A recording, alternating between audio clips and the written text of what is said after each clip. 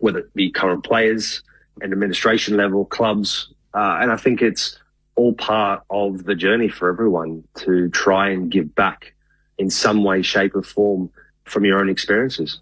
Mark Schwarzer, you've been very generous with your time and your answers. Thank you so much on what is a massive day for you personally. Congratulations. Appreciate it.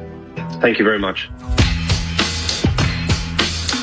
I'm Patrick Stack. This is ABC Sport Daily, and these are today's headlines. The Wallabies have named their squad for the trip to South Africa. Remember when Nick White retired last week? We made a fuss. Well, he's out of retirement. Jake Gordon is missing through injury, so White is going as halfback cover, along with the uncapped Ryan Lonergan. Winger Corey Tsul and prop Aidan Ross are also chasing their debuts and have been picked in the squad for the Rugby Championship opener. Tane Edman has also been called in as fly-half cover, given the concussion issues of Tom Liner. Lukan Salakai-Loto has been rewarded for recent strong performances. He's picked too. They weren't effusive in their desire for the job, but they didn't close the door either. Ex-Eagles coach Adam Simpson and former Swans flag winner John Longmire were both asked about the vacant Demons position. The former Sydney coach said, I haven't thought about it, and I hope you understand that I'm not being sort of cagey about this. I've had other thoughts going on and other things in my life that I've tried to be present with. While Simpson noted, you just refuse to think about it because you're dealing with what you're doing now. Like, I want to be good at this, good at business. I want to be good at some of the consulting stuff. I want to be a good parent. You're living in the moment. Watch this space. Rugby League, where Queensland's cut ties with its women's origin coach, Tani Norris. After 5 years, the Maroons tactician is finished in Queensland. That news follows a series lost to New South Wales and leaves one of the biggest jobs in women's league open. I'm Patrick Stack. This is ABC Sport Daily, produced by Phil Pryor. Thanks to Middlesbrough, the Socceroos and Fox Sports for the extra audio used in this episode. This has been ABC Sport Daily, and for more, you can find us on the ABC Listen app. The summer of cricket has arrived early. Clubs it straight down the ground for six. He's on the pull shot. Boy, did he get that. White ball cricket takes centre stage in the top end as Australia take on South Africa. Shout for leg before finger goes on. It all starts on Sunday on the ABC Down Listener. the pitch, there we go. Bang. Every ball live. Just click on the cricket button. ABC Sport. On ABC Sport, this is the AFL. Room to steady and finish. It's close to the goal line. And Marty good there. Another one. Sit back, relax, witness the greatest. It don't get better than this. Rampy from 55 and right all the way home. Huge fend off and kicks the goal. The skipper off a step finishes. Take a seat, 'cause it don't get better than this. Right foot strike. He's got it. Oh, the home fans like that. Takes a bounce. Unguarded. Goal square. He's got it. Reed's going to go for goal. Oh, my goodness. That truly is remarkable. This is the 2025 AFL Premiership season on ABC Sport. Take a seat, 'cause it don't get better than this. On radio, on digital, and on the ABC Listener. Yeah, take a seat, 'cause it don't get better than this. It's a season-defining night at the MCG for Hawthorn and Collingwood. The Magpies have given up top spot on the table. If they lose tonight, they could be as low as fourth by the end of the weekend and finding themselves on the road in the first week of finals on the projections. Meanwhile, for Hawthorn, if they lose tonight, there is a world that they could be out of the top 8 by the end of the weekend. As we edge closer to the spring, it gets particularly sharp tonight. It is Collingwood and Hawthorn at the mighty MCG. There is no late change. It's great to have you with us on ABC Sport. My name's Colby Middlemass. The two subs are in. Luke Bruce is fulfilling that role again for Hawthorn, his first game since round 9. And Ned Long, the former Hawk, who's played some good footy this year for the Magpies, will start as the tactical sub tonight. The whole gang's here for Thursday night footy inside both camps in a few moments, plus all the news in the footy world today, and there is a boatload of that. Matt Clinch is here to call the footy with me. Hello, Clinchy. Hello, Corby. I'm not even going to curse it tonight. Thursday night footy, it can't get much bigger than this. And a lead-in final to September. And with 3 rounds to go, there's consequences left, right and centre, isn't there? Consequences for Simon Goodwin during the week, for the coaches who are trying to work out what the future looks like beyond this season, and for just these two sides. For Collingwood, it's trying to get back on the winners list after losing 3 of their their last 4. They've gone to the depths, so Billy Frampton, Tom Mitchell and Jeremy Howe is the welcome return. And for the Hawks, it's life without Will Day. Can they get back to their 2024 form? Can they win their way into September? Well, they'll have to beat a couple of good opponents starting tonight at the MCG against Collingwood. Can't wait. The Hawks' record this year against fellow top 9 teams. So we've got these de facto leagues where it's the top half and the bottom half in the competition. Hawthorn 3 wins, 6 losses. The Magpies dead even at 5-5. So we'll see how they go against one another tonight. There's only 6 of these games left in the season. So despite the fact there's 3 rounds to go, more than, 9, 18, 27 plus 1, 28 games left in the season. Only 6 of them have genuine consequence for the finals make-up with top 9 teams playing one another. Our number 1 picks are here. Brett Delidio, firstly, the All-Australian Best and Fairest winner, Richmond champion, GWS footballer, one of the best analysts in the game. Hello, Lids. Corby, gents, great to be here on a Thursday, and finally we get a game that looks like it could measure up. Surely. Nice. We thought that last week, though, too, didn't we? And we got an absolute smashing. So I'm hopeful. I think the Pies are ready to bounce back, and the Hawks obviously missing Will Day, which is a big loss for them. But they're going to be hungry, the Hawks. There's no doubt about it. They need to keep winning to make the finals again. So it's going to be a cracker, and I hope we do get that. It'd be nice just to see one go right down to the wire. 300 gamer, former club captain, best and fairest All-Australian, the man the coaches voted as the premier player in the game back in 2011. Mark Murphy is with us, as always, on a Thursday night. Hello, Murph. Corbin, Clinchy and Lids, good to be here. It's, as you said, there's only 6 games of the remaining 28 that has really big implications on it. And today, great weather in Melbourne. I was looking forward to getting here tonight, so I'm looking forward to seeing how they go about it. As we've already spoken about, there's a lot on the line for both teams. And Hawthorn, when you look at their last 3 games, it's almost the real winnable one that they really need to get. I mean, you look at Melbourne, they should beat next week, and then the Gabba. That's a big ask. So tonight they really need to. They have to win tonight. They need to win. Yep. And it's a big ask against Collingwood, who haven't been in great form, obviously, and they recognise one of their all-time champions tonight in Steel Sidebottom playing his 350th game, and more importantly for their season, to get a win and try and solidify a top 4 spot. Since round 14, the top 9 playing the bottom 9, so top half of the league playing the bottom half, 34 wins, 1 loss. There's only been 1 slip-up, and that was Fremantle losing to Sydney in Sydney. So it stands to reason that the top 9 teams will take care of business against the bottom 9. In that world, there is actually a scenario that Hawthorn could win 2 of their last 3 games and still miss. So they could get to as many as 15 wins and find themselves on the outer. So really there's no margin for error for Hawthorn. They must be winning here tonight. And for Collingwood, that they experienced this little late season slip up back in their premiership year in 2023. Is history repeating here, or is it cause for more serious concern, do you think, in what we're seeing from the Magpies? I think they've come out and told us that they're in a bit of a training load. The late season training block. Yeah, we're just ramping it up a little bit, so expect a bit of a slump. But there are concerns. Yeah, I think their reliance on Nick Dacos is heavy, isn't it? And if he performs, they perform.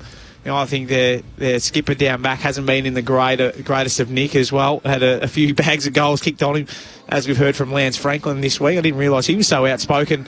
Called for Vossi's head a few weeks ago. What did he say this week? He said, I'll tell you how you beat Hawthorn. Get your skipper to stop having 6 kicked on him. So keep it simple. Keep it simple, not hard. But look, they're still so well balanced right across the board, and it's a milestone game. They need to get rolling. So we'll see how we go.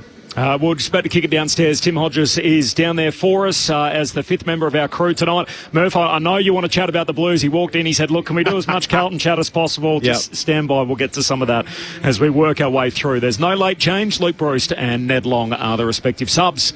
Let's go to Hodgie, who's with us on the boundary line. Good evening, Tim. Hello, Corbin. It's a massive stage down here. 70,000 people expected tonight. Rob McCartney, the Hawthorn footy boss, has been good enough to join us as the team has just gone out for a warm-up. These are enormous stakes. I probably don't need to tell you that. Oh, look, it's a great night to be involved in footy tonight. Like our club said a couple of years ago, we want to be in games that matter, and this is a game that matters. Are you billing it like almost an elimination final?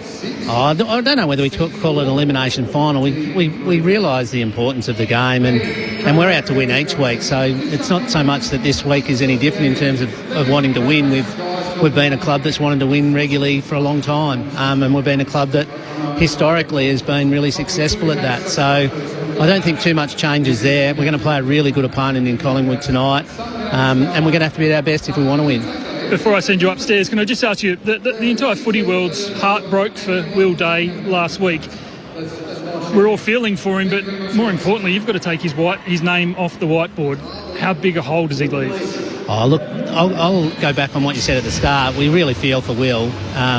He hasn't had a great run in the last couple of years, but he's also shown us in the times in between what an outstanding player he is.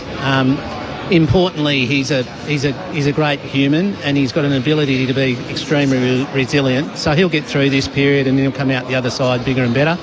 I think we saw that even in the first quarter in the Adelaide game. He'd had a 4-month layoff. He'd played one game against Carlton, and he was probably the player that really stood up in that first quarter and helped us open up a margin that we couldn't hold on to, I might add. So, it is a hole, but what we've also seen, at the end of last year is that Will didn't play in that last few weeks and didn't play in the final series, and we came to this ground in the first final. We played the Western Bulldogs, who everyone told us we couldn't beat, and we did. And that's what we've got to do now. We appreciate your time so close to the bounce. I'll send you upstairs to the boys, Mark Murphy and Brett Deledio. Rob, it's Lids here. Great to talk to you, mate. I actually dropped Will off a nice bottle of red, mate, so make sure you drop over and have a sip of that with him today. Yes, I've heard that you're in charge, mate. The other two are overseas, so look out for that player management group anyway. Yeah, that's right, mate. I'll drop in. No, I just want to know, against Collingwood, obviously Finn McGuinness has done a number of roles on Nick Dacos and done quite well. Have you got a player set that might go to him tonight? Oh, you think I'm going to talk to you about that? Yeah. Give us some insight. Oh, look, he's a good player. He definitely needs to be watched, but I wouldn't talk about whether we're going to go a hard tag or we're just going to share him between the group. But, yeah, look, what we do acknowledge is that he's a player that if he accumulates too much in the wrong areas, he can really hurt you. Yeah, and your 4 tools up front, how did you see that and the success of it last week? Yeah, well, it's only a small sample size. I think the big thing that people have to realise with this is even before becoming 4 tools, we always would have over 50% of the game time with 3 tools on the ground, and that's all that happens within this system. One of them is always on the bench or Chol is in the ruck. So the 3 tools, the first quarter, it looked like it gave some options. Did all of them get a lick of the ice cream in that quarter? No, but a couple of them got off the chain. Second quarter, we didn't get enough footy in our front half to give us a good enough look, and then we subbed Kelsh after half time. So I think we just need a bigger sample size. We're willing to explore, and we hope that it makes us better. Rob, Mark Murphy, just on that as well, there's been talk around James Sicily, and we talked more about this probably at the start of the season, his ability to go forward. Does that limit the ability of him to be that swingman when you do have those tools up ahead of the football as well?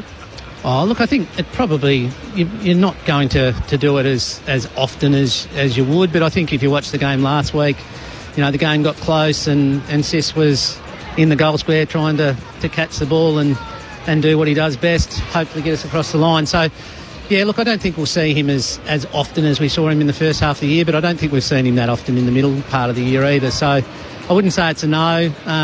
I'd probably agree with you. It probably doesn't happen as often as what it might have at the beginning of the year. Roberts, Matt Clinch upstairs. Jack Gunston's just 1 goal away, becoming the 7th Hawthorn player to keep 50 or more goals in a season on 5 occasions. Have you been surprised as to how he's been able to get to this level consistently throughout the season? And I guess what does the future hold, or is that something you discuss at the end of the year? Oh, look, I'm not surprised. He's an absolute pro. And he's still as determined as he was when I walked into the footy club in 2015, and he was a established player then, but he's still as determined to perform, to play his role and to make a difference. Look, his footy this year has been at the standard that you would say if he wanted to play football next year, he's looking like he's doing everything that he needs to do that. Rob, Guinea seems to play his best footy against his old mob. Is he wound up again tonight? Oh, well, Guinea's wound up nearly every night, mate. So, and that doesn't have to be a Thursday and we're playing footy. So, look, I reckon he'll enjoy the opportunity to play in front of the big crowd and maybe not have to walk through the airport on the way home. Yes, was there any issue with that? No, look, I think he handled himself reasonably well. And, we didn't look at it and say that he'd been poor in his approach in that instance. So we moved on pretty quick. I think he's had 30 plus and kicked multiple goals the last 2 games. He's come up against his old premiership teammates. Just jumping back to Will Day, I imagine you've had all these reviews and everything else as to what went wrong. Would you do anything differently, knowing that he's again on the sidelines with similar stress in his foot? Oh, look, we're very, very comfortable. I think if there was a ladder for the medical and high performance teams in the competition, ours would be right at the top. They've done everything they could to give him every chance. If you ask Will Day, and Lids probably could answer this one as well, he is absolutely 100% satisfied with the opportunity he got to get back and play. It's unfortunate what's happened, but look, the mechanism that was injured in the previous occurrence is well and truly stable and intact. We had a scan on Monday that showed all of that. He's going to have a lessened time out of the game than the previous injury. He'll build up again and he'll get the support of an amazing team around him, and he'll have every chance to be the player that he wants to be and we want him to be. Good luck tonight, Rob, and on the run home. Appreciate your time. Good on you, boys.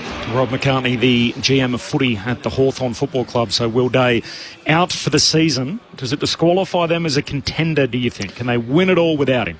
Oh, it makes it harder, no doubt. I think when he came back, even in his a couple of games or 3/4 games that he played, he makes a difference in there because his ability to compete, but he just adds something different in there to just Newcomb, Warple, and who else who's been rolling through there? Nash. Nash. So they are a different side. Does it make it harder? Yep, I think it does. Makes it too hard. It makes it harder, but at least because even with listening to Rob then, because they've missed a lot of football with him, they're used to it. So it's not like they've been with him week to week over the past 24 months. They've played a lot of football without him, so they understand the structures without him. So that's the only benefit to them. But he does offer that different point of view in there, doesn't he? And he's such a star. He'll be sorely missed.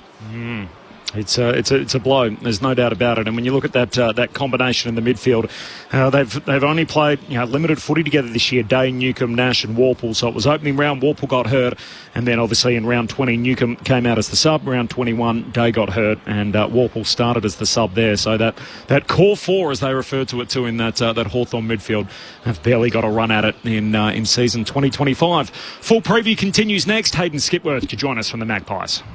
The new neighbour. I'm Isabel. Who's not what she seems. Somebody here knows something. You'd be amazed the things you learn about a place if you pay attention. The Family Next Door. Sunday nights on ABC TV and ABC iView. The summer of cricket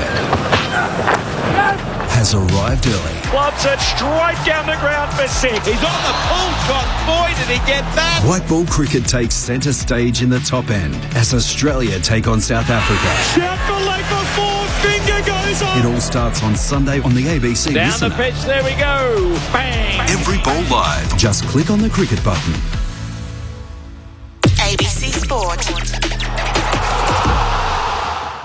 We begin this broadcast by acknowledging the traditional custodians of the land on which this match will be played today and pay our respects to their elders past, present and emerging.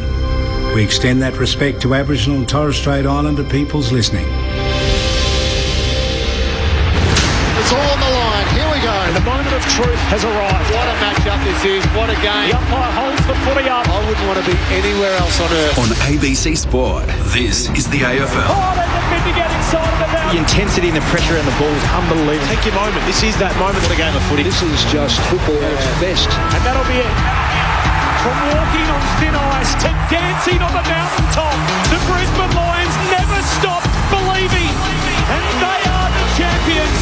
Sit back, relax, witness the greatest. It don't get better than this. He's pulled the through for a magnificent goal. Comes out, gathers, snaps, goal. An extra bit of class. He smashed that through. What a kick.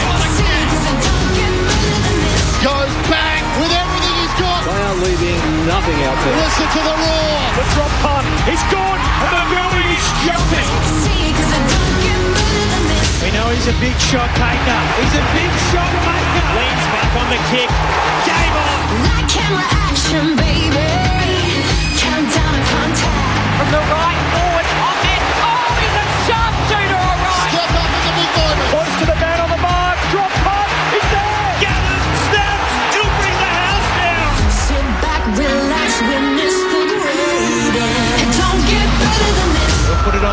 kick up towards the logo. You take a seat, cause it don't get better than He defies the laws of gravity. He runs onto it 50 from goal. He's in Dusty's pocket. He shoots. Oh, he's as bloody good as Dusty. Oh, yeah. Rose snaps goal. The drop punt. It's good. And you can hear that mighty roar. Ball's one way and the next and the snap. There's the finish. 60 out. Oh, my goodness. That's a massive hit. Big time spot. Big time goal kicker. That's why we love football. Brilliant to watch. From the centre wicket. Whacks it for 6. Scores level. Running past. Throws one away. Could that be the sealer? Seconds ticking down. We're not done yet. What a finish. Welcome to the 2025 AFL Premiership season on ABC Sport. On radio, on digital, and on the ABC Listen app. You take a seat, cause it don't get better than this. The Hawthorn Footy Club with a Cinderella story of last September, and yet there is a world where they need to win all of their last 3 games if they are to feature in the spring in 2025, and that starts tonight. It's a tough run home that features both of the last 2 premiers starting tonight with the Collingwood Football Club. The Magpies on a little skid of their own, having now ceded control of top spot and the minor premiership. They're looking to try and win it back tonight with victory against the Hawks. It is the on-ramp to round 21 of the AFL Premiership season. Great to have you with us at the mighty MCG, and what has been a magnificent day gives way to a cool night. It's getting down to 5 degrees this evening in Melbourne, but it is clear and the stage is set for primetime footy. Hawthorn versus Collingwood. It's been a little underwhelming, the Thursday night slate throughout the season so far, so fingers crossed we get something a little better tonight. My name's Corbin Middlemass. Matt Clinch here to call the footy with me. Clinchy, no late changes. No late changes. So Luke Bruce will play in his first game for the Hawks since round 9 against the Demons on the 10th of May. So didn't play in the VFL last week, and he's the player alongside Changu Jath, who comes in at the expense of Will Day and Harry Morrison. So the Hawks are trying to win their way, as you outlined, into September. They need to get their season going. They haven't been the side that featured in 2024 and had that Cinderella run. While Collingwood have lost 3 of their last 4, but they do honour one of their champions. Steele Sidebottom becomes the 26th player to reach 350 games. It felt like in 2020 his career was maybe at the crossroads, and yet he's got another 5 years. And I think that he and Scott Pendlebury feature in the same Collingwood side that might be fighting to get back on top of the ladder. It's been a tremendous career by both. It's been an amazing story, this guy with the name Steele Sidebottom that's sort of made your ear prick up as soon as you first heard it way back in playing for the Murray Bushrangers. Kicked 10 and had 30 plus in that under-18s grand final. Was the youngest member of Collingwood's premiership team in 2010, and with his good mate Scott Pendlebury has had the longest wait to add a second premiership to a first, having first one in 2010 and then not winning again until 2023. That was about a 273 game wait for Sidebottom between winning one at the start and winning one in what we thought was the end. And as the end just keeps getting pushed a little further down the road. So impressive, isn't it? Yeah, no, I feel sorry for him having to wait that long between premierships. But, I was about to say, it's a bit of a greedy stat, isn't it? It is. The wait between 2 and jerks. Yeah. Go back to the kicking 10 in the TAC grand final. He's just a winner, isn't he? Yeah, and just so well balanced, as we know, sees things that other players can't. And to be able to still keep on going, even like both of them 3 or 4 years ago at various times, it almost looked like they were coming towards the end. Oh, yeah. They just keep on hanging in. Reinvented themselves, didn't they? And I think that they complement the younger, quick players they've got around them and make their job a lot easier. There are number 1 picks, by the way, Mark Murphy and Brett Delidio with us as always. She's a little trip up over. I'm pretty good with the Delidio. With us on ABC. We should interview Brett Ratton. He used to call him Brett Deludio. Yeah. So can we get Rats on the? Yeah. My uncle Ronnie Delulio used to play number 34 for Carlton. Wasn't. But the way some people pronounce it, you'd think it was. Tim Hodges with us on the boundary tonight, but Lids and Murph, as always, for your Thursday night listenership tonight here on ABC Sport. No late change. Bruce and Long are the 2 subs. Murph, I know you wanted to chat about it. The news out of your club today, the Carlton Football Club, where you're a champion. Your name's obviously up there on the locker. Graham Wright, who is the incoming chief executive, the headline reads, an emphatic recommendation that Michael Voss will lead Carlton into 2026, and that was put to the board in that marathon meeting on Wednesday night, lasted over 5 hours. The recommendation was unanimously endorsed by the Carlton president Rob Priestley, so we now know that Voss will be coaching round 1 2026. Now, his record, having taken over the top job ahead of the 2022 season, 46 wins, 44 losses and a draw. They have lost 6 of their last 7 games. It feels like they're hanging out for the end of the home and away season, but what we now know is that Michael Voss will coach the first game of next season. Is that a good move for the Blues? Yeah, I'm not too sure, to be honest with you. I think Graham Wright's obviously been appointed to come in and have a look through the whole structure of the whole football club, and been there for a long period of time now, enough to see enough body of work. And you know, he's so highly regarded in the footy industry. If he believes that Michael Voss is the man, then that's the right call. So I guess that stays the same. So the senior coach isn't going anywhere. Yep. What changes? That there has to be some change, you'd think, for a team that is in the position that they're in. That there's got to be some kind of moves off field. What is shaken up if the senior coach remains? I think you'd be worried if you're an assistant coach, and you'd probably be worried if you're anyone else in the football department. Yeah. So, I would think that by the looks of the way in which it would pan out is that the senior coach stays and most of the others would probably would leave. But I think significant change still will occur and needs to occur. Do you say this team, do you think they can turn it around fast, and to what extent? Like, what success in 2026 from where they are at the moment? I think the hard thing is you don't know what team's going to be there, like who's going to be there. You hear all these talks around, Curnow wanting to leave and Silvani wanting to leave. Tom DeConning obviously isn't contracted for next year, and the issues that come with that. So it's a hard one to really try and picture, isn't it? I mean, when you look at their best 22, well, there could be probably 6 of them out, or at least 3. So who knows what it looks like, but I don't think it's all too doom and gloom. I think that some changes will occur and needs to occur, but you need to make sure you appeal to other players from other teams and try and get some of them in. The issue that they probably have is that they don't have a top pick, do they, for this year in the draft? Not at the moment. Not at the moment. I'll get Compo. Pretty good Compo. I'll get Compo. Whether or not they'll use that to go to the draft, or they'll try and trade and get someone in. What would you do? I'd trade and get someone in, get a good running mid in if you can. With speed. They're hard to find, but they need a lot of speed. You need probably 2 or 3 players of speed coming into that team. Yep. But this isn't go back and start again. This is let's try and capitalise on what we got. I wouldn't have thought so. No. I think the worrying thing for as an outsider looking in, it's not the 6 of 7 lost their last 6 of 7. It's what's this, the win loss has been over the last 18 months, and the teams have actually been able to beat that. I think that's, to me, more concerning, and that's where, if you're looking at a body of work and not just being reactive over the last 6 or 7. Because remember they told us last year that, we had injuries at the back end of the year, yeah. And that's why things fell away. Well, like you said, you can probably look at it now in the back end of last season, all of this year, and it's mediocre. It's, beat the lowly teams and that's it.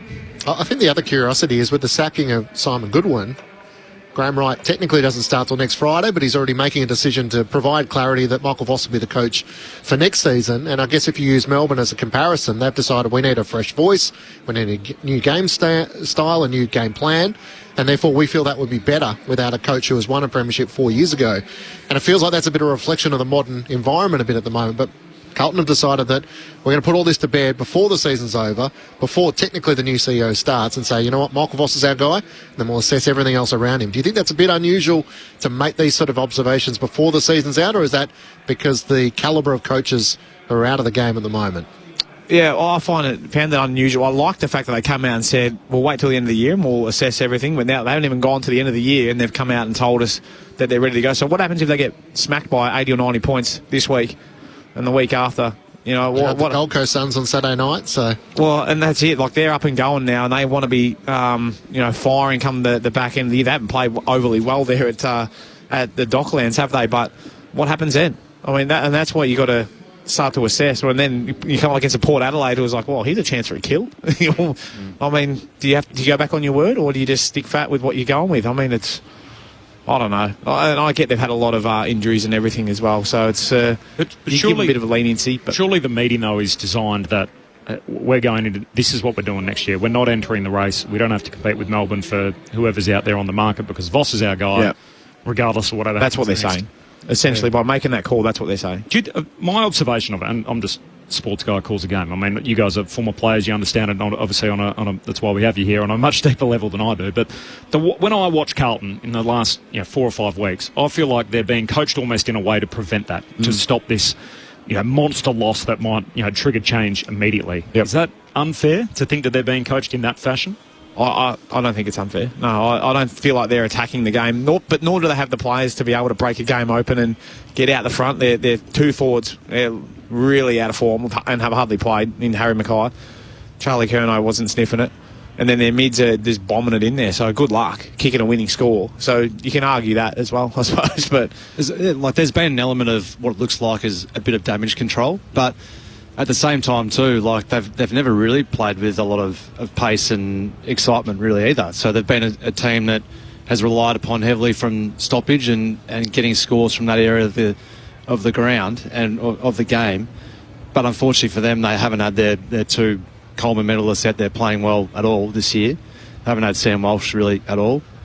And so and then we go, well, there are a few players, but they rely upon their superstars to be able to get them wins. Yep. And unfortunately, they've always done that. Not since 2023. They certainly haven't played with that spark, have they? In the way that they go about. And they went on a 10 or 11 week run. Really, before that, they weren't really showing too much either. So they've probably played a really good 3 months of football over the entirety of that time, really. It would be a hard conversation to have with someone like Patrick Cripps, who's been at the club since 2013. Michael Voss is his 4th coach. You go to him and say, we think we need to blow this up and start again. I mean, history would suggest that's not really the way modern clubs have done it. They find ways to build around what they've got, and yet that'll be the challenge for those clubs that are in the bottom third of the ladder as to how they can try and springboard their way up. And hey, Carlton are going to be in that conversation with Melbourne, with the Bombers, with Port Adelaide, those sides who see their future being somewhere around that finals contention. Yeah. Well, I'll go back to 2016, and new boys go back there as well. Did you think that Richmond had a list to win a flag the next year? Certainly not. Well, I know I didn't because I left. But I thought in 15 you probably were getting to that stage, but you had a poor year. I thought the exact same, and I expected the same trajectory. So at some, but this is what I'm saying. We'll look back and go, well, Richmond did this, and they stayed with Damien Hardwick. This is my point. No doubt that's part of the philosophy around keeping Michael Voss is thinking, well, this is the year that we think that's been a tough year all around for everyone. We're going to clear it out, but we believe this is the man to take us forward, and we're going to support him with a coach who comes in, needs to be a real ball expert, movement type coach, and come in with a whole new philosophy about how to play outside of the stoppage game. Yeah. Best job security in professional sport for a senior coach is right here in the AFL. So the average tenure over the last 10 to 15 years is longer than any other pro sports league in the world. So, and that's partly because of what happened with Mark Thompson and Damien Hardwick and so many other teams that were able to lead successful dynasties after off years.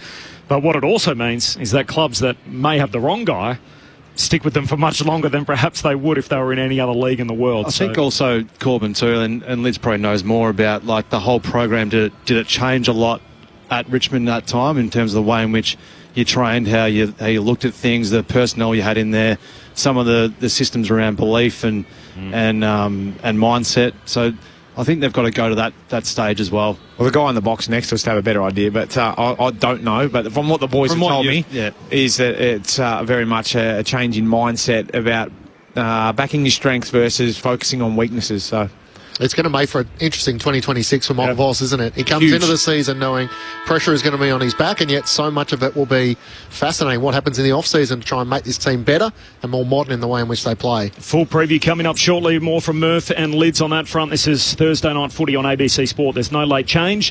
Just on the teams for round 21, so Patrick Dangerfield rested from the Cats game against the Bombers tomorrow night. Big ins for Richmond, Broad, Lynch and Taranto all returning to take on the Saints, who bring back Philippou and Wilson, so a couple of young stars in there. Tom Duday at last is going to make his club debut for Brisbane against the Sydney Swans. Isn't that a limp grand final rematch for what we would have thought it would have been late in the season? Carlton and Gold Coast, no Pitternet, and he's been omitted. O'Keefe comes back into that Carlton team. Malcolm Roses is a replacement for Flanders, who's out injured. Fife and Pearce, two big names back for the Dockers. They go to Adelaide to take on Port Adelaide, who get back Lukosius, Rosie and Rioli. Meanwhile, the Sunday games, of course, just squads at this stage, but Toby Green's back for GWS. Tristan Sherry returns from suspension for North. There are no confirmed outs in the game between Melbourne and the Western Bulldogs, the 21st BCNA game for Breast Cancer Network Australia, so that's at the MCG on Sunday. And then West Coast and Adelaide, Jack Graham's back from suspension and Rory Laird makes his return for the Crows. Taylor Walker is out-managed. A short time ago, Ben Cameron ducked inside the Collingwood camp, speaking about guys that are in the mix, perhaps to be a senior coach in the not-too-distant future. Ben. Thanks, Corb. I'm down here with the Collingwood assistant coach, Hayden Skipworth. Hayden, there's a lot of nervous Pies fans around today. What's the mood like inside the group? Yeah, it's been a great mood, all year really. So we had a very special occasion tonight with Steel Sidebottom's 350th, and obviously Harry Perriman's almost a forgotten guy as well, playing his 150th. But we hope to make it a special night for the Collingwood fans and more importantly, Sidey and Harry Perriman.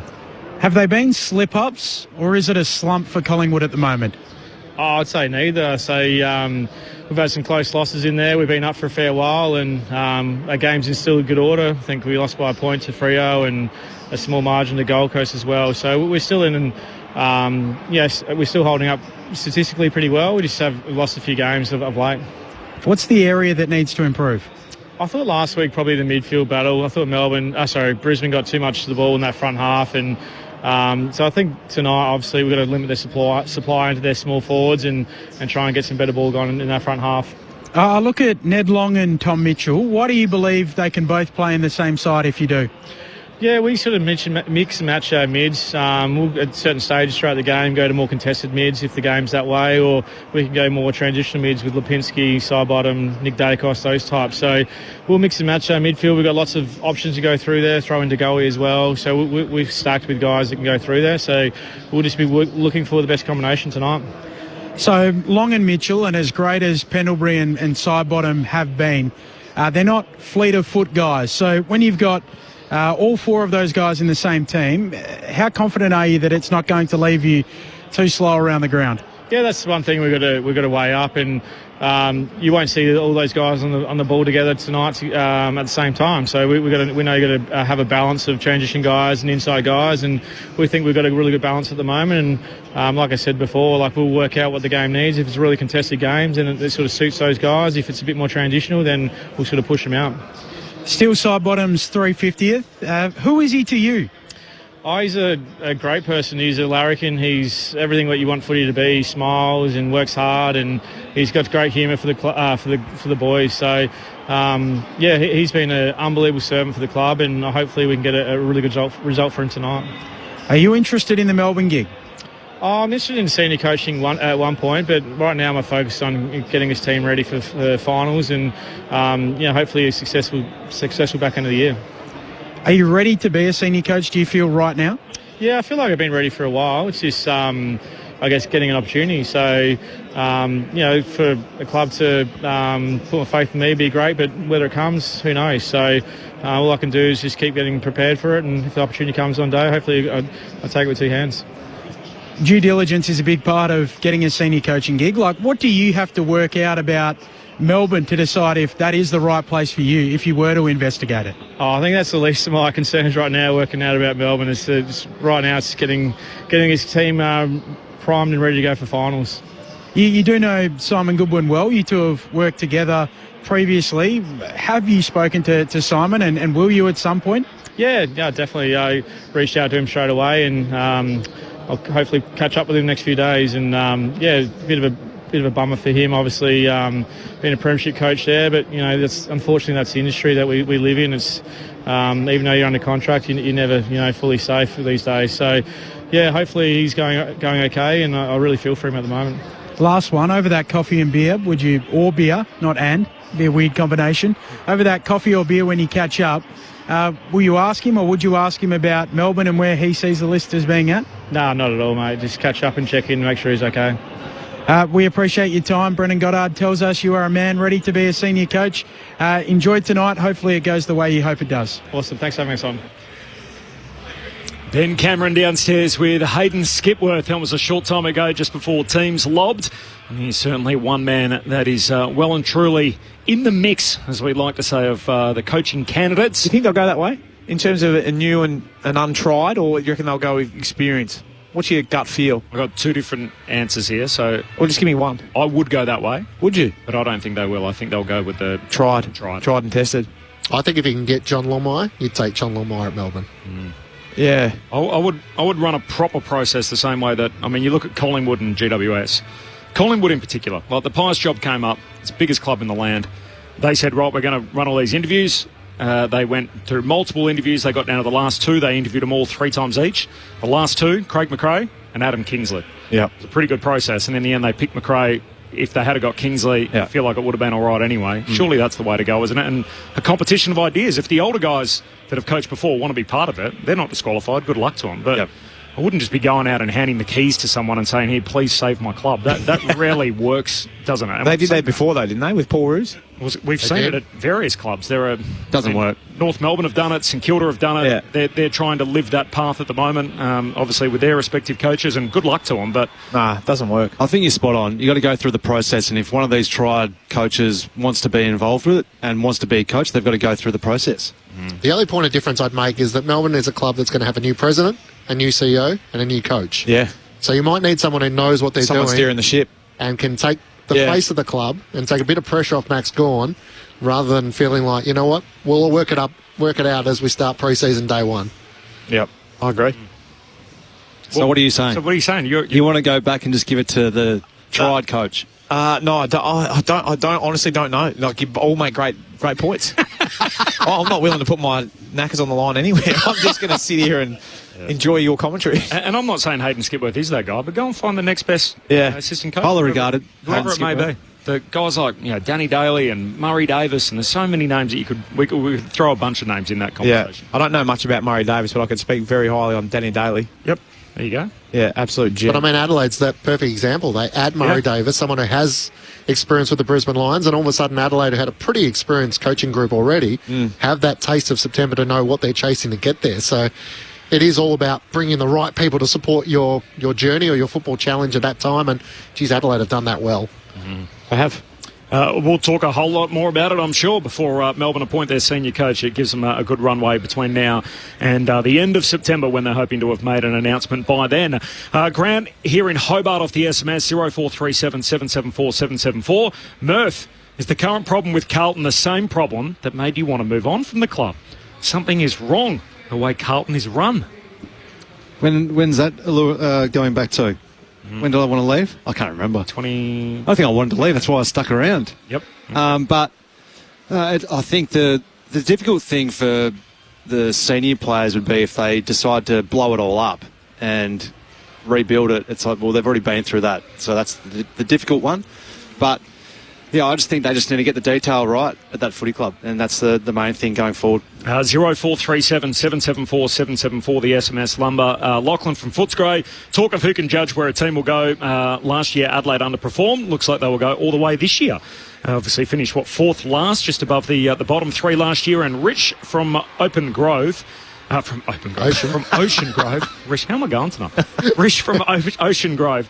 Do we place too much emphasis on the coach when a team has a bad season? Success or failure depends on the whole organisation, on talented people working together. It shouldn't be all placed at the feet of the coach. Coaching group, I think development plays a huge part.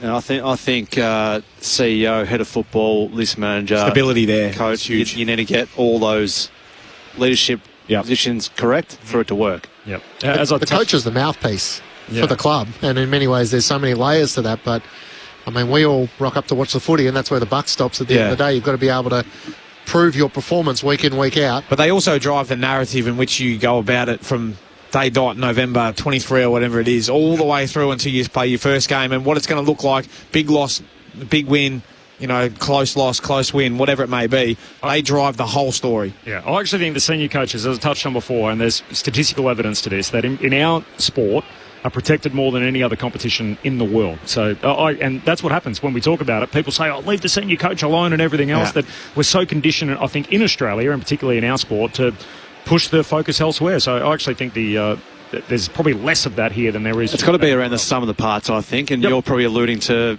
NFL? Is that what you're alluding to, where if it's not working, well, you just move on? English Premier League? Yep. Brutal. It is brutal. I think what the average coaching span there is about 1.5 years or something, so it's they are different landscapes.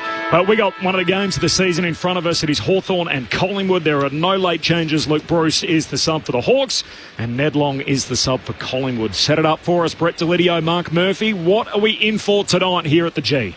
Well, we're in for a cracker, Lids, and the one thing when you look at some of the outs for Collingwood, maybe where some of their issues are arising, is I think maybe a little bit of leg speed when you don't have Hill and you don't have McCreary, and you're relying upon Nick Dacos and Josh Dacos really to be your leg speed throughout that team. I think that's the one area that's why Nick and Josh are so important for Collingwood. Yeah, they're great players. Nick's probably one of the best players in the comp. Yes. But I think that leg speed with Pendlebury and Sidebottom through there, and I just think they're so reliant upon those guys to really play great football and really be a lot of their counter-attack football for them to go well.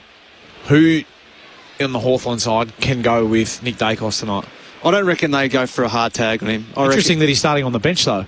It is. They obviously think that he's going to get a tag or a run with of some sort, so they're trying to throw something around. That's what I would have always thought back in the day.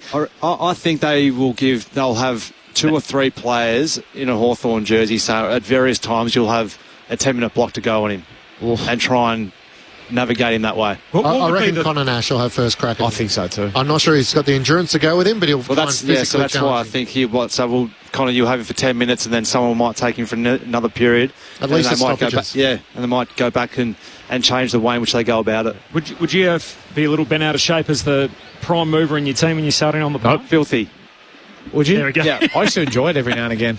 Right. Why? Yeah. Just to change it up. The games. Oh, it just becomes, it's like, I've got to go out there and start. I didn't start in the middle like Murph did every single week. I started a half forward, a half back, out in the wing. Well, not filthy. I understand it's a team game. Don't walk it back. For the balance. Yeah. I'm not walking it back. Disagree. No, I think that being the best midfielder in the comp, obviously with Bontempelli and probably that's it, and Daylight, I would start him. 43% of their scores go through in the last 6 weeks, so amazing. He leads the club in disposals, clearances, contested possessions, uncontested possessions, handball receives, inside 50s, score assists, score involvements.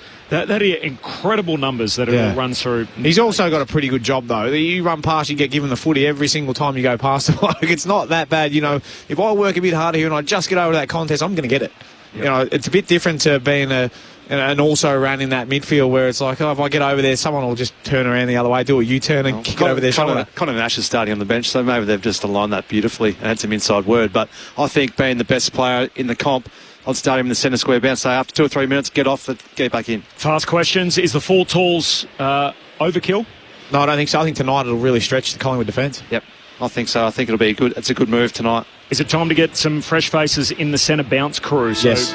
Yep. I think Nick Watson needs to go in. Dylan Moore needs to spend more time in and out of there. Just get some speed, something a bit different. DeGoey, is he still worth playing even if he's a little underdone? Yes. Yeah, I thought he was very good last week for the amount of football he's missed.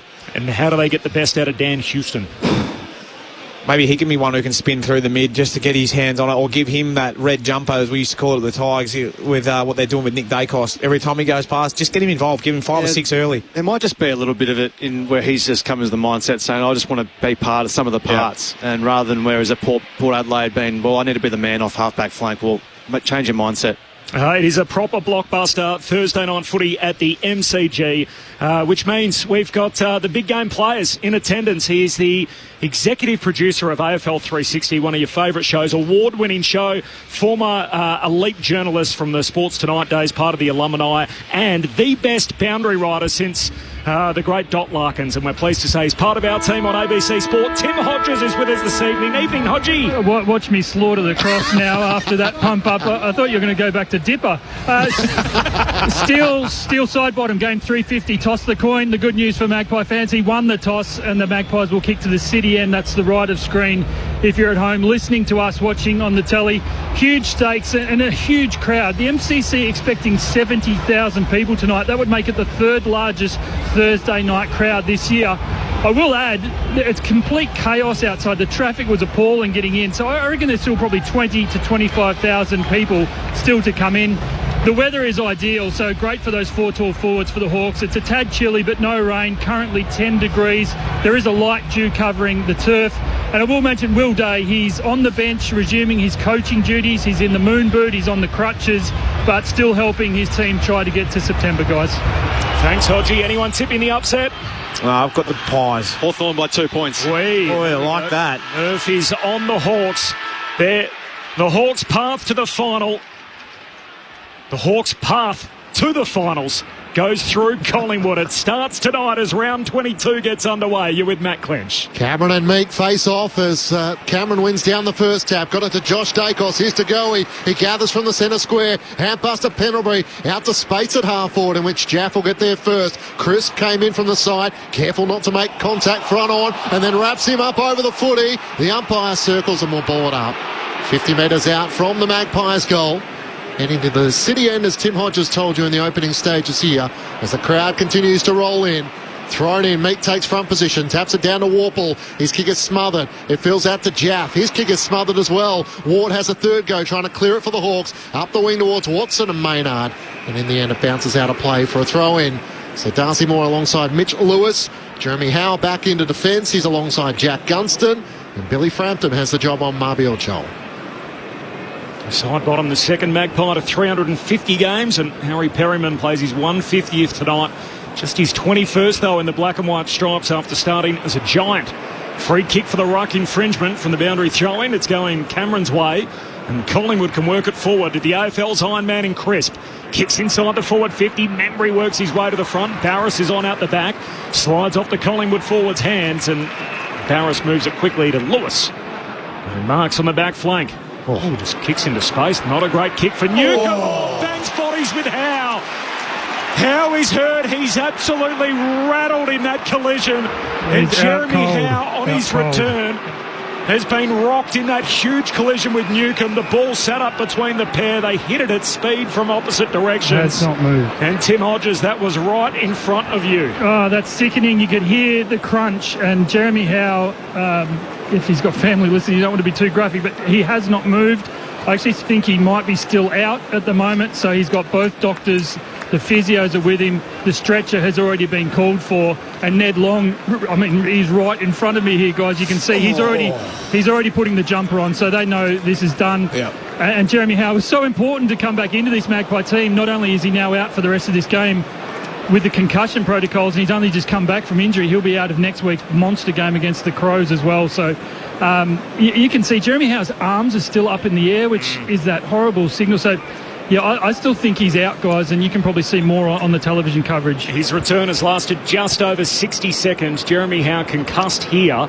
Mark Murphy, Brett Delidio, we heard your reaction when you saw the replay. What did you see? It was John Newton. The ball, that errant kick from Mitch Lewis, wasn't just in between two players. Howe attacking it from the defensive end, and Newcombe just knew he had to go, but as they've clashed, it's almost head on head. His head clash. Yeah, and then Jeremy Howe's head hit the deck really hard as well, so you assume that he was out straight away, given how hard he's hit the deck. But thoughts and prayers just go out to Jeremy Howe. It's not the way you want to start a game, but geez, you've got to give credit to the way Newcombe bounced up as well. Back to Tim Hodges on the boundary. Hodgie. Yeah, so an update. So we might lose both players here. John Newcombe has just spoken to the doctors, and they're taking him straight to the room. So that's going to be a HIA. And I don't know, guys. What did you see in the Newcombe? Do you think that might be lights out for him as well? So he'll be a watch. But we know Jeremy Howe is out, and Ned Long's got the strip on. He's ready to come into this game. Yeah, he didn't look great from the way in which he was walking off with the physio and doctor. So he'll go through that test, and I dare say he might probably miss as well from that hit. That was a bit of a sickening one. So Howe got to the ball first, beat him momentarily, and then the clash of heads between John Newcombe. He didn't elect the bump. And no. It was purely just an attack on the footy, which is, unfortunately, in our game, it's going to happen from time to time. And I know that we're trying to protect the head and all of that, but that is just a fantastic approach from both players in terms of watching the footy and wanting the footy, albeit we've had an unfortunate incident come about from it. Neither player could do anything about that. That's just one of those collisions that is a 50-50 ball, and unfortunately, both players have clashed heads with one another. You could see it coming almost as soon as Mitch Lewis kicked the ball, and you thought, he's miskicked it Newcomb's had to come back to collect the ball, and both of them had eyes for it. Howe in the other direction, and sickening collision as you touched on, and Jeremy Howe's been concussed immediately, separated from his senses after the original contact, and then he lost his equilibrium and hit the deck, and not just the initial contact, but obviously the fears for the head off the back of the playing surface on the way down. Now, the medical team's still around him. We've got a delay. The teams have gone back into their huddles, and it's all happened inside the opening minute. Tim Hodges is right in front of it on the boundary. Is there anything to add, Hodgie? Yeah, just so they've got the two doctors are holding his shoulders and almost to keep him calm. They've just put the neck brace on him. So now they've just slid the stretcher underneath him to then put him on the motorised cart. I will say, guys, this was only, 6-7 metres away from the boundary line. The MCC is absolutely packed. Like, I just can't remember being this close to such a severe bump and concussion. And people around are shell shocked. You can see some people are really emotional just to be this close to watch a player that hurt so close in front of them. So I know it is a brutal game, and Murph and Liz can tell you more about that, but that was a frightening collision. It reminds me of the Alex Rance and Troy Selwood collision, right in nearly this very similar spot where both of them clashed heads and were out cold straight away. So it's not a great part of our game, but I mean the attack on it, it's what you want from your players, just beelining the footy and going straight at it. But unfortunately, both boys have come off pretty worse for wear. Hasn't played, by the way, since round 18, Jeremy Howe, with that hamstring strain, so returns tonight. He's lasted 1 minute, and he's been involved in a heavy collision with John Newcomb. Nothing untoward involved in it. Both at the arrival of the footy, and as Howe collected it, Newcomb was in his space immediately. Every Collingwood player just trotted over to him and gave him a little pat as he made his way off on the Medicab, and play's about to restart. It's a tough segue, but in a footballing sense, against a tall forward line, Collingwood are also another key back down. So, and John Newcomb, obviously, Hawthorn are thin in the midfield. He's off at getting a head injury assessment himself. So the absence of both Howe and potentially Newcomb could have a significant bearing on this game. We are now 7 minutes in. We've only had a minute 10 of footy, and there is no score, and Collingwood are going to get it. And we'll pick up where we left off. Clinchy at half-back. Thursday night footy on ABC Sport. And Perryman in game 150 has the free kick for Collingwood as he sends it high around the members' wing, setting himself Membry, and the packet's brought down by Lloyd Mee. Tom Mitchell tries to wrestle it away from Connor Nash, and the umpire will ball it up. Tim Hodges? Probably no great surprise here, but the substitution has been made for Collingwood. So Ned Long probably never expected he would be into this game in the 8th minute, but here he is. He is injected in, and obviously Jeremy Howe won't be taking any part. Meek wins down the tap against Cameron. The kick to half forward. It's slapped away by Darcy Moore. Straight in the path of Nick Watson. And the Wizards on the board first. Celebrating with the Hawthorn fans in the left forward pocket. It's a disastrous start for the Magpie skipper, a moment he would want back after they had the best part of 3 minutes in conversation as Jeremy Howe was stretched it from the field. And the Hawks strike first in a tone setter on Thursday night. 1 straight 6 to the Magpies yet to score. Brett Delidio and Mark Murphy with you on ABC Sport. Yeah, it was a strange decision really in the end from Darcy Moore to try and just whack that to space really, and Watson just read it straight off the hand. He really, looking back at that vision, I know it's a split-second decision, but he just needs to take control of that ball and fight through probably a tackle that's coming his way. He's too quick to tap that on, and that's not a great start for the Collingwood skipper. Guinea enjoyed it. He went straight over to Bruzzy, let him know about it. Yeah, but Nick Watson, wow, that's just class, isn't it? That's a banana from 25-30 out on the run. Dramatic start. Hawks with the first goal. Thursday night footy on ABC Sport. Now there's a free kick in the middle that's going Collingwood's way, and a hold for Josh Dacos in all of that. Centre bounce attendance for him. The usual half-back flanker. He's off and running. Long kick inside 50 for Collingwood. Myercheck leaps up at it, spills out the back to D'Ambrosio. Clearing kick out of the defensive 50 for the Hawks. Moore, a little bit of body, wins the footy on Lewis, then got a hand pass down the line, and Pendlebury couldn't trap it out of play. So throwing in front of the skinny race that the Hawks are using, closest to us on the northern wing. It's Collingwood kicking to the city end in this opening term. Jeremy Howe concussed after a clash of bodies and a clash of heads with John Newcombe moments ago when Nick Watson's kicked the first, the only score in the game for the Hawks. Lloyd Meek palms it down at centre half back for the Hawks, gets it out the back to D'Ambrosio. He kicks boundary side, it bounces and spins over the boundary line, and the umpire says throw it in front of where Tim Hodges is watching on. Clinchy, just an update on Jeremy Howe. So there are multiple paramedics that attend every AFL game. 2 of those have gone down to the Collingwood rooms if he's to be required to be transported by ambulance to the hospital. We've spoken to the Magpies. They'll let us know as soon as they know any more. Thanks, Hodgie. Here's Scott Pendlebury, kicks off the outside of the boot, up towards half forward. Myercheck caught behind. Barris one way, Pendlebury the other. The ball spills out. Warple takes possession. Hand pass picked off by Mitchell. Gives it away to Elliott through the middle of the ground to Houston. Now to Membry. Hand pass back to Houston. Looking up inside 50 to a stationary Lipinski, who spoils it away from Jaff. Coming across, it's locked in underneath a couple of players with Pendlebury, Moore, and also Josh Ward on the very bottom of that pack, 45 metres out from Collingwood's goal. Real want to get Houston involved just then. Meek reaching over the back, does the ruck work. Ward stopped in his tracks and will have a ball up. You can see he's want to get involved and get up the ground, Murph, really trying to run off hard forward. Brett Delidio, Mark Murphy, Thursday night footy on ABC Sport. Big tackle, Nash on Josh Dacos. Almost like a spear in midair as he's drilled into the turf. And this is where it comes back to. Would you rather Nick Dacos out there for the first 5 minutes of this game, still not on the ground yet? Despite all the drama happening down there, so Nick Dacos starting on the pine, still there. Meek palms it down. Here's Josh Dacos. His backside got a hand pass out. You can throw a blanket over about a dozen bodies, and the umpire calls for it again. So third stoppage, same area of the ground, left half forward for Collingwood. Hawthorn won straight. Collingwood yet to score 11 minutes in, but a 7-minute delay due to Jeremy Howe's concussion and his clash with John Newcombe. Opening goal the way of Nick Watson. Jack Crisp tackled by Nash, loses the footy. Houston's back onto it for Collingwood. Hand pass it in the middle of the ground for Josh Dacos. Kicks into the pocket, looking for side bottom on Membry. Tom Barris getting back, takes the intercepting mark. Chips it backwards to the Hawthorn skipper Sicily. Just 5 metres out from his defensive goal, and now swings it to Dylan Moore. Out to Jaff on the bounce as he gathers and gets the hand pass away to Battle, running the boundary line. Long kick up the Shane Warne wing, and Darcy Cameron in position. He hugs the mark to his chest, centre wing on the outer side. Hawthorn by 6 points, Thursday night footy on ABC Sport. 2 MCG co-tenants, but a Hawthorn home game, so they're all in gold with the brown stripes and the brown shorts.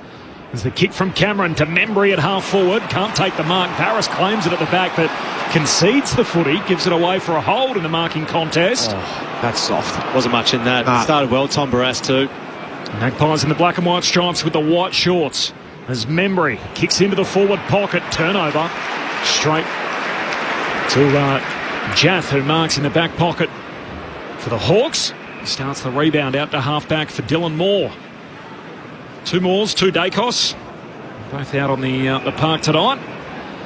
We'll see Darcy for Collingwood, Dylan for the Hawks. Looking to find Ginnivan there. Good kick, couldn't quite complete the mark. Spills to Watson, hand pass to Ward. He dishes it off quickly. Away to Moore, to Carl Amon, across half back. Jaff off for a run. Wants to switch out to the broadcast side. It's a good pass. That finds Jarman MP. He takes a bounce and he's away. Trying to find an option around Schultz. He slipped over. Hand pass to Hardwick, who was trying to put the block on. Around side bottom now to Warple. Too slow. And Schultz lays the tackle, holding the ball. Great work. Collingwood take it back on the wing. Some great work right there from the Collingwood forwards to apply the pressure. Got 1 but 2 there from Schultz. Great defensive pressure. Tim Hodges, Nick Dacos is onto the field.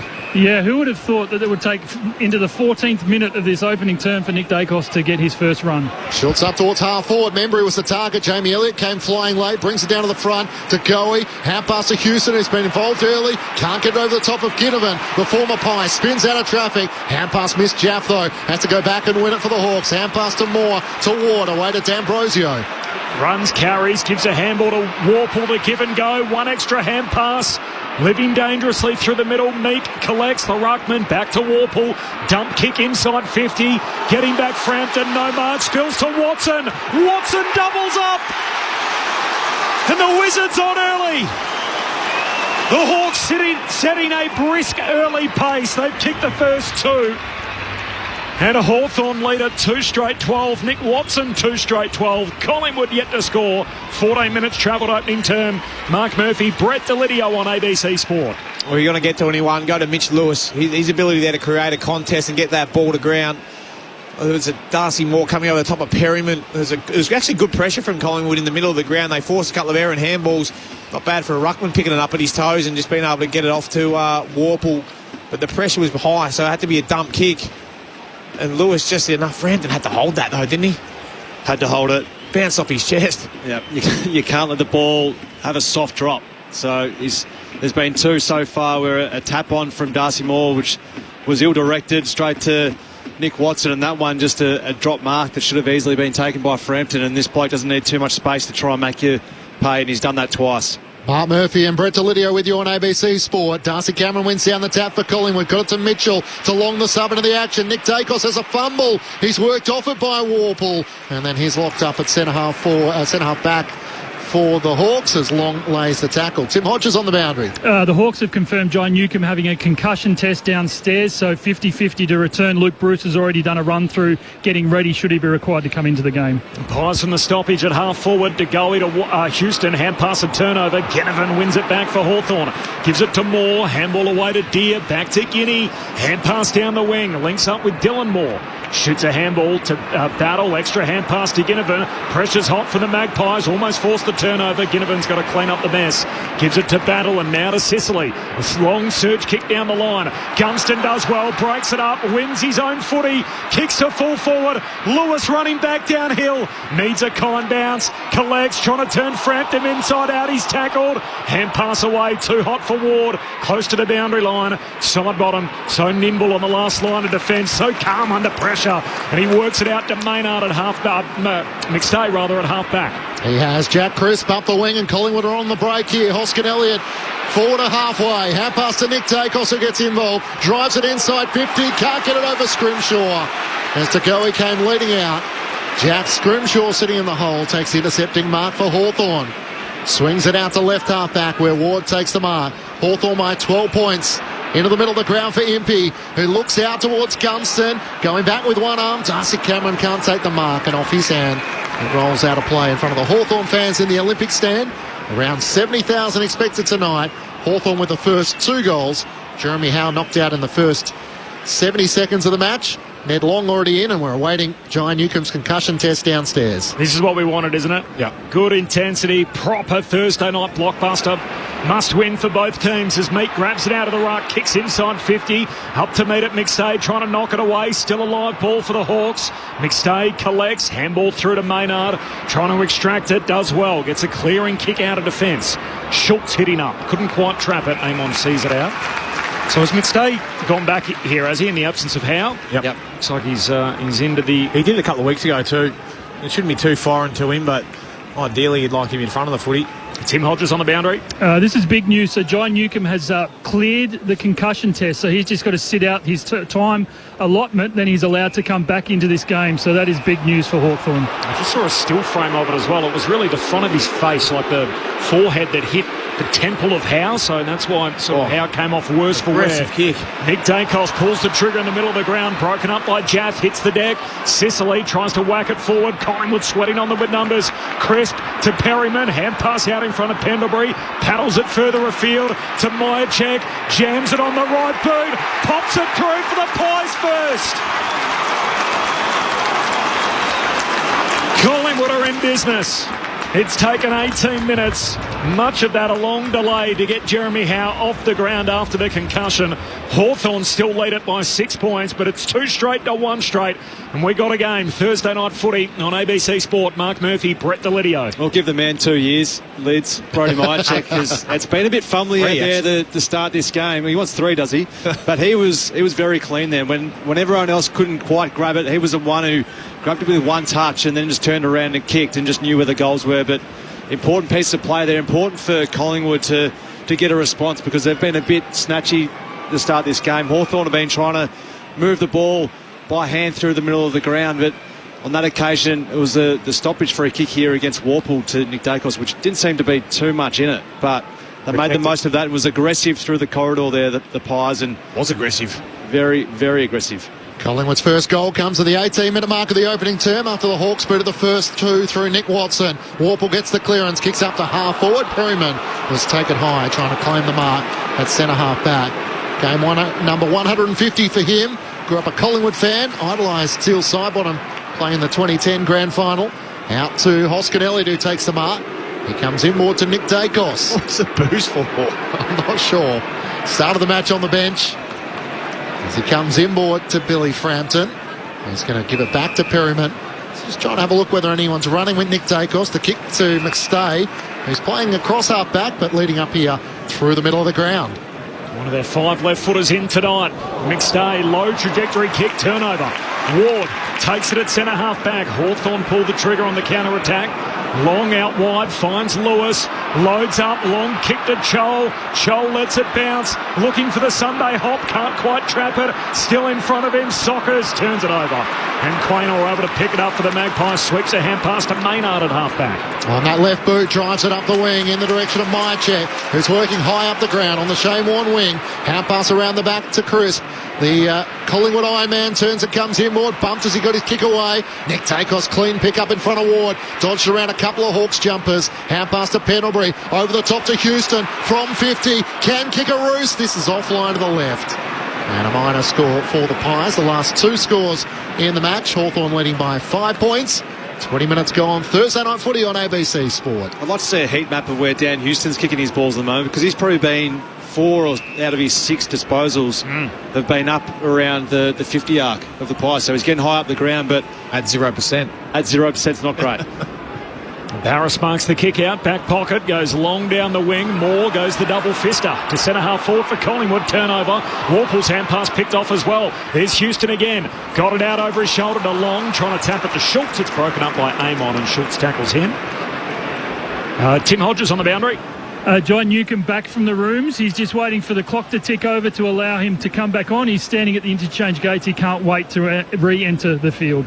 Tim Hodges on the boundary. Marbiel Chol wins down the tap against McStay. Into the path of D'Ambrosio. Kicks in the middle of the ground. Chris has to deal with a tricky ball. He's tackled by Jaff. Tries to get a hand pass forward. Perryman worked off it by Moore. Allows Jaff a path to gather. Hand pass to Connor McDonald. He runs his full measure. Drives it inside 50. Cunson on the lead. He's got a couple of metres on. Darcy Moore. He tries to cut back inboard. Moore lays the tackle. How does the umpire view this? He'll pull it up in the left forward pocket. Gunston went to ground, hoping to get a high contact. The umpire deemed it was a ball up in the left forward pocket. Happy with that call, Lids? Yeah, I thought Darcy Moore did well, but he was cooked if that kick was better from Connor McDonald. A lot of space in that forward 50 as Lewis becomes tackler here and just drags his opposing ruckman to ground in Dan McStay. Now it's a crowded forward 50, deep forward for the Hawks. Lewis palms it down. Here's Houston, who's been busy early. It's up to 8 disposals. Long kick to half back, and Barris picks it off for the Hawks. Hawthorn 2 straight, Collingwood 1-1. Dramatic opening. First couple of minutes, Howe concussed Jeremy Howe in a collision with John Newcomb. Howe stretched it off on the Medicab. Got an effective kick for that. Went straight to Barras. Isn't that amazing? Over 40 metres, effective kick. Just chips it to D'Ambrosio, and D'Ambrosio goes back to Impey. It's Dan Houston's numbers, so 3 kicks, 5 hand passes. He's been busy. Yep. Impey takes some ground, and then from the wing, long to full forward. Big leap in front. Kelsha Deer. The flying deer rips it down. And he'll shoot from 15 out, just left of centre. Yeah, well, I'll tell you what, Marbiel Chol can consider himself pretty lucky there. He tried to go for the ride at the back and put his hands all over Daniel McStay. Watch him here. And doesn't go anywhere near it. How is that not a free kick? Anyway. Could almost be a shepherd against McStay, but just didn't get body contact on Kelsha Crisp, so need to try and disturb him better than that. Kelsha tapped out in the second quarter last week. He's dropped punt here. He's good. And Hawthorn on top. Could not have started much better from a Hawthorn point of view. 3 straight to 1-1, 24 minutes in. Thursday night footy on ABC Sport. Well, we saw an absolute hanger a few weeks from Kelsha against Carlton. And if you're looking at the way in which he attacks the football, you've just got to get body across him. He's sort of almost got the mismatch there with Crisp, and maybe that's just the the forcing of the hand they've had at the moment with Howe now out of the side and McStay having to go back. But just both contests really ahead of the football there. Just no body contact on their Hawthorn opponents. So got to be better than that. Collingwood defenders really need to get their arm across and try and disturb better when the ball's coming inside 50. That's a winger playing on a key forward. Yeah, you just got to not allow him to jump at it. Kelshire, that's his number one asset. The Hawks with 3 of the first 4 goals of the match. They lead by 11 points here at the MCG. Darcy Cameron and Lloyd Meat. Meat wins down the tap. Running onto it, Newcomb back onto the field after that collision with Jeremy Howe. Howe pass to D'Ambrosio. Out to the members wing to Sicily. Turns off balance. Chips it back to Battle. Not 15. Tom Mitchell tries to corral him. He turns boundary side looking for Mitch Lewis. Won't get to him. And still side bottom in game. 350 takes the mark for Collingwood. He wants to come in more to his mate Pendlebury, turns it over and Dylan Moore chops it off for the Hawks. Gives a handball to D'Ambrosio, back to Dylan Moore, shoots it over his shoulder, finds Lewis on the wing, hand pass down the line to Ginnivan against his old team, puts it on the left peg, kicks inside 50, good intercept mark, and Perryman will win it back for Collingwood. 25 minutes into this opening term, 3 goals to 1. Bit of hang time on that kick. Leaping up McStay, there's a free for a shove, and McStay's going to get it at half-back. Bumper crowd. Thursday night footy, the on-ramp to round 22 of the AFL season. Collingwood and Hawthorn. McStay into the middle of the ground, ball slides out the back to Battle, there's a free for another push. So a bit of intervention here, and Collingwood, the beneficiaries here on the slow move down the field. And Myercheck to take it. Long kick out wide. Finds Quaynor. He can dab it inside 50. DeGoey marks it left half forward. Uncontested. He'll have a look from just inside 50. Yeah, that was poor from Hawthorn. Just ran past 2 of his Hawthorn opponents and just... He went at pace, but still there was no one who just even saw him or wanted to lay body across him or even go with him. So... just found himself in a bit of space there due to his work rate, but Hawthorn will be a bit disappointed by the way in which he was able to find that uncontested mark. Jordan DeGoey, second game back, drop punt is on target. Just fades out to the right. The goal umpire's calling through for a minor score. Confident in that decision. Membry trying to claim it and shuck it back through for a goal. The ump says, nope, that's a behind. So 3 straight to 1-2. 27 minutes in, margin 10 points. 27 gone opening term. Thursday night footy on ABC Sport. Heyman brings the Hawks back into play to Sicily in the back pocket. Up to Kelshire, who flies in the back. It's toe poked forward by Ginnivan to the path of Watson. Kick 2 early goals. Dragged down by Josh Dacos. Mitch Lewis gets a hand pass to Ward. On the members wing, back to Ginnivan. To D'Ambrosio through traffic. Back to Ward, trying to sidestep side bottom. He drives Hawthorn inside 50. Mitch Lewis put himself in the hole. It gets to the back. Newcomb gathers, hand pass to Choli, fumbles, and then sockers it through from behind. Missing to the right-hand side. Almost set him up perfectly, Jai Newcomb, but Marbiel Chol couldn't finish it off. And Hawthorn lead by 11 points at the 27-minute mark of the opening term. Thursday night footy on ABC Sport. Corby, you said there's been a bit of intervention. It's 8-0 currently in favour of Collingwood, the free kicks. 8-0. Yeah. Holy smokes. Long kick from Houston out to half-back, and Sicily moves on the side, takes the mark. I think he would have got a free anyway as the umpire comes in to say, no, it's your kick, James, and the Bronx cheer from the Hawks fans who are well aware of that. Kick inside 50 to his opposing skipper, and Darcy Moore picks it off with the intercept mark. Full-back for Collingwood. Hawks by 11, 3 goals to 1. Hand pass out to Quaynor, is off and running off the back flank. Decides to have a bounce. Gives a hand pass to Houston, who's been busy in this opening term. Handball further afield to Perryman. Long kick inside 50. Leaping up. Long, no mark. Ball spills down to Pendlebury. Shoots a hand pass away to Hoskin Elliott. Dishes it off to DeGoey. Settles on the kick. Their 5-star guy puts it through. Gee, they love having him back.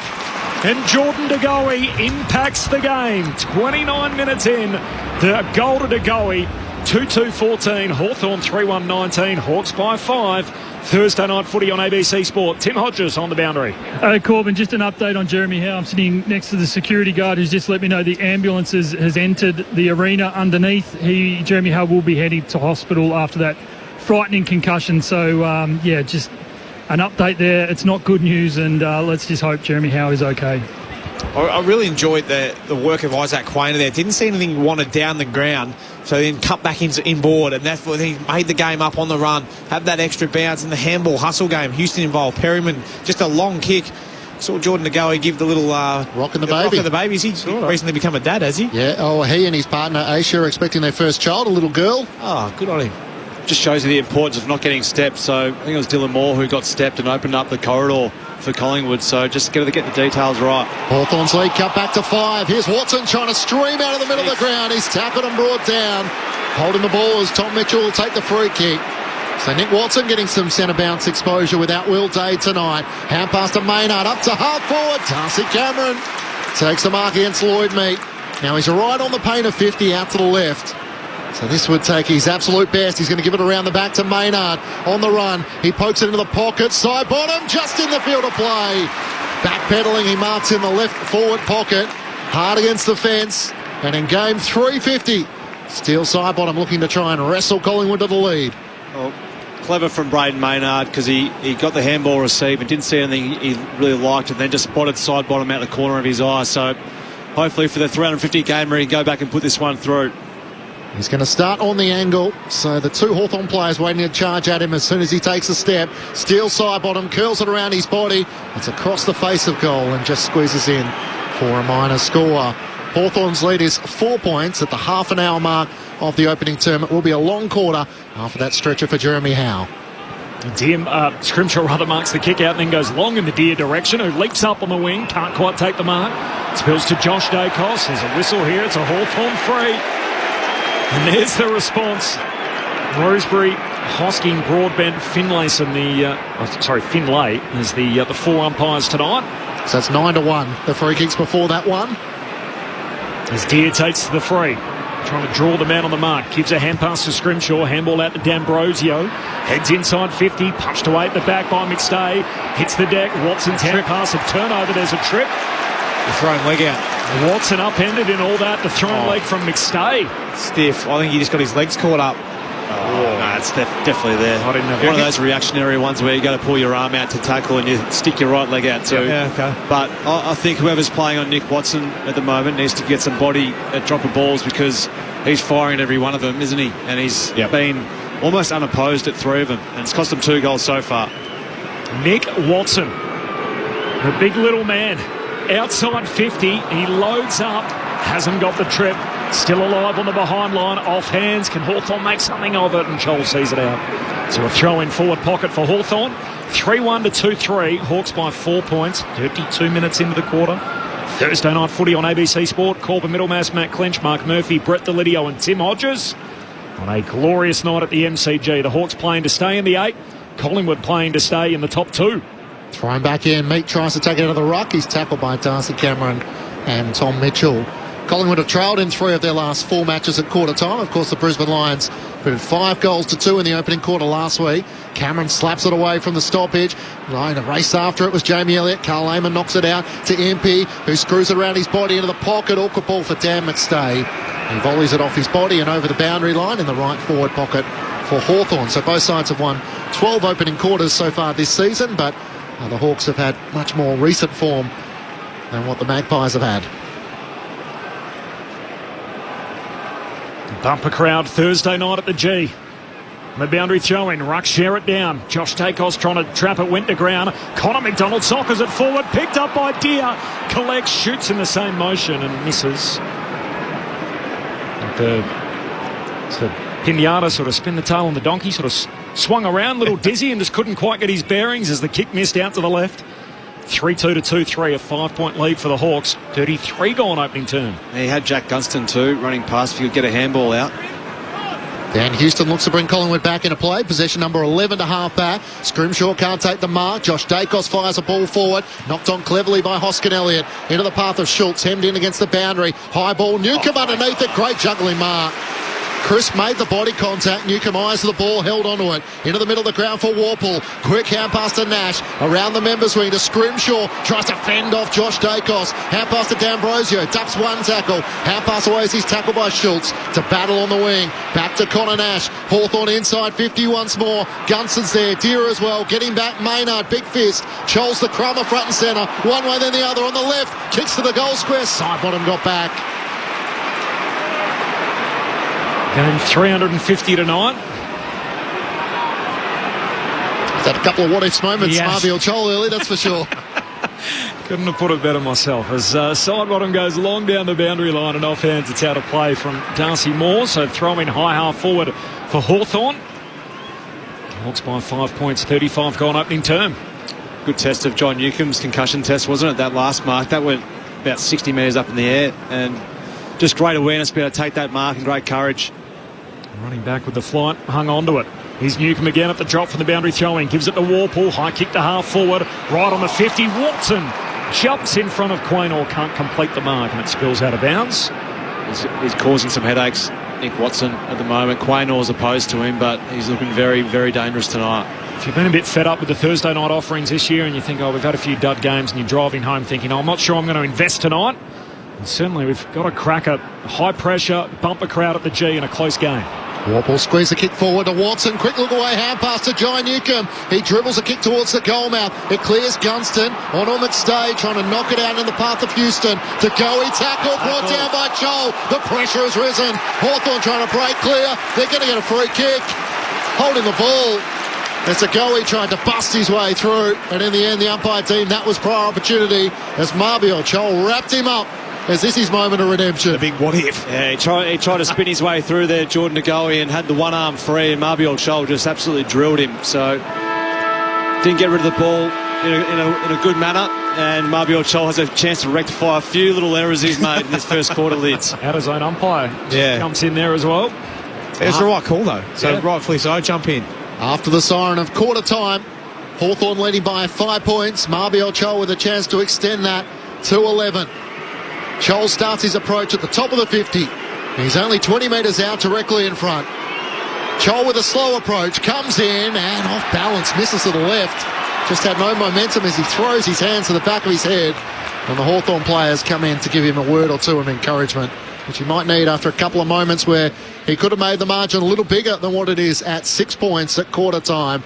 Hawthorn 3-3-21 to Collingwood 2-3-15. The goals have come through. Nick Watson has 2 for the Hawks. Cal Shadir, the other goal scorer for the Hawks, while Jordan Ngoe and Brody Myercheck are the goal kickers for the Magpies. We were just 70 seconds into the match when a collision took place between Jeremy Howe and Jai Newcombe. Howe momentarily got ahead of the ball and took possession as Newcombe made contact with his head to that of Jeremy Howe. There was a lengthy delay. The stretcher had to come out, and Howe has been subbed out of the match. And as Tim Hodges told us, the ambulance is in attendance, so he will be heading off to hospital. Jai Newcombe has passed his concussion test, so was able to return, and Luke Bruce is the sub for the Hawks. Marcus in South Melbourne off the SMS. If Collingwood lose tonight and Freo defeat Port Adelaide, the Dockers go above them. They would still be behind them on percentage, but they would go equal on 15 wins. Are the Magpies at any risk of losing their double chance?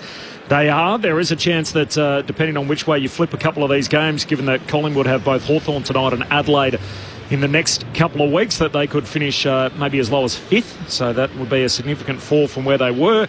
And from Robin Greensborough, also off the SMS, 0437 774 774. If John Newcombe comes back on after that, there will be questions asked. While conscious, he cannot have come out of that unscathed and looked dazed. Does anyone have any issue with John Newcombe returning to the field of play? Well, is that not what the assessment's there for? It was a proper 15-minute stayed off, checked it all, and if he cleared it, what can you argue?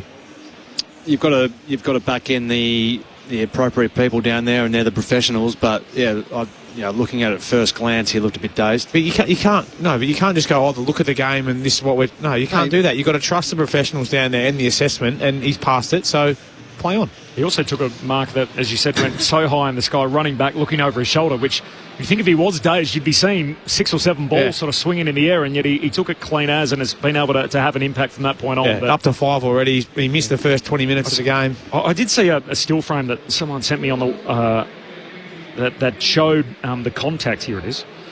That basically shows that the front of Newcomb's face. Yeah, so his nose be broken. Yeah, so his nose and his forehead goes into the temple of Howe. Yep. So you can understand, you get hit in the wrong spot, you're going to go, and that's why Jeremy Howe was out straight away, and Jai Newcomb has clearly come out of it the better of the two, and as a result has been able to continue playing here tonight. Now, more from Murph and Leeds coming up next. Thursday night footy on ABC Sport, the Hawks by 6. It's National Science Week. Across the ABC, we're celebrating Australia's most underrated animals. Vote for your favourite. Join me on ABC TV and iView for Dr. Anne's Secret Lives. Get your science on this Science Week on ABC Listen and online. This is the 2025 AFL Premiership season on ABC Sport. Harris moves it quickly to Lewis. Marks on the back flank. Oh, just kicks into space. Not a great kick for Newcomb. Bangs bodies with Howe.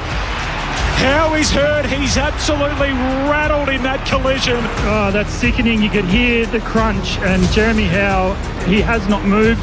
The stretcher has already been called for. And Ned Long, he's right in front of me here, guys. You can see he's already putting the jumper on, so they know this is done. Yeah. Meg wins down the tap against Cameron. The kick to half forward. It's slapped away by Darcy Moore. Straight to the path of Nick Watson. And the Wizards on the board first. Celebrating with the Hawthorn fans in the left forward pocket. Living dangerously through the middle. Meek collects the ruckman. Back to Warple. Dump kick inside 50. Getting back Frampton. No mark. Spills to Watson. Watson doubles up. And the Wizards on early. Crisp to Perryman, hand pass out in front of Pendlebury, paddles it further afield to Myercheck, jams it on the right boot, pops it through for the Pies first. Indy takes some ground, and then from the wing, long to full forward, big leap in front, Kelsha Deer. The flying deer rips it down. Kelsha Deer tapped out in the second quarter last week. He's dropped punt here, he's good. The ambulance has entered the arena underneath. Jeremy Howe will be heading to hospital after that frightening concussion. This is ABC Sports coverage of the AFL. On your radio. ABC Sport Digital. And on the ABC Listen app. Sounds from a dramatic opening term, the on-ramp to round 22 of the AFL Premiership season right here on ABC Sport. The Hawks by 6. Mark Murphy and Brett Delidio, our number one picks on a Thursday night. Hawthorn on top. Yeah, they certainly are. They've come out really firing. It's been a great contest to start, Murph. You spoke about it, Cor. Big crowd, high energy, the pressure's right up, and it's going to be who can withstand that. At the moment, Hawthorn's been the best at it. Their ability to get the job done in and around the contest. They clean it by hand. They certainly have. They haven't double grabbed. We've seen it a couple of times, the Collingwood players double grab, mishandle the footy, just haven't been able to finish on. We saw Marby or Chol run into an open goal and double grab. He's done a couple of funny things, big marbs to start this game, but I'd expect, Collingwood, they're not that far out of it, are they? They've had the big rocking hit that Newcomb laid on Jeremy Howe, and they've seen their teammate go down early in the game, but otherwise they've settled reasonably well. They're only a goal down. I don't think it's any too cause for concern, but now, what I've been impressed by from Hawthorn so far, between the arcs, when they've played the handball chain game, they've actually got out of Collingwood's pressure game, which is really strong, and been able to get through tackles and release to someone on the outside. So they're holding up well in that area of the game. But plus 33 in disposals. They're just controlling the footy, controlling it. Yep. We just saw pictures too on our monitors up here of the ambulance outside the Collingwood room. So, as Hodgie told us, Jeremy Howe is off to hospital after being involved in that sickening collision in the opening minutes of the game with Jai Newcomb. Nothing untoward in it, but both players... Jai Newcomb went for a concussion test, and Jeremy Howe, his night's over. We've got another free kick here back at the centre bounce, going Hawthorn's way. Ruck infringement against Cameron, so the Hawks are on the wrong end of the free kick count of that opening term. Oh, come on. Short kick to Newcomb, 2 short lids. No, just the booze for Jai Newcomb from the Collingwood fans. That is stiff. A long kick to full forward. Hands on it from Deer. No mark. Falls down towards Darcy Moore of Collingwood. Hand pass to side bottom. Runs out of play. Boundary throwing forward pocket for the Hawks. Kicking to the city end. In his second term. It certainly wasn't one of those collisions, was it? We have them from time to time in the game. There was genuine head clash. Yeah. It wasn't Durham on Chera where he lined him up. No. Hawks by 6 points. Thrown back in. Darcy Cameron in front position. Meek tried to work him underneath. Cameron's hand pass to D'Ambrosio. Was he taken high by Nick Dacos? Umpire says he's played it against Collingwood free kick. High fend. It was a high fend in the eyes of the umpire against D'Ambrosio, and Nick Dacos will take it. Possession number 6 coming up for Nick. I'm fascinated Josh Dacos started in the centre square and Nick Dacos on the bench, and now Josh is back on Jack Ginnivan at half back as Nick Dacos chisels a kick up the wing and finds Scott Pendlebury. Pendlebury at left half back. I dare say it might be the last time Nick Dacos starts on the bench. Yes. Sort of feels like Collingwood's back six is trying to improve some chemistry throughout the match as Josh Dacos shares it with brother Nick as they work it around the members' wing. Just work the angles, don't they? Well, the Dacos boys kicking the ball to one another, and why wouldn't you when they're done it for 25 years? Oh, they would have in the backyard as Nick Dacos sends it up towards the 50. Mychek flies against 2 and James Sicily takes the mark in back position. Scrimshaw set himself in front, but the Hawthorn captain was up to the task. Taking 7 intercept marks in back-to-back weeks, James Sicily, first Hawk to ever do that. To aim on, and then the long kick at the left half-back for Mitch Lewis. He's been better since coming back from that injury layoff, hasn't he, Sis? No doubt. And some good footy leading the way for the Hawks. Hopefully towards another campaign in September for them. It is quite reliant on winning tonight and continuing to win on the run home as the long kick down the line ushered out of bounds. So the boundary throwing right on halfway on the southern side. Hawks by 6 points, 3-3 to 2-3. As the lads commented on at quarter time, they've had a boatload more disposal than Collingwood, and yet only lead it by 6 points. Meek tries to knock it on from the throw-in, got it to Warple. His possession is chopped off though by Josh Dacos. 1-2 with Jack Crisp. His hand pass straight to Jack Ginnivan. His kick is off the side of the boot as well, out in front of Sidebottom. Had to get around Deer. He lost his footing, but gets a hand pass back to Billy Frampton. Kicks out to the broadcast wing. Now Lockie Schultz is streaming out, marks on the members' wing. Left half back. Hawthorn by 6 points, 3-3-21 to Collingwood 2-3-15. Nick Watson with a couple of goals. As Schultz goes back to Maynard and now to Josh Dacos, who has it at left half back. Howe, by the way, we just got pictures of Jeremy Howe on the stretcher about to make his way into the back of the ambulance. He is conscious, he's communicative, chatting to people around him, but sitting up on the stretcher about to make his way to hospital for further checks. But at least that's some good news for Collingwood fans after the way we saw him depart the Plain Arena tonight after being buzzed in the opening minutes. There's a free kick here out on the wing as leaping up Lewis got some front-on contact from Crisp. Hawthorn footy up by 6 points early in this second term. This help still up their sleeve, Luke Bruce, the experienced veteran. Howe out of the game early for Collingwood and Ned Long. Oh! Kel Shadir! He does it again as he leaps up and takes a hanger into the back of Darcy Cameron, and Kel Shadir rips it down. Yeah, well, that was his a long way out, wasn't it? And I'm not sure who originally was on him, but just dropped off the pack. Almost just thought that Darcy Cameron was going to take the grab. You need to get body across this bloke because he just jumps at everything. Elite hang time. Took a mark of the year contender on a Thursday night here a couple of weeks ago. The kick is going to fall short. It's marked in the goal square. And it's ripped down right on the line. And the big man in Lloyd Meek, too big, too strong, has got it right in front of the sticks. Well, yeah, I was looking around for the other ruckman. Darcy Cameron standing the mark. And I get that theory too, because it's like, well, make him kick over the tallest bloke, but who's going to be down there wrestling this big monster? It wasn't Darcy Moore. Well, it was Darcy Moore, wasn't it? Yeah. Unfortunately, he came off second best. So first he's got Kel Shadir sitting in his back, and then he watches his direct opponent take a mark on the goal line. Double whammy. It's a rough couple of minutes for Darcy Cameron. It's a goal for Lloyd Meek. And Hawthorn stretch it out. 4-3 to 2-3. We have now travelled 5 and a bit minutes into the second term. Hawthorn by 12. Thursday night footy on ABC Sport. Tim Hodges on the boundary. Corbin, we thank the Magpie media team for keeping us up to date with the frightening Jeremy Howe concussion. So they've confirmed he's going to hospital. He's going to have a precautionary CT scan. So that's why they're taking no caution here. They just want to make sure he's in the best possible care and the best possible hands, and they want to make sure he's right, because he was as rattled as I've ever seen on a footy field, and he was out for, I mean, you're a boxing expert, Corbin, you know blokes getting knocked out, but he was out for an extended period. That's right, and it was great to see him jovial and having a smile, talking to obviously family and friends down there. So all our best wishes out to Jeremy Howe and family. You don't like to see that in football at all, so good to see him smiling and happy. Jeremy Howe was playing his first game back from a groin injury since round 18. Didn't last more than 70 seconds. Back in the middle of the ground. It's hand pass by Dylan Moore against Tom Mitchell. Gets it forward. Meek involved once more to Connor McDonald. Clever centering ball to John Newcomb. He marks about 52 metres out. Having been involved in that collision with Jeremy Howe. He's passed his concussion test and right to continue. He looks into the pocket. In fact, now he gets the hand pass around the back.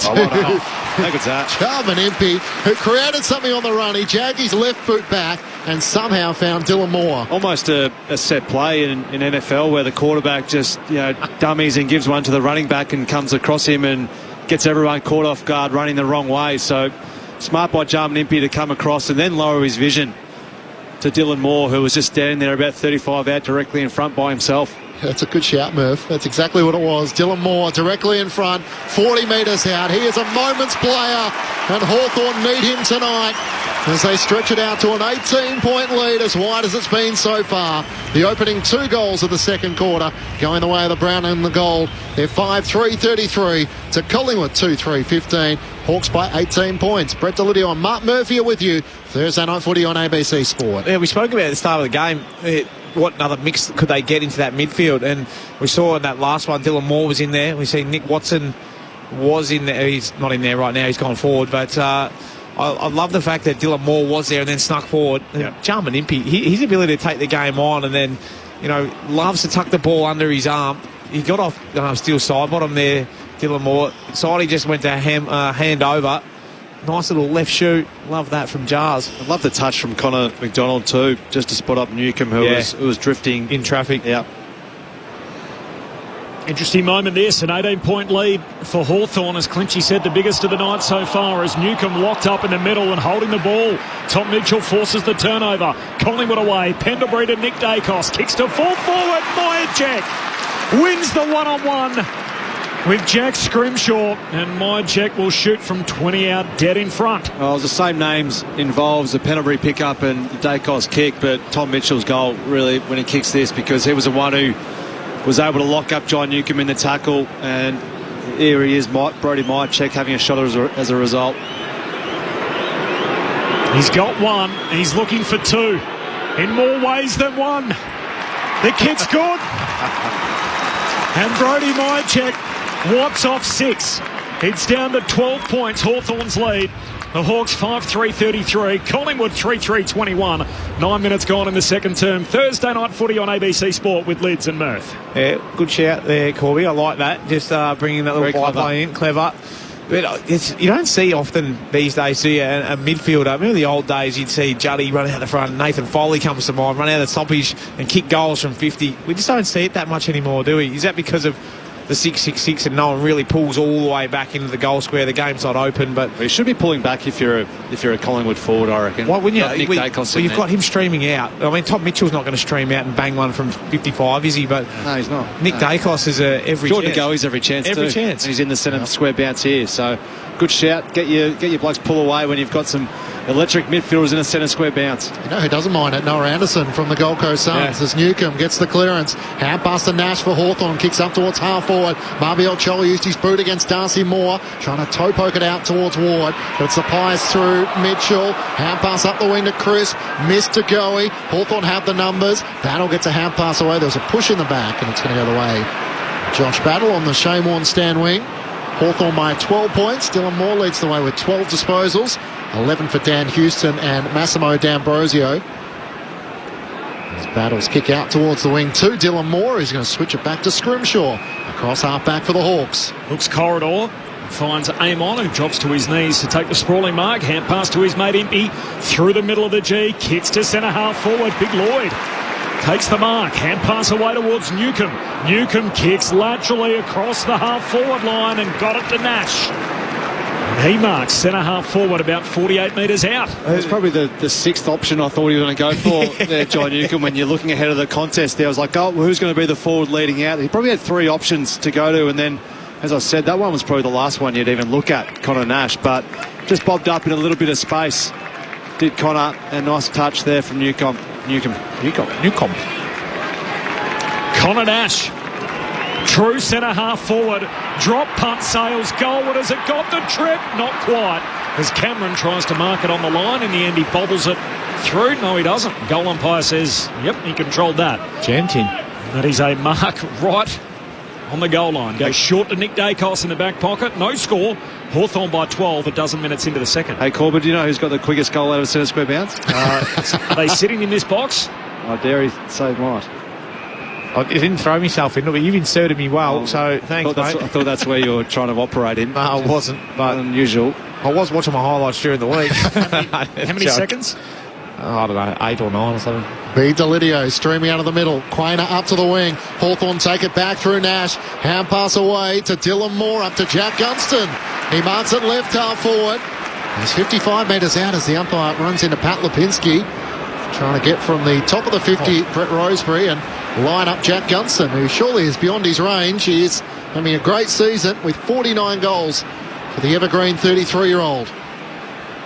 He waits for the options. Nick Watson leads. He's going longer than that. High and long to the top of the goal square. Mitch Lewis sets himself. Chol's there as well. Kalshadir's the crummer. Tackle by Quainer late. Goes straight up in the air. Nash is tackled by Maynard. And the umpire will ball it up. It's just 35 metres out from Hawthorn's goal at the city end. The Hawks by 12 points. I think he's outdone himself tonight, Kalshadir. That was a better hang, wasn't it, than the one against the Blues? Yeah. Watch Nick Watson in this stoppage. He'll cut through. Forward 50 stoppage for the Hawks. Here he comes. Watson just left the footy behind. Nash got it out. Extracts it to Dylan Moore. Higher Penunda. Right to the behind line. They come from all directions. Ball spills down to side bottom. He paddles it out. Boundary throw in. Forward pocket for Hawthorn. 12-point lead for the Hawks. Corbin, Middlemass, Matt Clinch. Tim Hodges on the boundary. Brett Delidio, Mark Murphy, your call team. Thursday night footy on ABC Sport. Hawks by 12 for the boundary throwing. Cameron palms it down for Collingwood. Nick Dacos can't quite collect. Pendlebury's got it, and they've got him. And the ball up. Just recapping, Jeremy Howe off to hospital after being involved in a sickening collision in the opening minutes. Concussed in all of that. A hit, an inadvertent knock with John Newcomb. Cameron in the back pocket, knocks it down for Collingwood to Pendlebury, draws an opponent, hand pass to Josh Dacos, out to brother Nick, who wants to come inboard, spots up Tom Mitchell, creative pass that found the target, he chips it up the wing, Lockie Schultz has space, he plays on, Ward trying to corral him, kicks up the boundary line to Myercheck. He juggles it in front of Barras, swings out to the right-hand side on that trademark arc, he kicks to Jamie Elliott, who reaching out in front, thought he had enough of the mark, if not. In fact, Brett Roseberry said, no, I thought he had enough as well. It was a nice kick, wasn't it, in the end? He just put into that space for Jamie Elliott. He missed time his jump, though. I think he thought the ball was coming a lot quicker than what it was. He was up, and then on the way down when he actually got there, wasn't a lot in terms of a free kick, but Jamie Elliott will take that. Right on the edge of his distance, I think, for Jamie Elliott here. He's had a career best season with 48 goals, but in recent weeks has gone 1, 1, 2 and 3. So just found a little harder work in recent weeks, Jamie Elliott. But he'll shoot here from right on 50 to try and pull it back to a one-goal game. If he is out to the right, he knows how to finish in these moments. It's right to the goal line. Scrimshaw thinks he got it. The umpire's going to check it. Did this clear the goal line? I don't think so from our eyes, but Tim Membry's celebrating. Tom Barras and Jack Scrimshaw think that Scrimshaw got a hand to it, and we all wait for the arc. Soft call touch. Ready? Review complete. Yeah. Looking at this angle, we can see the ball's touched before crossing the back of the goal. How quick was that? Well done. The arc's on it. So we got the camera on the left post, which gives us a answer straight away, and Swanee's had his first win. Speed up the arc. No doubt. He's seen a fair bit of pace in that the last couple of weeks since he's got his feet under the desk. Was that 15 seconds? Kick 5 the last time these two teams met. It was the 4th time he'd done it for the year. Hasn't done it since. Round 12 for Jamie Elliott. It's goalless so far tonight. Pies win it back though to Goey to McStay. Hands it to Houston. Kicks inside 50. Jaff. Critical touch. Breaks it up in front of Myercheck. Collingwood still keep it. Lipinski. Hand pass back to Elliott. On the run. He shoots goalward but misses near side. Back-to-back behinds for Jamie Elliott. Well done by Jaff. Getting really hard well back in front of Brody Myercheck. It looked like he was gone, but we just know how athletic that he is, and just able to get a fist in there to disrupt it. Hawks by 10, 16 minutes into the second term. Thursday night footy on ABC Sport. Jamie Elliott, one of 11 Magpies who are 30 years or older. Also one of the 8 who have played every game for the Pies this season. As Massimo D'Ambrosio drives the Hawks out of defence, up towards the wing. Lloyd Meek almost pulls in the mark against McStay. Mitch Lewis tries to tap it out boundary side. Ginnivan's hand pass around the boundary line. Quainer takes it and steps over the line. And the umpire says throw it in. Centre of the Shane Warne stand wing here at the MCG. Hawthorn by 10 points. A crowd of around 70,000 expected. They might have been a little late getting in. Some might have missed the collision between Jeremy Howe and Jai Newcomb, but they're certainly engaged so far. 10-point lead for the Hawks. Boundary throw-in.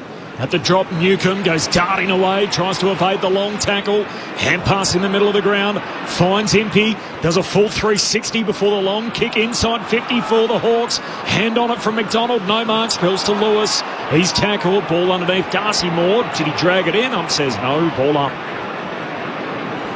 Centre half forward for Hawthorn. Mentioned Jack Ginnivan, of course, a premiership pie. He's playing his 43rd game tonight as a Hawk, so it's one more than he played for Collingwood. 42 games in the black and white stripes. As Nash off the pack, gives it to Watson, kicks for Gunston, who marks on the behind line. He's in line with the behind post, left forward pocket for Hawthorn. Well, Nick Watson's putting on a bit of a display at the moment. He's just looking very sharp and just looks dangerous at every stoppage or ball going inside 50. He's just too alert, too quick, too clever. Gunston for the finish, hooks across the body, and he dobs it. 50 for the year for Jack Gunston. And the Hawks are playing from in front tonight. He's still got every bit of it, the 33-year-old. Hawthorn by 16, 6-3-39. Collingwood 3-5-23, 18 gone in the second term. Thursday night footy on ABC Sport. It's pretty damn impressive, isn't it? A guy his age, this long into his career, being able to kick 50 goals for the year. 33 years of age, becomes just the 7th Hawthorn player to kick 50 goals or more in 5 seasons. Yeah, super impressive. Just reads the drop of the ball so quickly. And you spoke about Watson, Murph, and his ability just to be dangerous at stoppage. The work of Lloyd Meek, he just got rid of. He thumped McStay out of the way. Put it out into space, didn't he? And very smart by the other Hawthorn mids and forwards, just getting all locked in and opening that side of that stoppage for Nick Watson to go to work in. And on the big screen, 50 goals for Jack Gunston, as the Hawthorn fans are cheering a home game for them. Back in the middle of the ground, Darcy Cameron wins down the tap. Newcomb soccers it out to the Warne wing. Clean pick up by Lipinski. Releases Mitchell. Hand pass to Goey, edge of the centre square. He kicks into the pocket. Membry back with a flight. Takes the mark. And Scrimshaw gave him a bit of a nudge as well, but it's a Hawthorn free kick. Hardwick was held out of it. Elliott was holding him off. Jamie Elliott in the eyes of the umpire, and a free kick going Hawthorn's way rather than a shot on goal from Tim Membry. Hardwick, off he trots. Long kick to the wing. Quaynor thinking about the climb. Couldn't quite rip it down. And Watson clean. Hand pass for the Hawks to Joel, to McDonald. Steps his way around Mitchell. Kicks to half forward. Gunston one-on-one with Frampton. Frampton got a hand on it and then able to win it at ground level. Hand pass away to Houston. Pies rather off the back flank. Swings it from one back flank to the other. Dropping in the hole. D'Ambrosio picks it off for the Hawks. Short kick to Lewis.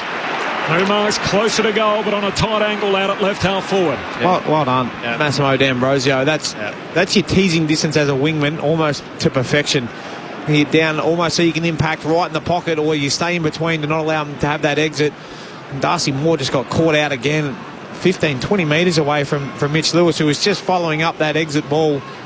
Great fast play from Massimo D'Ambrosio.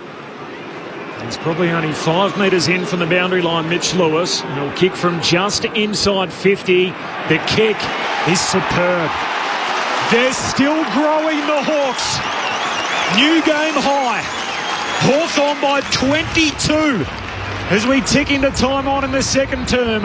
Hawthorn 7-3-45, Collingwood 3-5-23. Thursday night footy on ABC Sport. Mark Murphy, Brett Delidio. He's been impressive tonight, D'Ambrosio. Just ball in hand usually, but just on that occasion, as you said, Lidge, just reading the cues of the player who's trying to switch the ball. So I call that covering off 1.5 men. So had his man covered and then just read the cues saying, well, Houston's going to go for another option here, going to come across and impact the contest, and did that, and then understood that Mitchell was going to be just leading at the leg. So just smart defensive football there by the Hawks. It's not a good repay for Darcy Moore, who's happy to let Mitch Lewis lead away, and in the end found a couple of spare metres. No, it's a tough one, though, on turnover, because if you turn the ball over there, it's pretty hard to try and get back and cover off. You've been out on that one. Yeah. Back in the middle, Newcomb, another disposal, 8 in this second quarter, to Ward inside 50 over the head of Dylan Moore, but Joel leading out, lunges forward and takes the mark. It's a brown and gold takeover in this second quarter, 4 goals to 1. And a chance to stretch this out to 28 points. Yeah, Newcomb, he's been impressive. Had the 3 clearances, 2 of them being centre bounces in this quarter alone. And then for Ward to come out, I reckon he was going for Dylan Moore, the little short one.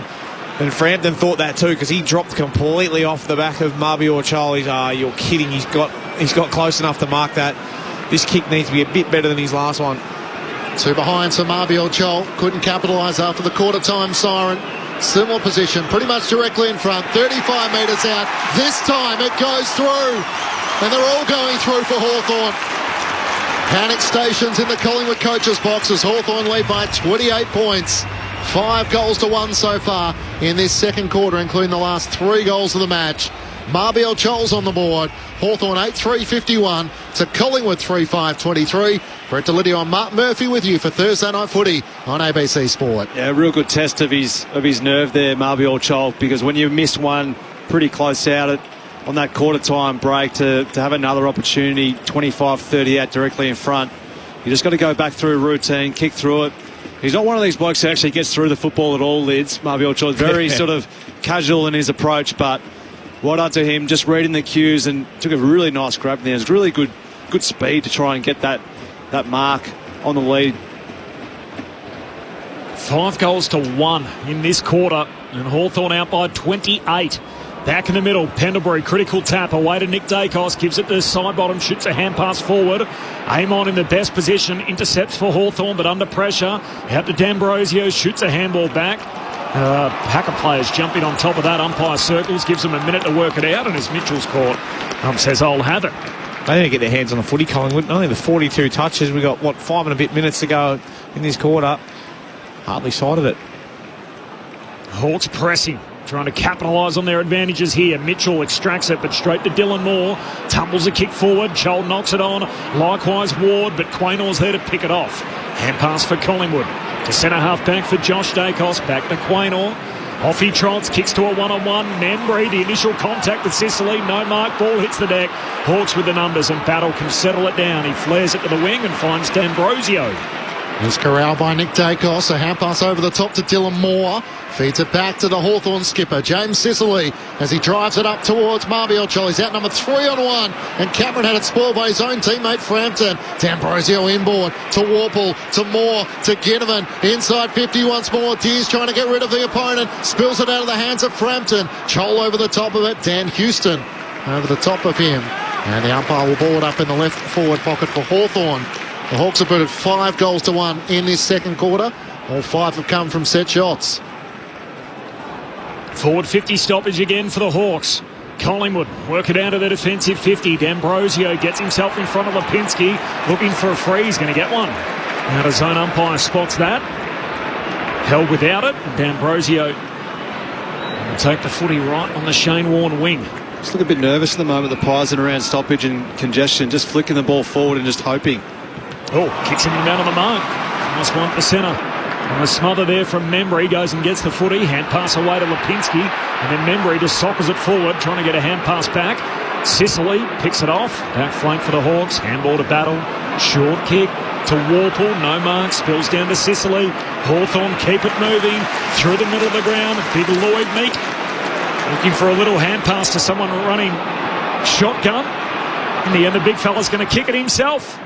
To full forward Meek. Hands on it, Joel. He's got it again.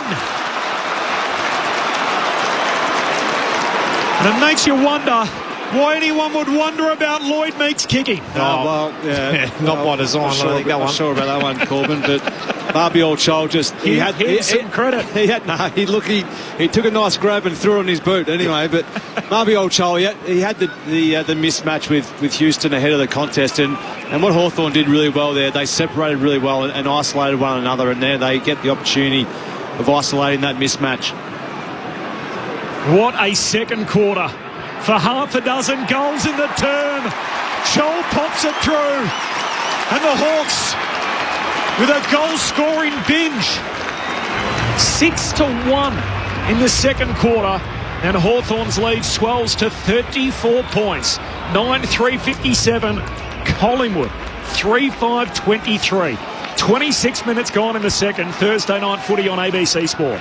Well, it went to the desired spot, didn't it, Corb, as you were talking about with Lloyd Meek and his kick. But I feel like Marby or Joel needed to realise a little bit quicker. He had Dan Houston, so get yourself some separation. I know he got to where the drop of the ball was. It was like, mate, just put a move on and get into a nice, easy one. But waited. The skinny little kick inside 50 there, and he was good enough to access the footy.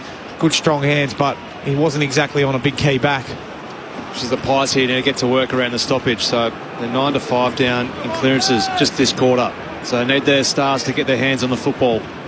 10-4, the inside 50's the way of the Hawks so far in this second quarter as they've taken control. Newcomb gets the clearance to Hawthorn. Hand pass to Warple inside 50. McDonald trying to reel in the one-handed mark. Houston makes the spoil. Lipinski runs onto it. Tackle by Jaff as he gets a hand pass forward. And Sidebottom and Dylan Moore see it out of play for a throw-in. How would you say Collingwood's backline's handling it at the moment? They're shaky. They're lacking a height down there and ability to stop any sort of high ball coming in, reacting a little bit slow as well. Billy Frampton had that one previously on the other side of the ground where he sprawled out of the hands of Darcy Cameron, and then he sort of turned around and said, what are you doing? Newcomb, quick 1-2 with Nash, inside 50. Free kick for a hold. It's going Hawthorn's way. The ball spilled out in the end as Long was putting the pressure on Newcomb and just grabbed the back of the jumper, and that's what the umpire noticed right below the number 3. Yeah, that's average. There was a tug pull, but he lost the ball in a hit, so just let the game go. We don't need there's so many whistles blown at the moment. Just a bit too touch of the umpires. Let that one go. So Jai Newcomb involved in that collision with Jeremy Howe in the first quarter, in which Howe was knocked out and has since been taken to hospital. Newcomb has continued on. 10 disposals in this second quarter. Can he kick a goal here? It's out to the left. Meek's there, and he is a presence. He takes the mark. Only metres out from the goal line.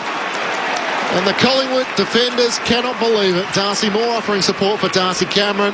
And Lloyd Meek with a chance to put through his second in this second quarter and make it 7-1. Well, you said offering support. I don't think so, Clinchy. Right. That was just great mitts from Lloyd Meek. Meek's giving it the big knees up to set himself to snap across his body. Maynard's on the edge of the centre square. Meek curls it around the corner for his second. And having signed a 4-year extension to 2029, Lloyd Meek is showing the way. Hawthorn lead by a whopping 40 points. It's 7-1 in this second quarter, with the Hawks having led by just 6 points at quarter time. 10-3-63 to Collingwood 3-5-23. 29 minutes gone, second term. Thursday night footy on ABC Sport with Mark Murphy and Brett Delidio. Well, it's been an absolute smacking in this second quarter. So just looking through the stats, they're 27 up in overall disposals. They're 10 up in contested possessions. They're 6 up in clearances. They're 8 up in inside 50. So 12-4 inside 50s. 23 marks to 12. So they're just owning everywhere. The Hawks at the moment. And the Pies just don't have a response. Collingwood, if they slip up here, they could be 4th by the end of the weekend if results go against them. And the Hawks playing to keep their spot in the 8. Back in the middle, Pendlebury got it out. Hand pass to Schultz. Handball to Cameron. Took too long. Ginnivan tackles him. Ball comes out. Says play on. Ginnivan tumbles a kick along the ground. Out to half forward. Gunston can't quite trap it. Picked up by Perryman. Squeeze a little kick out. Impey's met as soon as he grabbed the footy. Ball up between wing and half forward for Hawthorn. Yeah, nothing's easy at the moment for the Pies. Even getting their hands on the footy then. Usually there's outlets to use, and just Hawthorn covered off all of them. Pies on the struggle bus. Big time. Finally got some support back. Jeremy Howe had 70 seconds after he was involved in a collision, and a head clash with John Newcomb ended his night. He's off to hospital with concussion. From the stoppage to Goey, sparks some magic, wins it, spin move, Torp down to half forward for Collingwood. Scrimshaw grabs it, drilled in the tackle straight away by McStay, and Sicily cleverly disguises it tackled out of bounds, and a throw in here, half forward for Collingwood. Tim Hodges on the boundary. Corbin, just one for the boys in the back row. Nick Dacos remains on the bench. He sat on the bench for the first 12 minutes of this match. I just wonder whether the Magpies will actually come clean, whether he's just not right or whether he's been battling the flu. He didn't train earlier this week. It just doesn't look quite right. So maybe that's working against him and the Pies at the moment. Yeah, we've heard that he hasn't been training much this week. Maybe it might be an opportunity for him to go to a half-back flank and try and generate some run from there as well. Just change things up. Meek can't clear the congestion. Secondary stoppage. Darcy Cameron kicks it inside 50. Bouncing ball in front of Myercheck. Takes possession. Sicily tackles him. Then Impey has a go. Gets it forward to McStay. One way then the other. Curls it across his body. And on the left misses to the right-hand side. So Hawthorn 7 goals straight to Collingwood's 1-3 in this second quarter. Jamie Elliott with a couple of chances early in the second quarter, and Hawthorn haven't looked back from that moment onwards. Battle into Ginnivan, who marks in the back pocket. A long kick down the line. Darcy Moore involved. He works his way in front of Lewis, takes the intercept mark. Hand pass away to Crisp. He can put it inside 50 for Collingwood. Hands on it, Myercheck, no mark. Falls through to Scrimshaw of the Hawks. Hand pass to Battle, kicks the centre half back for Meek. And that'll do us. And the Hawthorn fans are roaring their approval. What a quarter of footy, 7 goals to 1. And one thing we know for sure, a very good footy team is not going to make it to September. 9 does not go into 8. And the Hawks, who are playing for survival, have played like it. They lead at half-time, 10-3-63. Collingwood 3-6-24. The goal kickers to half-time, 2 each for Watson, Joel and Meek. Singles for Lewis, Moore, Gunston and Deer, which includes a nice little mark of the week contender from Kalshadir as well. Meanwhile, for Collingwood, Brody Myercheck's got a couple and Jordan De Goey has their other goal. But what a dramatic scoreline. 10-3-63. Hawthorn leading Collingwood 3-6-24. So a 39-point spread in favour of the Hawks. Just recapping on the injury front, Jeremy Howe concussed after a collision in the opening 70 seconds. Bang bodies with John Newcomb. Newcomb had a concussion test, passed, returned to the game. Jeremy Howe's off to hospital with concussion. Meanwhile, the sub has not yet been used by Hawthorn. Luke Bruce yet to come into the game, while Ned Long was in the opening minutes after that episode involving Jeremy Howe.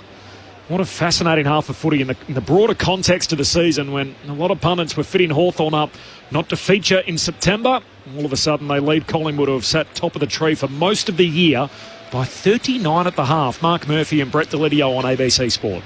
Yeah, impressive football, and I thought they were terrific last week, the Hawks against Adelaide over there, which is it's a pretty tough ask to go over there. So they've come in with form, and tonight they've showed that. So in the first quarter, they just looked like by hand they were cleaner, and they were well organised, and then just in that second quarter, they just blew them out of the water in every facet of the game. So we just talked through some of their stats before around the contest and the clearance, but from there their spread is far superior and just owning every facet of the game in that second quarter. And you've got to try and look to see where Collingwood's going to try and get some form of ascendancy in this game to try and wrestle it back. But is it Nick Dacos off a half-back flank just to change things up? Is it someone else coming in through the middle of the ground to they're too slow, have a bit of a different look? But I think Ned Long looks like he's gone to John Newcomb halfway through that second quarter to try and limit some of the damage. So didn't work. He's up to 16. He was terrific in that second quarter. So they need to try and pull some sort of lever. And we know how good a team they are. They'll do something. They'll fight back at some point. But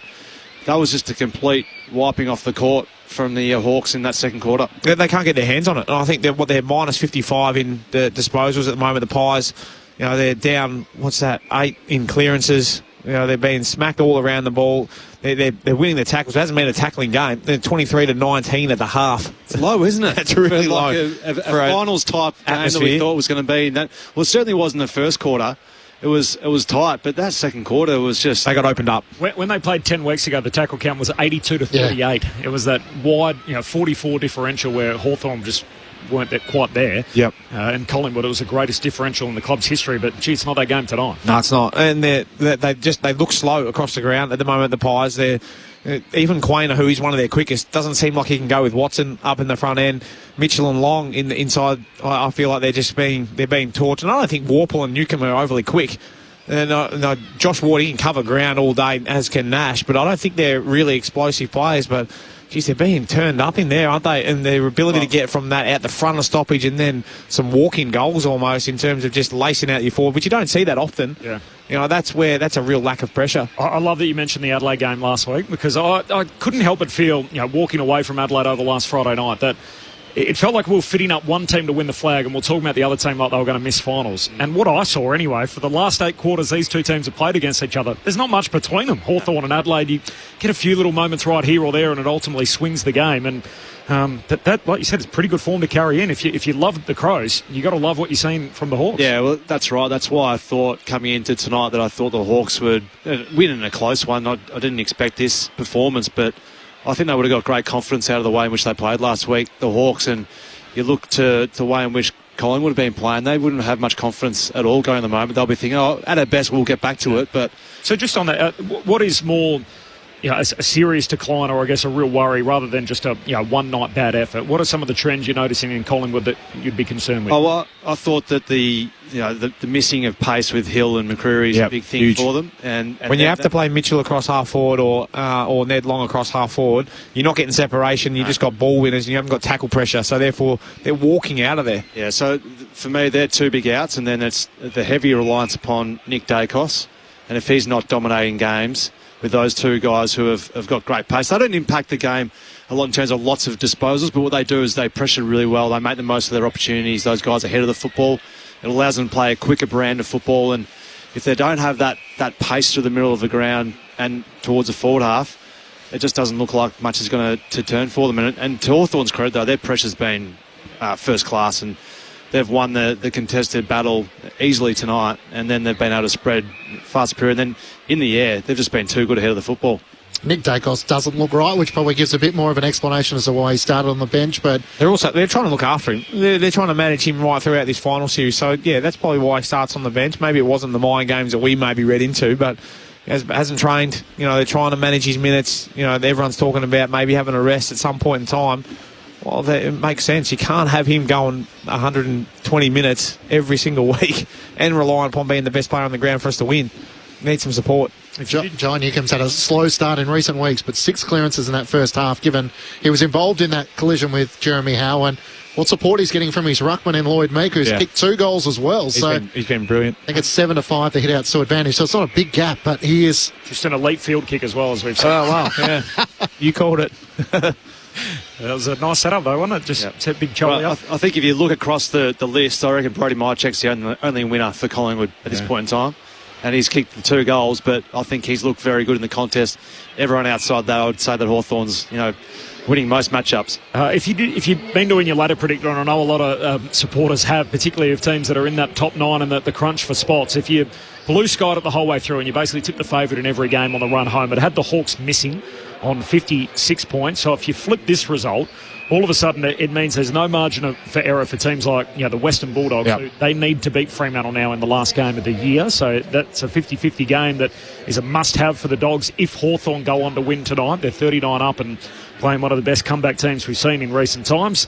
And that's a huge result for Hawthorn. So it doesn't guarantee them a start in September, but if they win tonight, it certainly keeps them in the race. And a few of those other things that if they land their way, they might not necessarily have to even beat Brisbane in the last round. So a big result here for the Hawks, and certainly throws the balance upside down in the race for the top 8.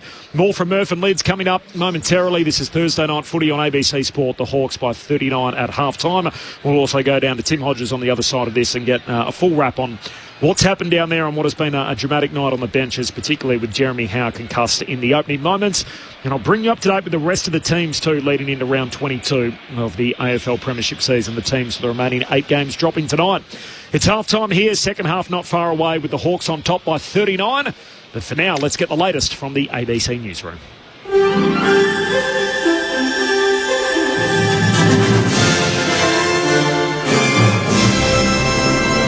ABC News. Good evening, I'm William Howard. US President Donald Trump says Apple will invest an additional $150 billion in American manufacturing, which will see the tech giant avoid having to pay a newly imposed 100% tariff on chips and semiconductors. The BBC's Lily Jamali reports. Apple has been trying to appease U.S. President Donald Trump, who threatened to impose tariffs specifically on Apple products. What Trump has really wanted all along is to have Apple bring manufacturing back to the U.S. Instead, what Apple has done is they said that iPhones, for example, bound for the U.S. will now no longer be made in China, but they will be made in India. Again, not quite meeting the mark. So what Tim Cook, the CEO of Apple, can do with this announcement is point to the fact that he's bringing parts of the supply chain to the United States.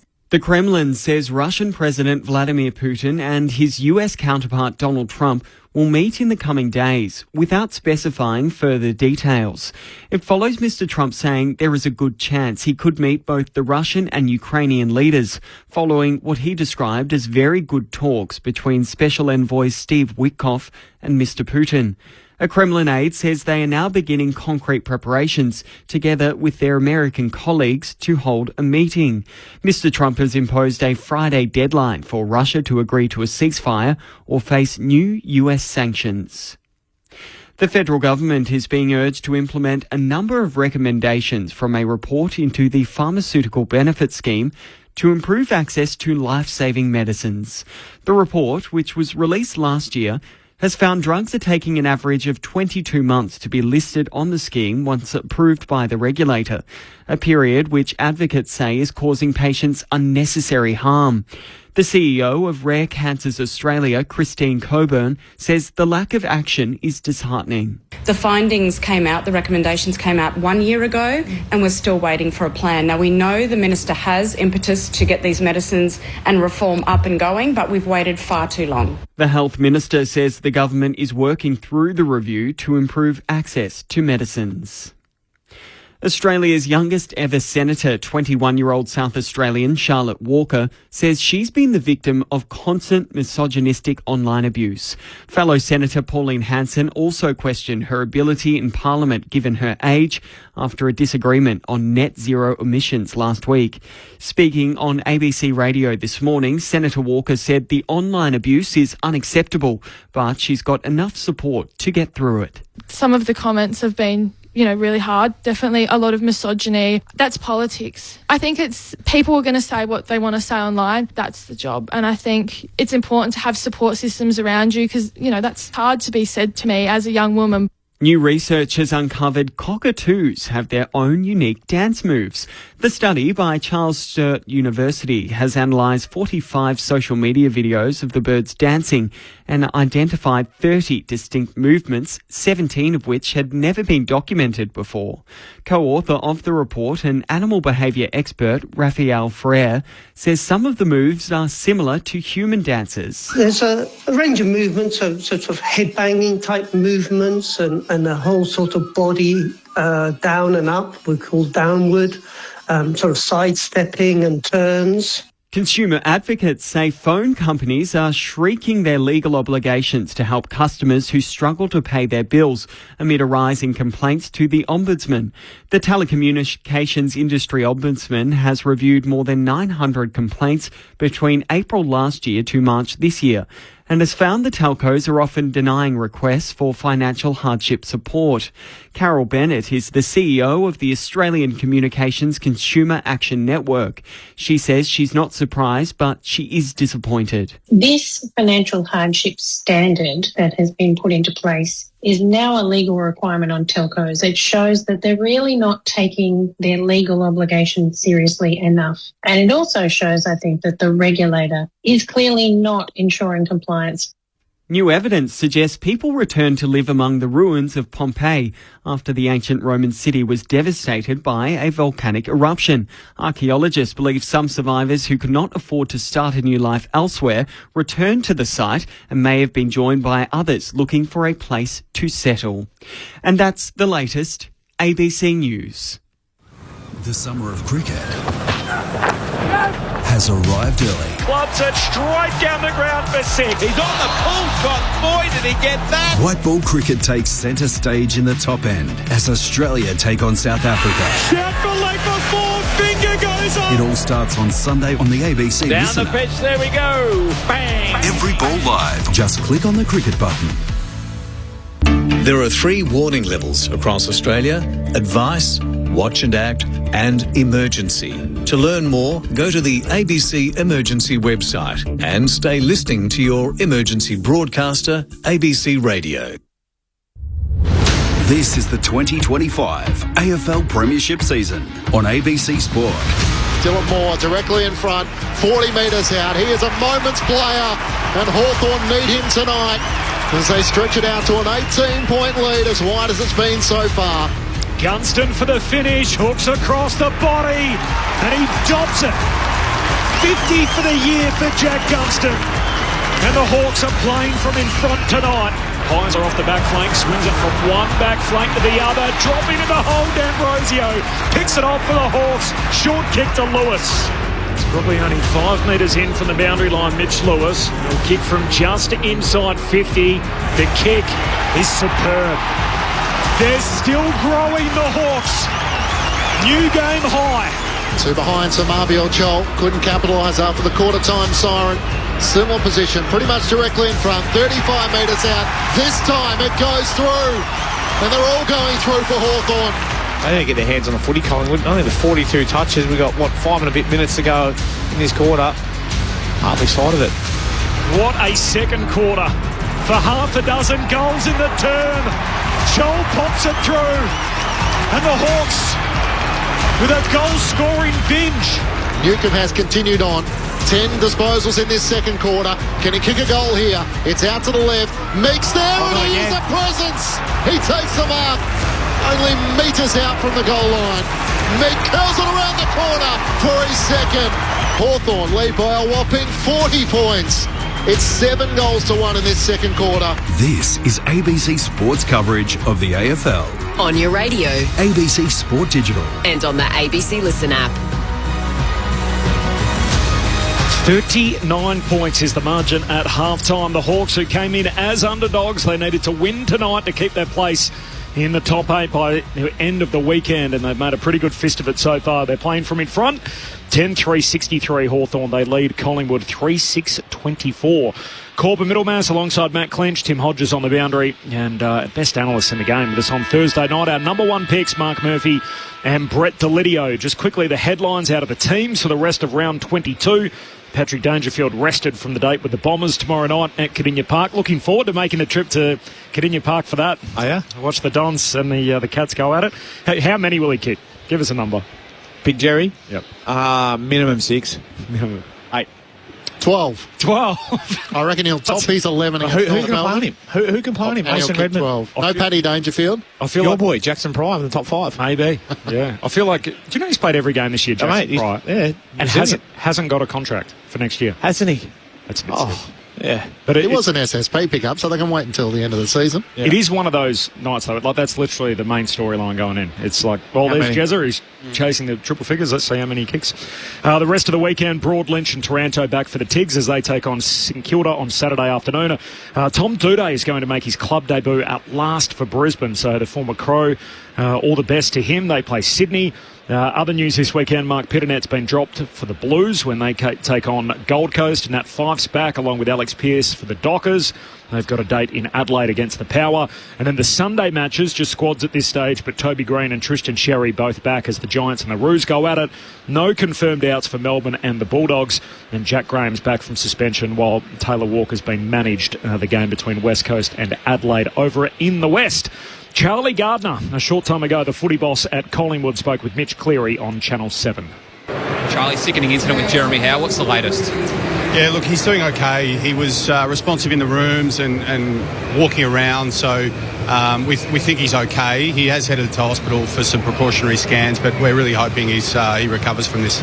So on top of the concussion, any other concerns with cheekbone or any other facial injuries? No, I think, look, he was non-responsive for a little while. We were all really worried about him, but once the doctors got him down into the rooms, he was up and walking around. So I don't think there were any other concerns. They just want to rule everything out and take every precaution possible.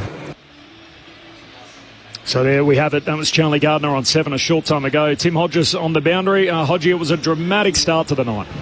Wasn't it, Corbin? Just watching out here at the moment, Hawthorn was very early out after the break, but Collingwood exceptionally late. I think it, and Lids and Murph will be better to talk about this than me, but I reckon there was shell shock for some time with the Collingwood players, and they probably have all read the press knowing how much they needed Jeremy Howe back into this team, and then for such a long stoppage, for it to stew in their minds, knowing that he was obviously out for the rest of this game and for next week, which is so important for this club.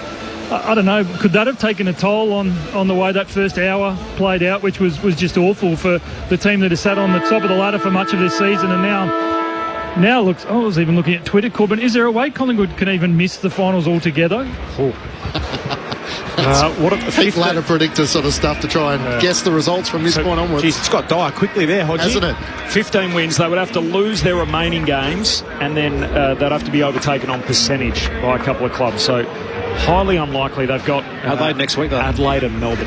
Yeah, Melbourne, sure, but yeah. Can definitely fall out the top 4. That's for sure, and be in the bottom half of the 8.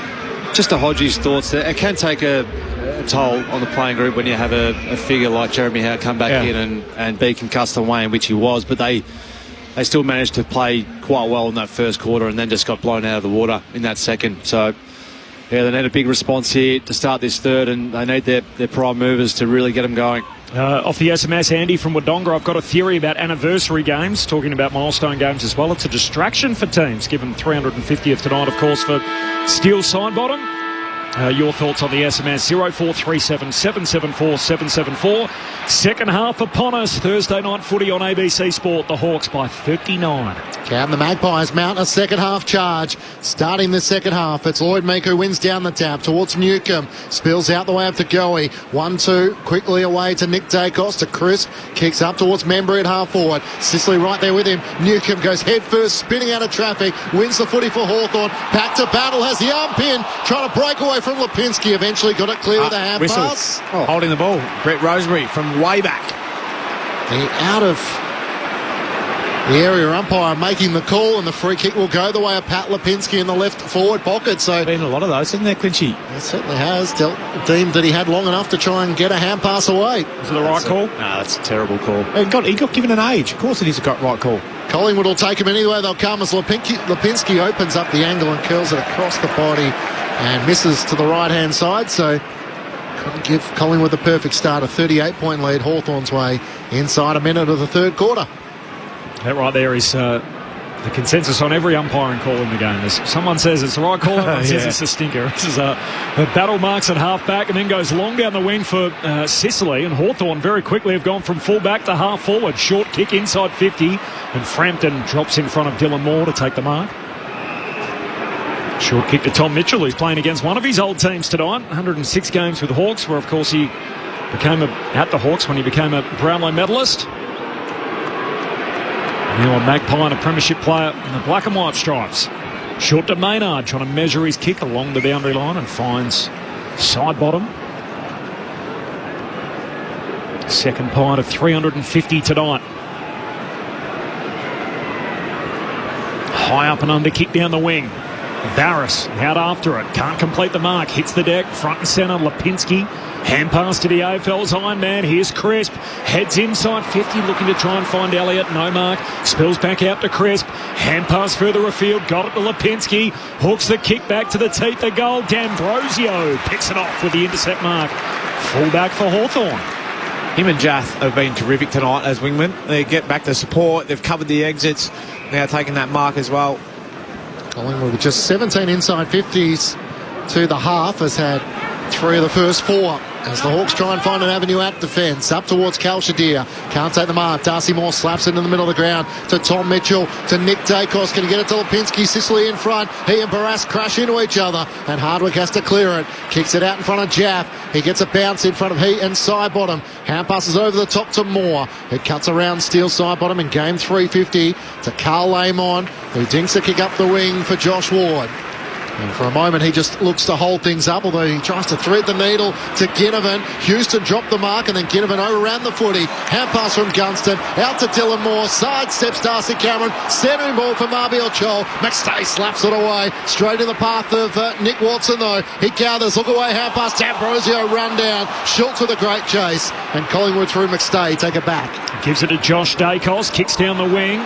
Battle, a little nudge to Myercheck, and the ball slides past them both and out of play. How good's that chase from Lockie Schultz from the half-forward flank and his later tackle, defensive 50. Yeah, it'd be one of those players you'd love playing with. I reckon you just know you're going to get effort, intent. Yeah, every week. 7 tackles last week. Lockie Schultz, an interrupted season through injury. It's tonight just his 12th game of the year. Stacks on the mill from the boundary throw-in, and we'll have another ball up. Michael from Wyndham Vale off the SMS, very worried for Jeremy Howe, being a massive Collingwood fan, but I absolutely have no problem with John Newcombe coming back onto the ground because he passed the concussion test. And these are good and diligent doctors.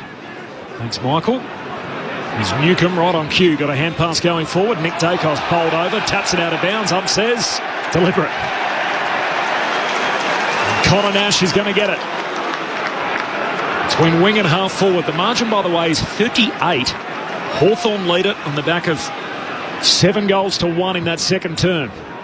Nash kicks it high up and under. Chol with the climb from the back, not to be. At the drop, Watson wins the footy. Hand pass to Newcombe. Another one coming up. Newcombe hooks it through. And it's got the magic touch of Watson all over it again. Hawthorn by 44 points. 5 minutes into the third term.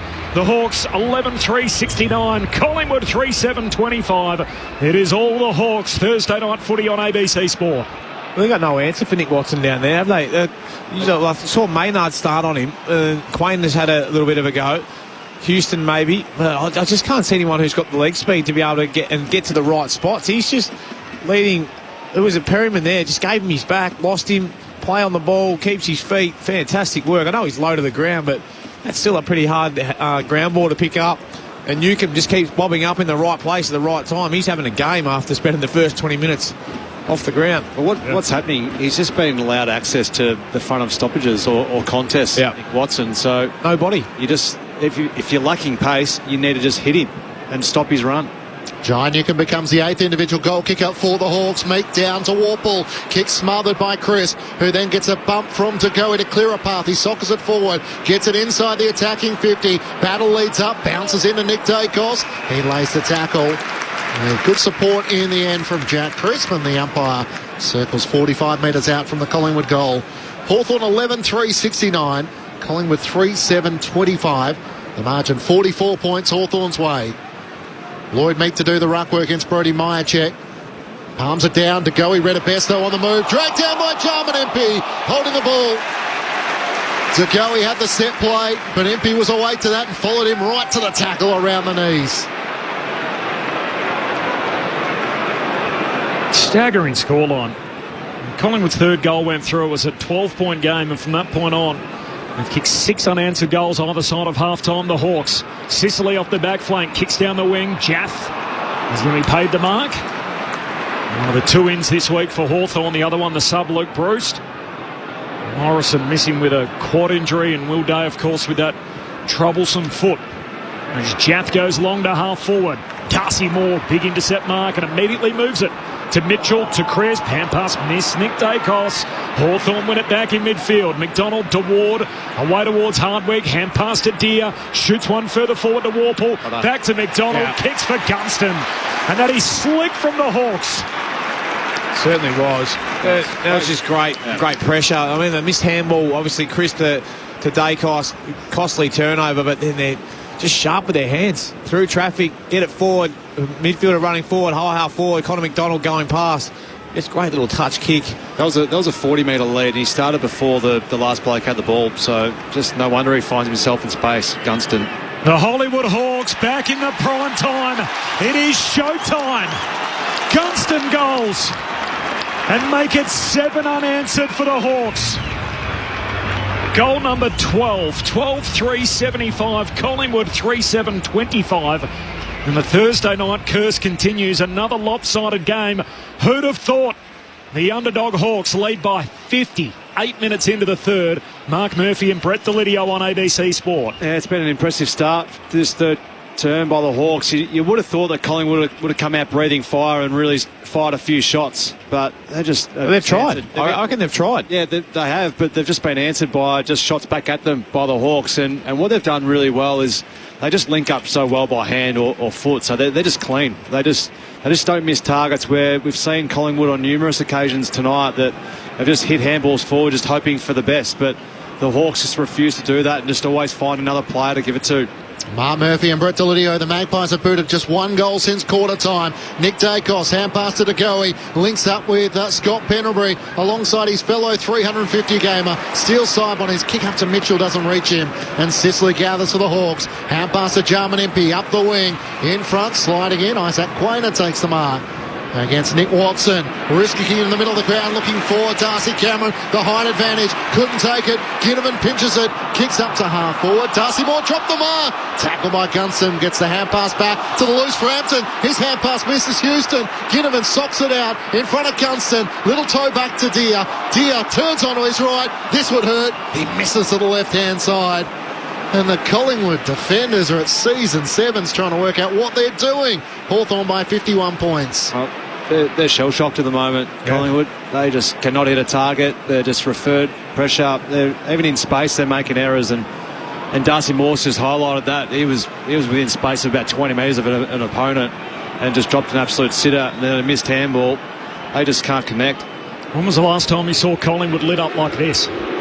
As Houston finds Nick Dacos, who marks in the back pocket. It was opening round. GWS. Yeah. Gee, it was a long time ago. Still with the sun burning bright back then in the tail end of summer. And here we are, almost at the end of winter. It's not the trend that Collingwood would want. As Schultz got it as he's been tackled, tumbles a kick down the wing. Josh Dacos, hand pass picked off. Scrimshaw got it away to Jath, back to Scrimshaw. Now to Sicily. Pulls a kick to centre half back, and Tom Mitchell picks it off for Collingwood. Margin is 51, 10 minutes into the third.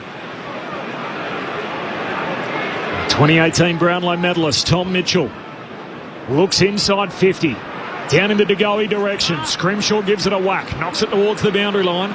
Side bottom, keeps it alive for Collingwood, pulls the kick back inboard. Barris got there on the half volley to pick it off. Sicily to battle by hand, and now to Hardwick. Long kick down the wing for Hawthorn, but Darcy Moore intercepts between wing and half forward for the Pies. That'll get his confidence going as he kicks into the middle of the ground for Dan McStay.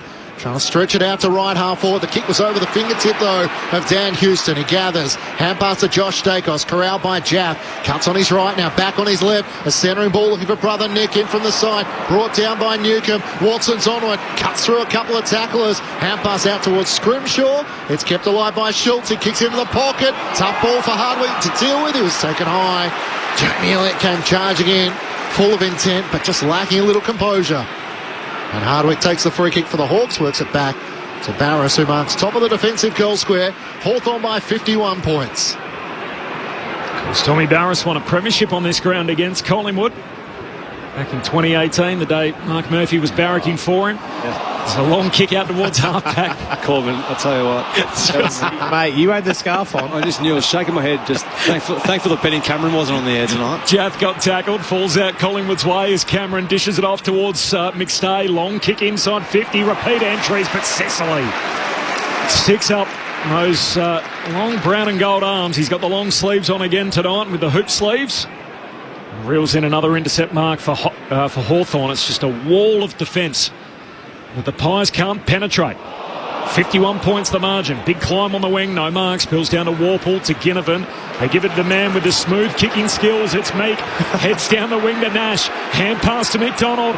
More great build-up. Gives it to the wizard Watson. Kicks to full forward. Gunston can't quite reel it in. Wrong-footed. And Maynard and Sidebottom work it out for Collingwood.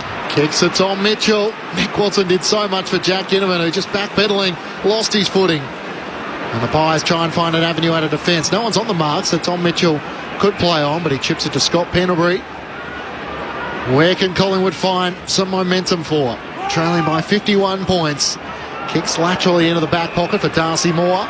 He runs out of defence and sends it up the wing towards Schultz. Trying to get back, Jarman Empey won't get there. And Schultz takes the mark. He has a vacant 50. So Membry's trying to stream into the pocket. He sends it that direction. Tom Barras makes the spoil. Elliott crumbs it in the right forward pocket. Hardwick in tow. Elliott goes to the impossible goal and misses to the right-hand side. Streaming into the right forward pocket. Decide to have a crack at it. Jamie Elliott with 3 behind so far tonight. Hawthorn leading by 50 points. Yeah, Jordan De Goey in a bit of space, about 20 out directly in front. I just think it's not that harsh, is it? He's good enough to hit that. He's a star, Jamie Elliott. So he's also a forward pocket. I also think at their best they hit that. Sicily to the back pocket for Nash, not 15. Told to keep it moving. Closed down by Pendlebury. Nash eventually kicks out of the back 50, and that's a good mark battle. Had 2 to beat. Reels it in. It's all coming up Hawthorn. Short kick to Sicily. 12-4 to 3-8.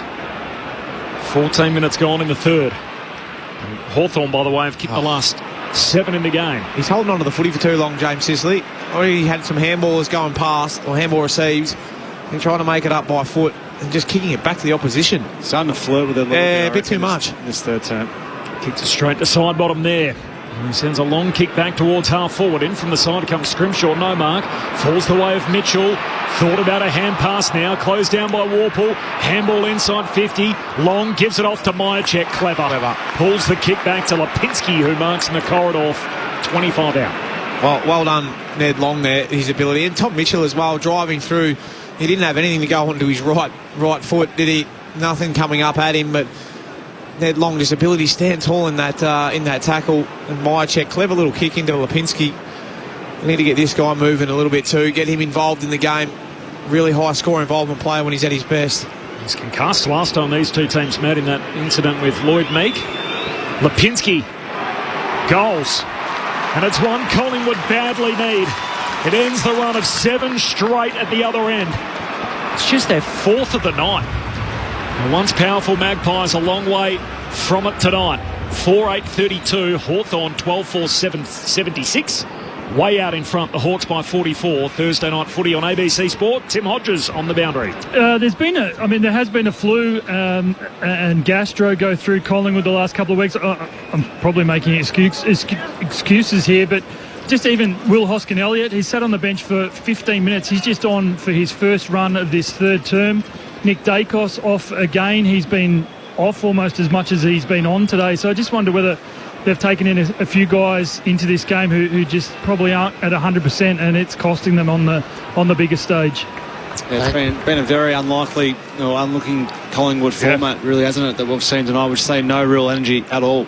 Pat Lipinski's goal, the 15-minute mark of the third quarter. Collingwood's first since the 8-minute mark. Just 2 since quarter time. Chol out of the middle. Got it to Ward. His kick missed Ginnivan. And running onto it, Perryman. A chance to clear, although his kick is over the head of Houston. Races after it on the members' wing. Amon used his body. Houston tries to work after it. It ricochets off Lockie Schultz. Hawthorn players appealing for out on the full. Umpire says throw it in. Hawthorn by 44 points. 12-4-76 to Collingwood 4-8-32.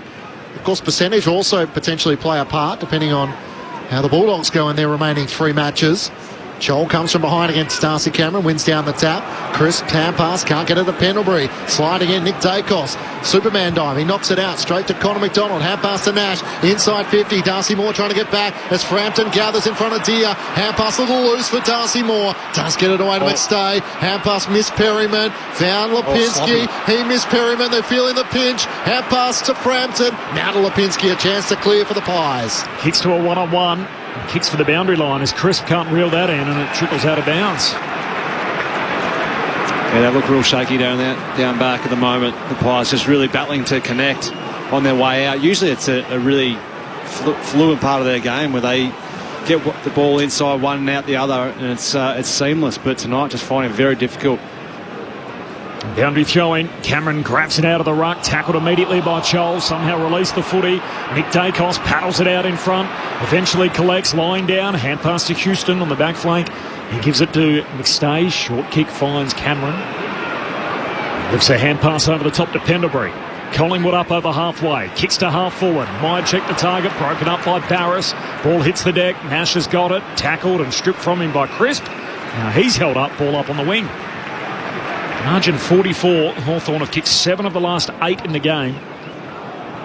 Thursday night footy on ABC Sport. Darcy Cameron wins down the tap. Lipinski's hand pass bounces off Chol into the path of Ginnivan. Got it to Newcomb, to Carl Lamon. Chisels a kick into the middle of the ground. D'Ambrosio clean to Ginnivan. Links a hand pass over the top to Connor McDonald. Gathers it on the slide. Hand pass to Warple. Spiring ball to Gunston, who's in front. And 4 or 5 metres in front of Billy Frampton. Call to play on. He's tackled by Pendlebury. Hand pass to Ginnivan. Quickly to D'Ambrosio. Now the hand pass to Battle. An unlikely shot on goal. Misses to the left-hand side. What happened then? I was going to ask exactly you that question. A minor score, Hawthorn by 45 points. Could have only just been touched off the boot, really, but it didn't look like it. Again, though, how many metres does he get on his opponent? Come on, Bill, maybe get back shoulder. Darcy Moore kicks out to half-back. Battle breaks it up. D'Ambrosio at the drop, trying to wrestle free from Nick Dacos. Just got boot the ball, but Collingwood win it. Myercheck on the wing. Hand pass to Will. Hoskin Elliott with the zebra sleeves. Kicks down to half forward. Ball skids through. Hardwick one-on-one with DeGoey. Hardwick gets support. Knocks it away to Amon. Hand pass to Barris. Hawks work it out again. Impey has to stand underneath it and does. Picks it off. Did well to stand up and take that grab. Knew there was Cameron bearing down on him. Well protected by Chol. Yep. Gee, they're out on the southern side. Kick comes corridor for Nash. He flicks the kick out towards Amon, who takes it southern wing. He's off and running. Ned Long pursues him. Hand pass misses Jaff. In behind him and rolls out of play. So throwing on the wing, 2-1 in the quarter. Hawthorn by 45 points. Time on third term, and Jeremy Howe concussed in the opening moments of the night after banging bodies with John Newcomb. Hawthorn sub yet to be used. That's Luke Bruce. Corbin Middlemass and Matt Clinch. And number 1 pick spread to Lydia on Mark Murphy. Tim Hodges on the boundary. Either Chol or McStay can get a hand to it. DeGoey knocks it back to McStay. Hand pass to Crisp. His hand pass up the wing. Ginnivan takes it for Hawthorn. Hand pass back to Amon. Links up with Hardwick. Links up once more with Battle. He drives a long kick for the Hawks to half forward. Chol in a pack against 2. Perryman makes the spoil for Collingwood. Watson with speed. Taken high. Jack Crisp's attempt to try and wrap him up as it got down low. Taken around the head, and Watson's wasting no time. Quickly got the hand pass away to Jaff. Bumped as he got his kick away. Newcomb in the pack. McStay couldn't contain it. It spills the way of Mitch Lewis. Got it under Connor McDonald. Back with a flight. Still side bottom. In game 350 takes the mark, despite the efforts of Massimo D'Ambrosio. Short inboard. Finds Perryman. And he chips it further afield to Houston. Gallops it into the centre square. Picked off by Impey. Back the other way. Gunston marks uncontested at full forward. Story of the night. The Hawks red hot, preying on the turnover. Yeah, not the option from Houston. He had, I think it might have been Lipinski way out on the wing all by himself, but tried to go through the middle of the ground. And we're going to get another text from Andy from Wodonga talking about his age again. Yes, mate, we know. He's got on the end of another one. He's kicked another goal. Appreciate your text. Send another one in. The ageless Jack Gunston makes it 3 for the night. Hawthorn relentless. Margin balloons back to 51. 13,583. Collingwood 4,832. 22 gone in the third. Thursday night footy on ABC Sport. Brett Delidio and Mark Murphy. Have we got a text, Dewey, from... No, not yet, but it'll be coming. Don't worry. There was someone sent one in earlier, Lids, about you predicting the Hawks were going to miss. Yeah, we'll go back to that. But the reason we're talking about his age is because you don't see a lot of players at 33, certainly not kick 50 goals or play... We're actually giving him his flowers and what he deserves. We're not trying to pull him down for being 33. Andy, cheers anyway. Thanks for texting in. really hit a nerve, hasn't he? He has. He's got underneath his skin. But again, just the want from Hawthorn just to cover off outlets and read the cues. I think that's probably been the third time tonight that someone who's playing half-back or wings read the intercept and then scored a goal as a result. Hawthorn by 51 points. Meek wins down the tap to Newcomb. Another centre clearance to the Hawks. Out to the Warren wing. D'Ambrosio can't take the mark under the pressure of Lipinski. Pendlebury's little toe poke out to Darcy Moore. Hand pass too slick for Lipinski. Nick Dacos tries to spin out of traffic. Tackle by Mitch Lewis. Gathered by by Pendlebury. Hard against the boundary line. Underground hand pass to Darcy Moore. Set him a task. He's tackled by Mitch Lewis. Nick Dacos has another go at it. Players dive on top of him. And the umpire will ball it up. And the Hawks home fans are enjoying their endeavours. Every time Collingwood look like they're out, once more the pressure comes. Hawthorn by 51 points. Meek wins down the tap. To go, he rove the tap. Hand pass away to Pendlebury for Collingwood. Kicks up the wing. Myercheck presents. Almost juggles the mark. Sicily might have gave him a shove. Umpire spotted that. Free kick going the way of Myercheck. Tried his guts out tonight. I know you're a little conflicted, Lids, but if you're Collingwood, Murph, and Brody Myercheck says, look, I'll stay, but I want 2 years, not 1. Would you have any hesitation as he turns it over on cue as Battle takes the intercept mark for the Hawks? I'll give him 2 at the moment. Yeah, he's going, no doubt about that. As Amon heads to the wing for Joel. The big fella's off and moving. Cruises through the wing, kicks back inboard. Here's Newcomb who takes the mark. Hand pass on to Amon. Keeps on running. Sells the dummy around Perryman. They're queuing up in the corridor. It's Big Lloyd. And Meek's got it again. 20 out straight in front. Just a really strong run from the big ruckman just on the outer side of the ground. Usually an area of the game where you see your midfielders or your wingers, but not on this occasion. The Hawthorn ruckman. The best kick in the team. Yeah. All I can think of is Jeremy Piven, Ari Golder. Lloyd! Yeah. Entourage. With a few expletives. Correct. He's drifted smartly forward, and then well done by Carl Amon to sell the candy and deliver. Lloyd Meek moves in. Drop punt. He's good. And this man's fan club is growing. Lloyd's got 3. Hawthorn 14,589, Collingwood 4,832, 57 points, new game high, 25 minutes gone, third term. Tim Hodges on the boundary. Corbin, the sub has been made for Hawthorn. Luke Bruce into the game. Kelsha Deer, his number 35, is on the paperwork that has just been processed. There was an interesting moment just before Jack Ginnivan came to the bench. He looked over at the Collingwood bench. He tried to find Craig McRae and eyeballed him. He's an interesting catch, Jack Ginnivan, but it was weird that he was looking for him, found him, and then stared him down. Interesting. Well, it's good for the game. It's a career best. A bit of theatre. We're talking about it, so yes. It's a career best for Corby's man Lloyd Meek with his 3rd goal tonight. Back in the middle of the ground, he's scrapping against Darcy Cameron, who's on the bench as Meek kicked that goal. Free kick going the way of Nick Watson for a hold. And the Hawks with the free kick in the middle of the ground, leading by 57 points. Watson straight down the pipe. Darcy Moore gets to the front. He spoils rather than taking the mark. Maynard comes charging through. Quick hand pass to Dacos. Back to Maynard. That was Nick. Links up with the Goey. Straight down the middle. The hand pass to Mitchell. They're out Collingwood here. Outside of the boot. Kicks out towards Myercheck. He taps it to his own advantage. Sicily in tow. Myercheck fires it towards goal. It's out to the right. And out of bounds on the full. It was quick transition by the Pies inside the forward 50, and Myercheck's flying shot on goal fails to score. Hawthorn by 57 points. Mick from Moe, how is Lids feeling about his call that the Hawks will miss the finals? Well, chance. It's only one game tonight. Keep sending them in, Mick. Sicily goes along to the wing. Shout out, Mick. From Moe. Offense spills through the Hawks' way. And Dylan Moore's wrapped up on the wing, so ball up. Mark Murphy. Yeah, I am shaky about it, if I'm being honest. They are playing scintillating footy at the moment. It's the best of Hawthorn tonight, right when it was required.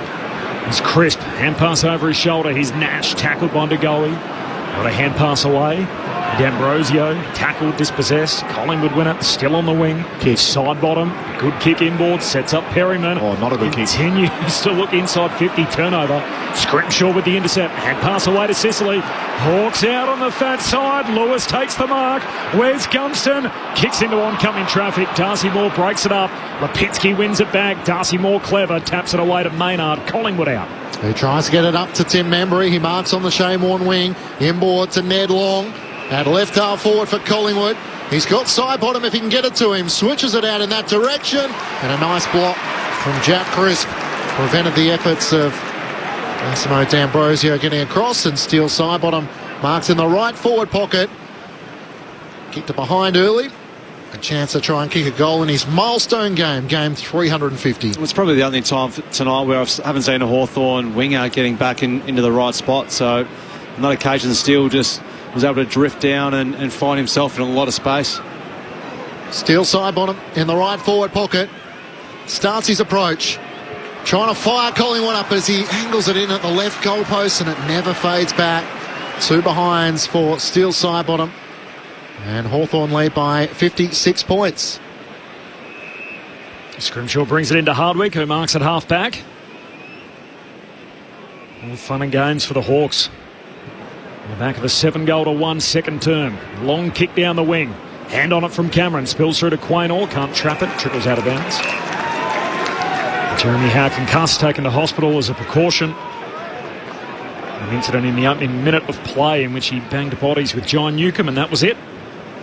Newcombe had a concussion test, passed and returned, and now Kel Shadir subbed out tactically. Luke Bruce on, a Hawthorn veteran. And the boundary throw-in to Goey. Little fumble, regathers, gives it to Tom Mitchell. High up and under for Collingwood to centre half forward, carries the pack, bounces on its point, swatting it down Hardwick. Membry wins it, gives it to Crisp, and that is three-quarter time. And still, it is a lopsided scoreboard. In fact, the lead continued to grow in that third term. After 7-1 in the second quarter, it was 4-1 in the third, and Hawthorn lead by 56 at three-quarter time. 14-5-89 the Hawks. They lead Collingwood 4-9-33. The goal kickers. The 33-year-old Jack Gunston has 3. Takes him to 52 for the season. 3 for Big Lloyd Meek. He's got 9 for the year. 2 goals for Nabiel Chol and 2 for Nick Watson, who's been excellent. Meanwhile, singles Lewis, Newcombe, Dylan Moore and Kel Shadir, who's now been subbed out. Meanwhile, for Collingwood, it's a quick read. 2 for Myercheck, 1 each for Lipinski and De Goey. Your thoughts? Marie-Therese off the SMS and I are in Paris listening to your fabulous broadcast. Coming in loud and clear. Go the Pies. Nice to hear from you guys. Hope you're having a great time in Paris. The SMS number 0437 774 774. The best ones get selected and put on the screen for me on the left, but just a little heads up, Brett Delidio can read the screen on the right. So he sees everything that comes through. He is filtering your messages. You've got to be aware of that. More from Lids and Murph coming up in just a moment. It's three-quarter time here. Hawks by 56. This is Thursday Night Footy on ABC Sport. On the ABC Listen app, stream a wide range of free audiobooks, like from Leanne Moriarty, James Patterson, Tim Winton and Kate Morton. No catch, just press play. Find free audiobooks on the ABC Listen app. This is the 2025 AFL Premiership season on ABC Sport. Nash kicks it high up and under. Chol with the climb from the back, not to be. At the drop, Watson wins the footy. Hand pass to Newcombe. Another one coming up. Newcombe hooks it through. And it's got the magic touch of Watson all over it again. Hawthorn by 44 points. The Hollywood Hawks back in the prime time. It is showtime. Gunston goals. And make it 7 unanswered for the Hawks. This third term by the Hawks, you would have thought that Collingwood would have come out breathing fire and really fired a few shots, but they've tried. I reckon they've tried. Yeah, they have, but they've just been answered by just shots back at them. It's Perryman. Chips it further afield to Houston. Dabs it into the centre square. Picked off by Impey. Back the other way. Gunston marks uncontested at full forward. The ageless Jack Gunston makes it 3 for the night. Hawthorn relentless. Newcomb, who takes the mark, hand pass on to Eamon, keeps on running, sells the dummy around Perryman, they're queuing up in the corridor. It's Big Lloyd, and Meek's got it again. 20 out straight in front. Lloyd-Meek moves in, drop punt, is good, and this man's fan club is growing. This is ABC Sports coverage of the AFL. On your radio, ABC Sport Digital. and on the ABC Listen app. Hawthorn with a statement on Thursday night to open round 22. They lead by 56 ahead of Murph and Leeds. Tim Hodges on the boundary. Corbin, it was really interesting watching Craig McRae. He was about to walk out to the three-quarter time huddle. He turned around and came back to the whiteboard underneath the bench. He called all of the assistant coaches in, and he almost gave them a pep talk before he sent them out to speak to the players. So then he sent all of the line coaches out to speak to the players. Then he almost steeled himself, and he's out there now speaking to the entire group. On the whiteboard, it's interesting to say that there were just a few words: DNA, fight to the last second. You just think McRae actually said at his press conference last Saturday night after they lost to the Brisbane, he asked his players if they wanted a Chris Fagan type pep talk or deep session of, after the Lions had lost by 11 goals in the Q clash, and he had full faith that the Pies would turn it around.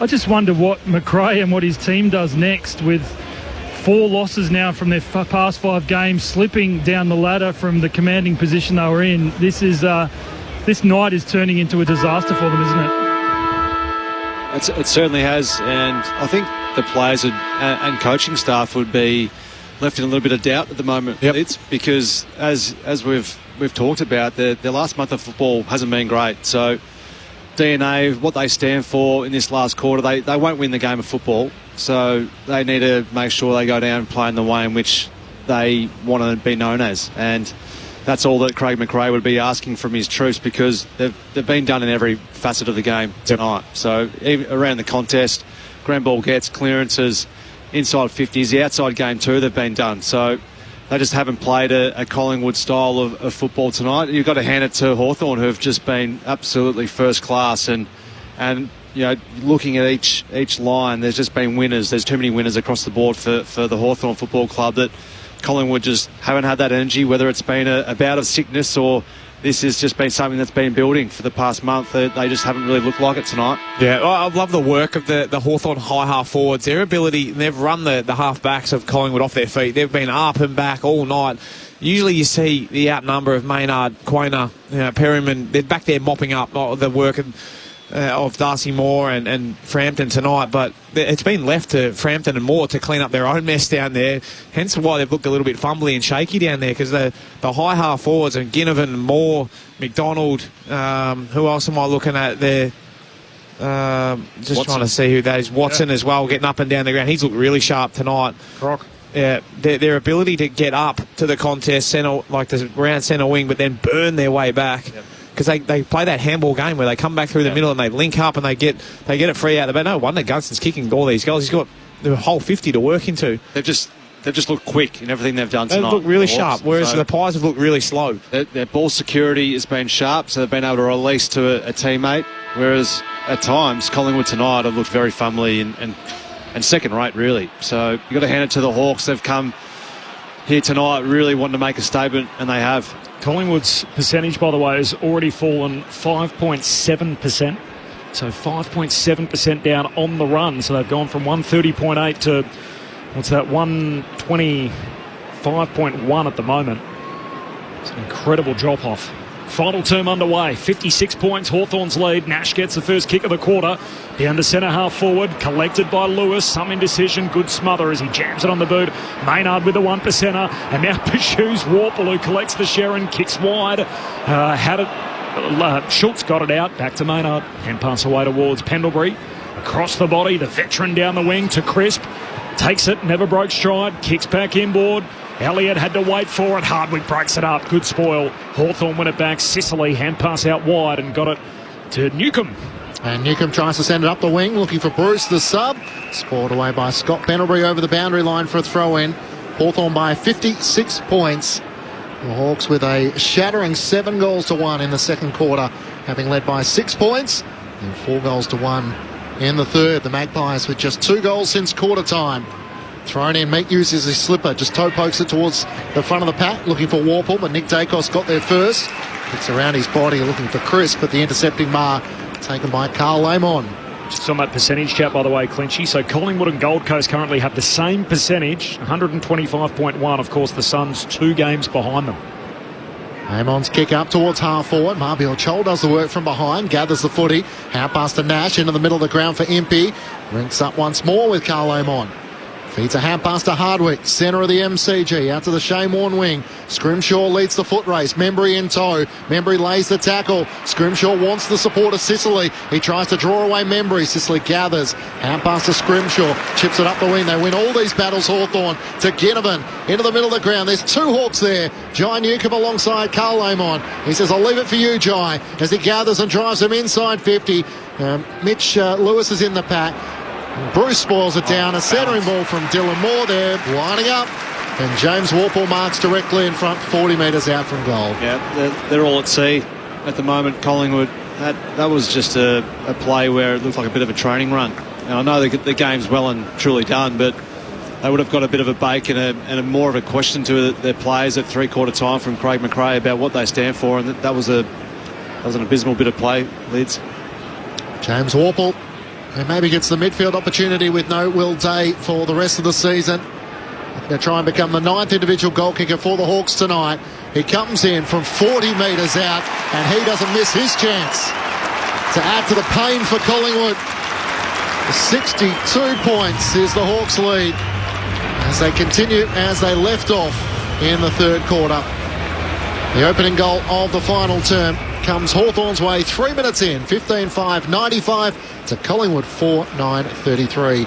Brett Delidio and Mark Murphy with you for Thursday Night Footy on ABC Sport. Well, what stood out to me there, Murph, was the balance of the Hawthorn high half forwards in their mids. It was Dylan Moore who got to the contest there and was front and centre, right where the ball lands probably 80% of the time, 90% of the time. And then James Warple doesn't get sucked over towards the contest, stays corridor side, controlling that in great defensive position as well. And it wasn't a blaze kick from Moore, just a nice little touch kick, easy one. That's the second time we've seen a free player 30 metres out directly in front.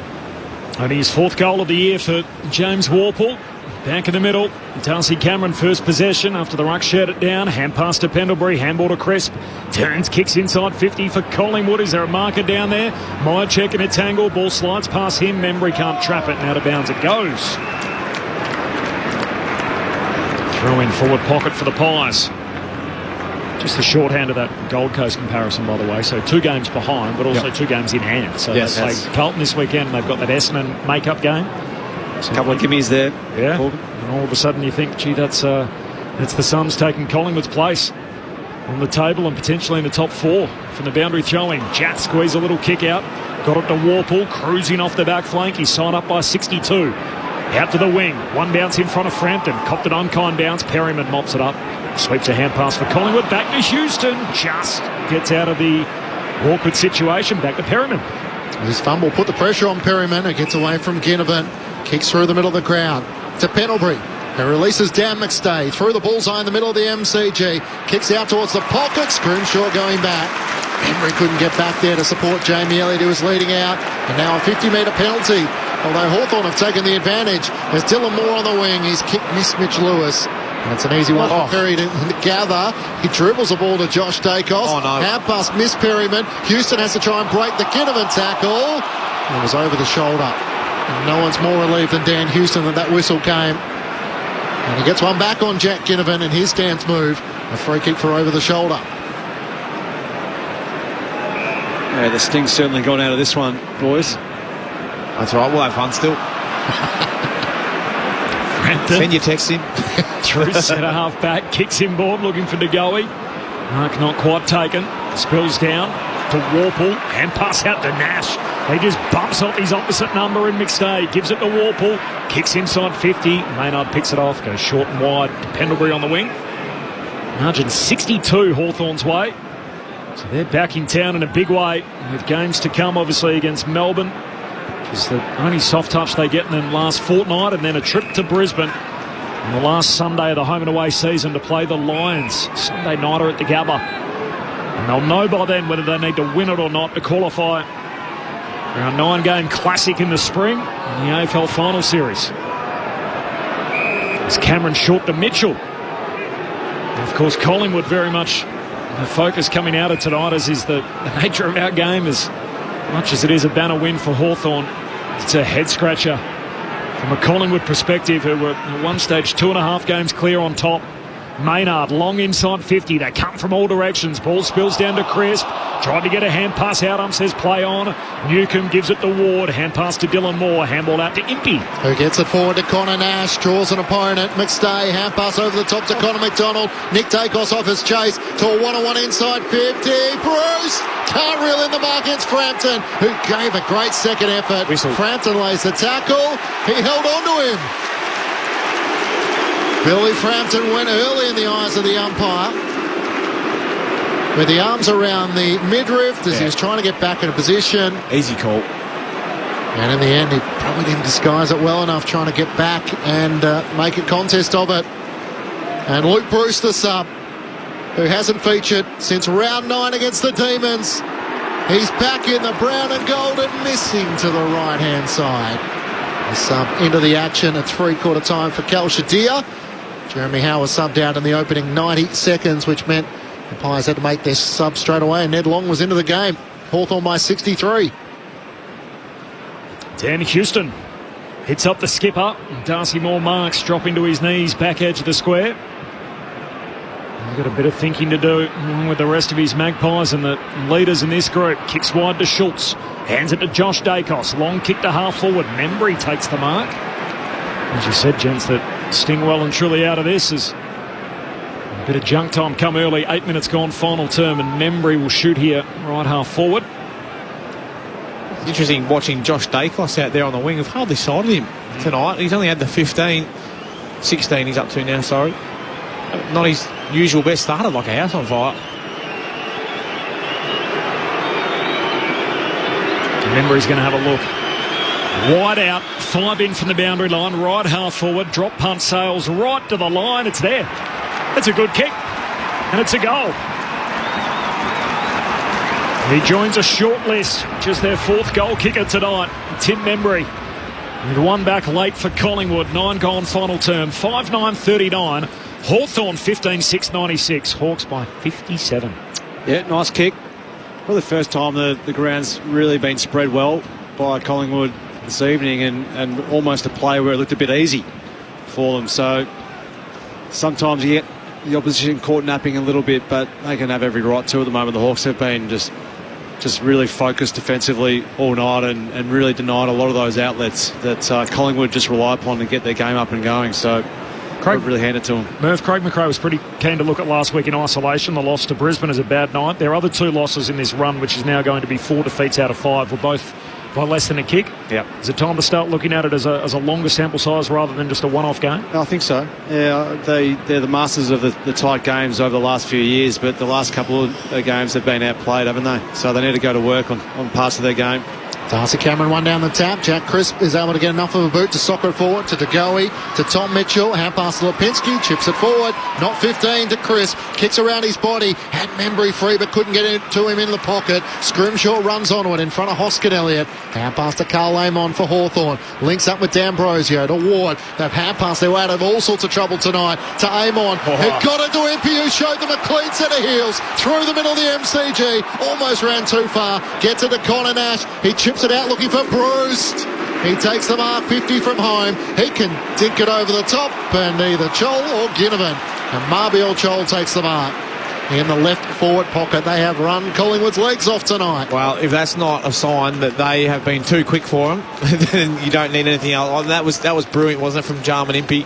He just parted the seas. You just love that part of our game where you see blokes just go, okay, I'm too quick here, and just take off. It's like a video game. Like, it's just... He's a road runner right then, wasn't he? The way he went.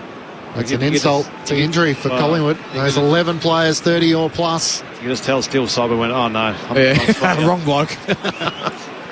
Marbiel Chol had a slow start to the game, but he's kicked 2 goals so far. 2-2 from the left forward pocket, 45 metres out. He throws his head back and his arms out to the Hawthorn fans. His 3rd goal. As the four key forwards are on display, and he's showing that he can do his part as Cal Shadir has been subbed out of the match. Marbiel Chol in the hand celebrations with Nick Watson, and the Hawks lead by 63 points to rub out the Tim Membry goal at the other end. 16-6, 102 to Collingwood 5-9-39. 11 minutes gone, final term. Thursday night footy on ABC Sport with Mark Murphy and Brett Delidio. Well, Bobby Hill comes back next week, Lids, so misses with a bout of gastro. McCreary, how far is he off Corbin or Fiji? He's another one away. Another one away. So they're both those two are so important. Yeah, because they're their outside pace. Well, they give speed. Yeah. And there's no reliance then. Jamie Elliott gets a different opponent. He gets a better look. Lockie Schultz gets a different look. But they're without those two boys, and I'm not saying that's the reason why they're down by 10+ goals tonight, but they'd certainly help. Well, the four bigs have each got at least a goal. They've got 8 between them so far to tally tonight, with Gunston and Chol leading the way with 3 each.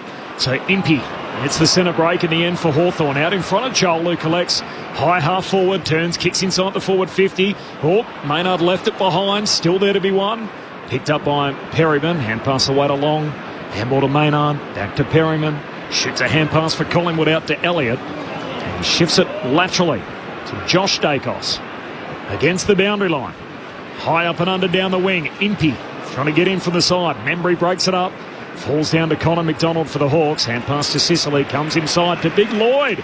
And Meek Marks just back of the centre circles, middle of the G. Also has had a career best 3 goals tonight as he returns it to the Hawthorn skipper by hand. Switches across half back to Battle. Sends it out to Ward on the members' side. Chips it forward. Jack Ginnivan. Won the Pies. Let get away after their premiership. Now in brown and gold. As off a step, he just casually kicks up towards half forward in the direction of Mitch Lewis. Can't do that. Illegally by Braden Maynard. You've got to touch it, Braden. Tried to use his arm to just dislodge him out of position. I said that was before the ball was in the vicinity. So free kick the way of Mitch Lewis.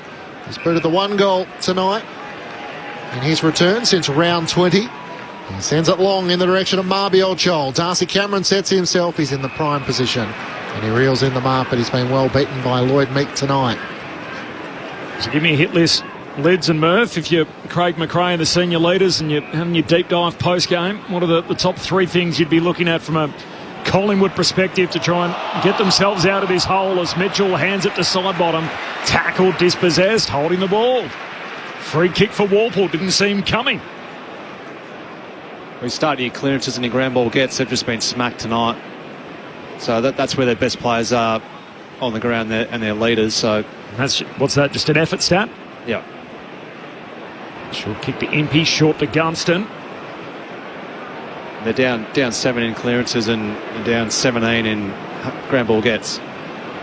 So that's a want to put your head over it, and then a want to get from the contest and win the next contest. Gunston drained some time off the clock and then passed it into the pocket. Couldn't quite link up with his old mate Luke Bruce, and the ball spills out of bounds forward pocket for the Hawks. What else, Lids? What needs to change? Oh, it's hard to know. I think they'll spend a lot of time doing an extra touch. I would have thought they've been a bit sloppy tonight. Yeah. They've double grabbed a lot, and that can come off the back of not training as much in the last week.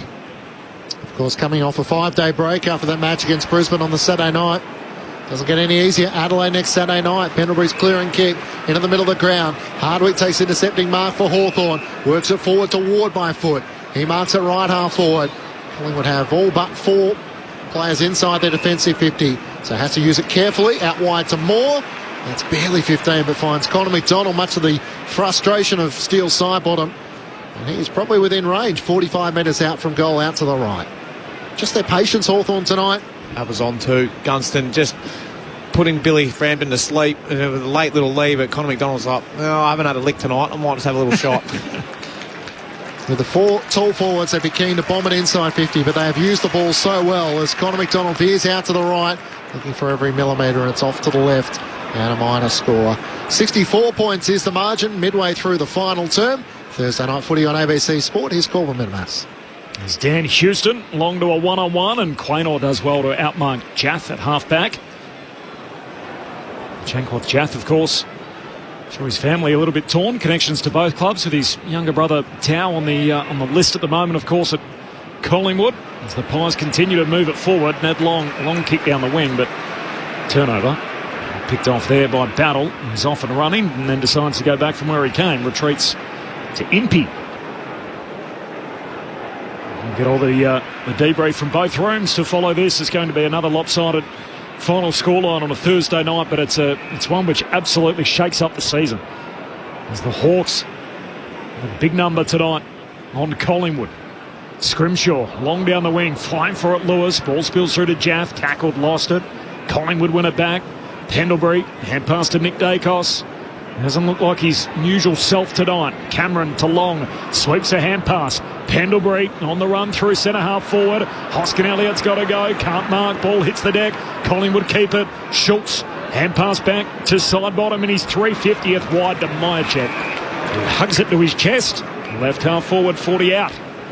Great touch. Jesus, great work rate from Scott Pendlebury in that far wing, wasn't it? He was involved in the candy that he constantly sells and everyone keeps on buying it, but then he was the one who got forward and got to the next contest ahead of everyone else, so still doing it at 38 years of age and going into his 20th season. Myercheck, left half forward, right footer, drop punt. Oh, just misses. Far from Collingwood's worst tonight. Already Myercheck, 5-10 to 16-7. It's a 63-point spread Hawthorn's way, 17.5 gone. Final term, Thursday night footy on ABC Sport. All the wash-up through for another hour from now. So we'll get reaction from both rooms in the post-game with Tim Hodges and Ben Cameron. I think Craig McRae will be asking his team about the pressure rating. I just don't think it's been a pressure game from Collingwood, and that's something that they really hung their hat on. Carl Amon to Jarman Impey, back to Carl Amon. Will Hoskin Elliott made a late tackle. Despite Connor McDonald taking the mark, it would have been a free kick downfield. Short pass to Connor Nash, who gives it back to Connor McDonald through the middle of the ground. A high ball which Darcy Moore should take uncontested. He's 5 or so metres in front of Jack Gunston and looks up to half forward. Long's the target. Scrimshaw in from the side. They have struggled in transition all night, Collingwood. And Scrimshaw goes short. Carl Amon marks at true centre half back. And then swing it out to the member side with a kick that finds Josh Battle. Hawthorn 16-7, 103 to Collingwood 5-10, 40. Kick is over the head of Connor McDonald. It clears he and Darcy Moore. Collingwood have the numbers though. McStay gathers. Now pass forward to Nick Dacos. Over the top to Sidebottom. He can chip it out to the members wing where Maynard's in space. He gathers in front of Bruce. Looks up towards half forward. Schultz is the target. In from the side. Hardwick sends it 7 rows back. Well, the Hawthorn fans love that. They get a touch of the Sherrin as well. Crowd posted at 68,515 fans. And to see the Hawks record their 14th win of the season. Maybe Thursday nights are just cursed, boys. We feel that way. We just cannot get a tight one. Imagine if I told you, going back, 4 or 5 weeks ago, that the end of round 22 there would be, 1 win between these two sides. When the Pies were 2.5 games clear on top. Hawthorn are getting fitted up to miss. They'll be 14-7 and Collingwood will fall to 15-6. Hawks through the middle of the ground, running the old Pies off their legs. Long kick from Impey, looking for Bruce. No mark, spills down to Lewis. Hand pass into the pocket. The veteran Gunston jams it on the boot. It's all cake and ice cream for the Hawks. Gunston's got 4. And the Hawks hit celebration mode long ago. 69 points the margin. 17-7, 109. Collingwood 5-10, 40 as we tick into time on in the final term. Thursday night footy on ABC Sport. He's just too smart. Jack Gunston just knows when to peel off and get dangerous. He's just too experienced, and he just complements the other tools they've got down there, doesn't he? He set them up well. He's a hard worker, but just constantly keeps on finding himself in space. He pop-up sprinkler, isn't he? The ability just to get out. Frampton, he made a good effort to go over there and make that spoil, but unfortunately it was another little soft drop, Murph. Got to kill it. Got to really just, if you're going to go across and spoil it. It was actually Quainer who got the spoil. It wasn't even Frampton. He just fell to the ground. Either or, you've got to actually fist it 15-20 metres away. Otherwise, you're in danger of having what just happened then, and they get a soft drop and a goal out the back.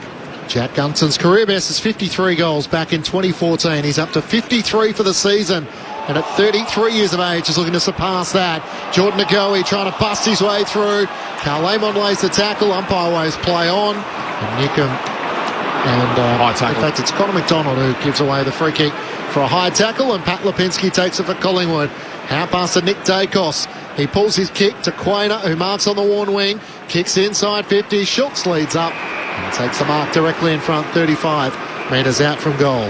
Averaging 69 points per game against Collingwood. 69 points per game is what they average across the course of the season. Conceded 109 tonight from 9 different goal kickers.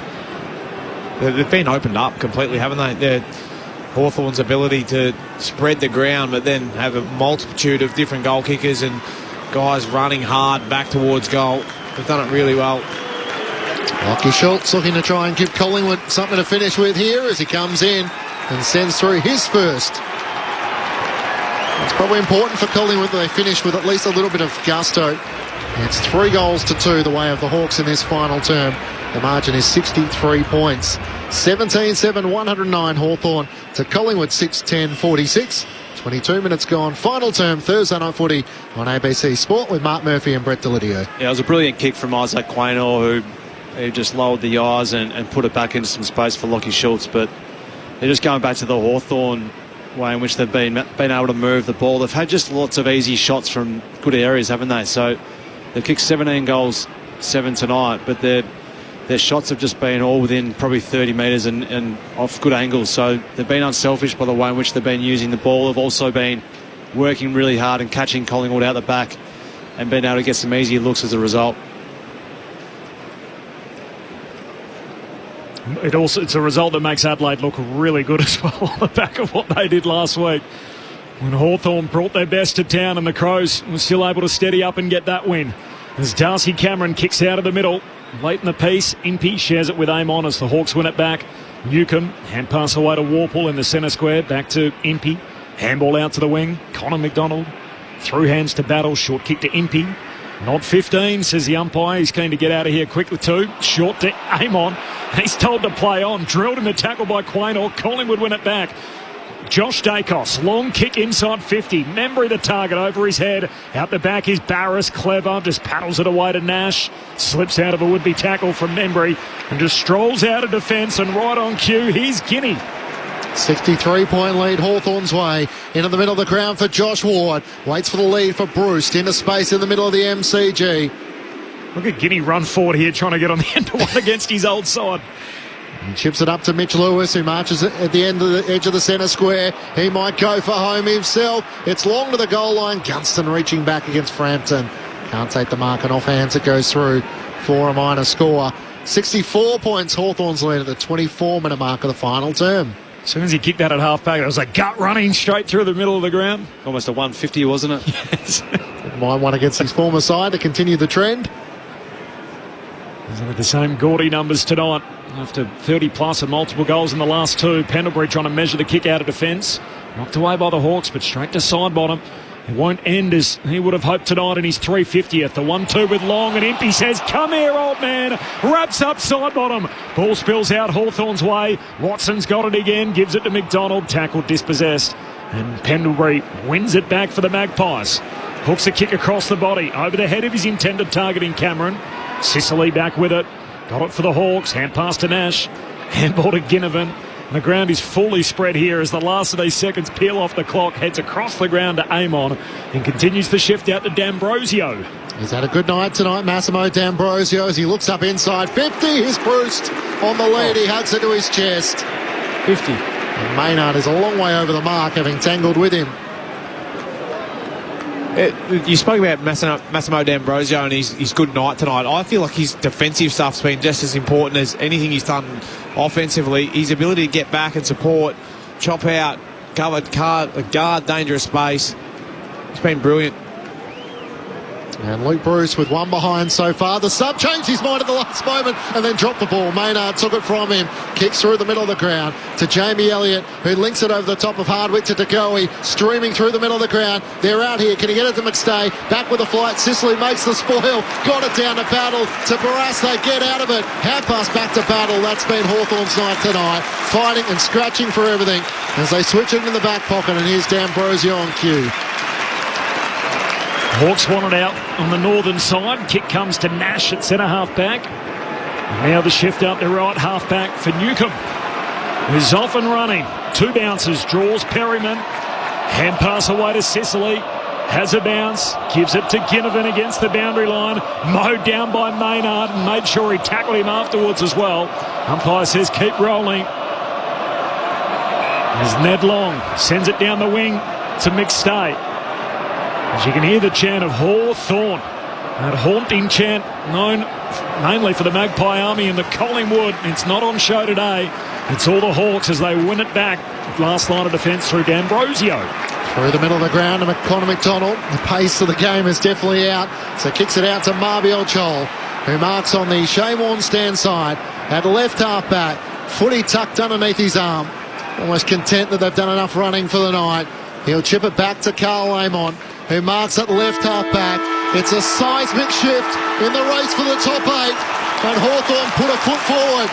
A 64-point win against the Magpies, who are in free fall. They've now lost 4 of their last 5.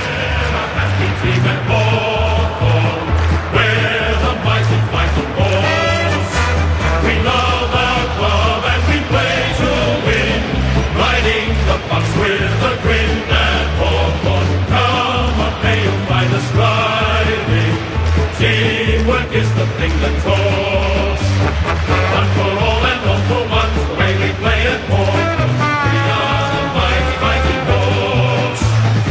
In front of 68,515 fans, Hawthorn 17-8, 110 to Collingwood 6-10-46. They led from go to woe by 6 points at quarter time, by 39 points at half time, after 7 goals to 1 in the second quarter, by 56 points at three-quarter time, and they run out for their 14th win of the season, 17-8, 110 to Collingwood 6-10-46. Team at Hawthorn, we're the mighty fighting Hawks. We love our club and we play to win. Riding the Bucks with a grin at Hawthorn. Come what may, you'll find us driving. Teamwork is the thing that talks. One for all and all for one, the way we play at Hawthorn. We are the mighty fighting Hawks. For the winners, 4 goals to Jack Gunston, 3 goals to Lloyd Meek in a career best, and Marbiel Chol as well. 2 to Nick Watson, individuals to Lewis, Newcomb, Warple, Moore and Deere. While for the Magpies, 2 goals to Brody Myercheck, individuals to Lipinski, to Goey, Schultz and Membry. So what it means is that Collingwood's percentage drops from 130.8 to 124.2, while the Hawks on the counter, they get their 14th win of the season, and they move from 117 to 121. And if you expect the top 9 teams to take care of the bottom 9 teams, so say we're giving the top 9 teams all those results, it basically now means the Bulldogs must beat Fremantle in the last round of the season if they want to try and take Hawthorn's place. And then the Hawks still will have that game in hand against the Brisbane Lions to follow to try and win it back. So it's a huge result in the context of the season. And as Clinchy said, an absolute shake-up as Hawthorn win big here tonight. Up 6.6% in the process, 64 points. The initial thoughts of Brett Delidio and Mark Murphy on ABC Sport. Well, they dismantled them, didn't they, right across the board from go to woe. Collingwood didn't look too bad early. You know, they're only a goal behind. First quarter, they were okay. Yep. Yeah, and they were fighting it out. But I'll tell you what, geez, they went whack in that second, and their ability to get the job done. It was their work rate. They were clean. Their ability to have multiple goal kickers. They put the Collingwood midfield and back line under all sorts of pressure, and they just starved them of opportunity up in their front end. So the likes of Jamie Elliott, Brodie Mychek, I thought battled on manfully, but they really didn't get many looks at it. If we're being honest, all the inside 50s in the end there. 50 to 44 in the end, but I thought that in the air the Hawks dominated the contest. Dominated. Both ahead of the contest and behind it. I thought they just completely owned their opposition, and that's a real credit to them. I know they came in quite tall, especially ahead of the football, and no doubt Jeremy Howe, that hurt them straight away, just with their matchups, and they looked a little bit all at sea, and he's a really important player for him, not only just obviously the importance of what he brings with talent-wise, but leadership down there as well, and setting up. I feel like Darcy Moore played like he was still out there because he was allowing for an extra man to be there to actually support. He was 30 or 40 metres away from his opponent at times. It's like, sure enough, you can just be closer to your opponent. Sorry, mate. The Hawks just running over to make sure they're part of this guard of honour as Steele Sidebottom is chaired off the ground. The man of Steele, 350 games. Two of his long-time teammates, Braden Maynard and Scott Pendlebury, cheer him off. It's not as he would have hoped, I'm sure, as he is greeted by his young daughter. His little son there as well, as he makes his way off the ground. A tremendous milestone, 350 games. Youngest member of their premiership team in 2010, and then wins one all those years later as a veteran and a 300-gamer, and now he's going past the 350-game mark, so just the second Collingwood footballer to get there after Scott Pendlebury, his teammate. Unfortunately for him, though, the scoreboard reads 64 points the other way, with the Hawks big winners here tonight to shake up the September race. Yeah, they have given themselves a real chance, as Mick from Maui pointed out, that I didn't. And I honestly thought that they, missing Will Day, I hadn't seen enough. Last week, I thought they were terrific last week. They battled on manfully, and took it right up to Adelaide. But I was just like, maybe it's a bridge too far. It might be a bit hard for them.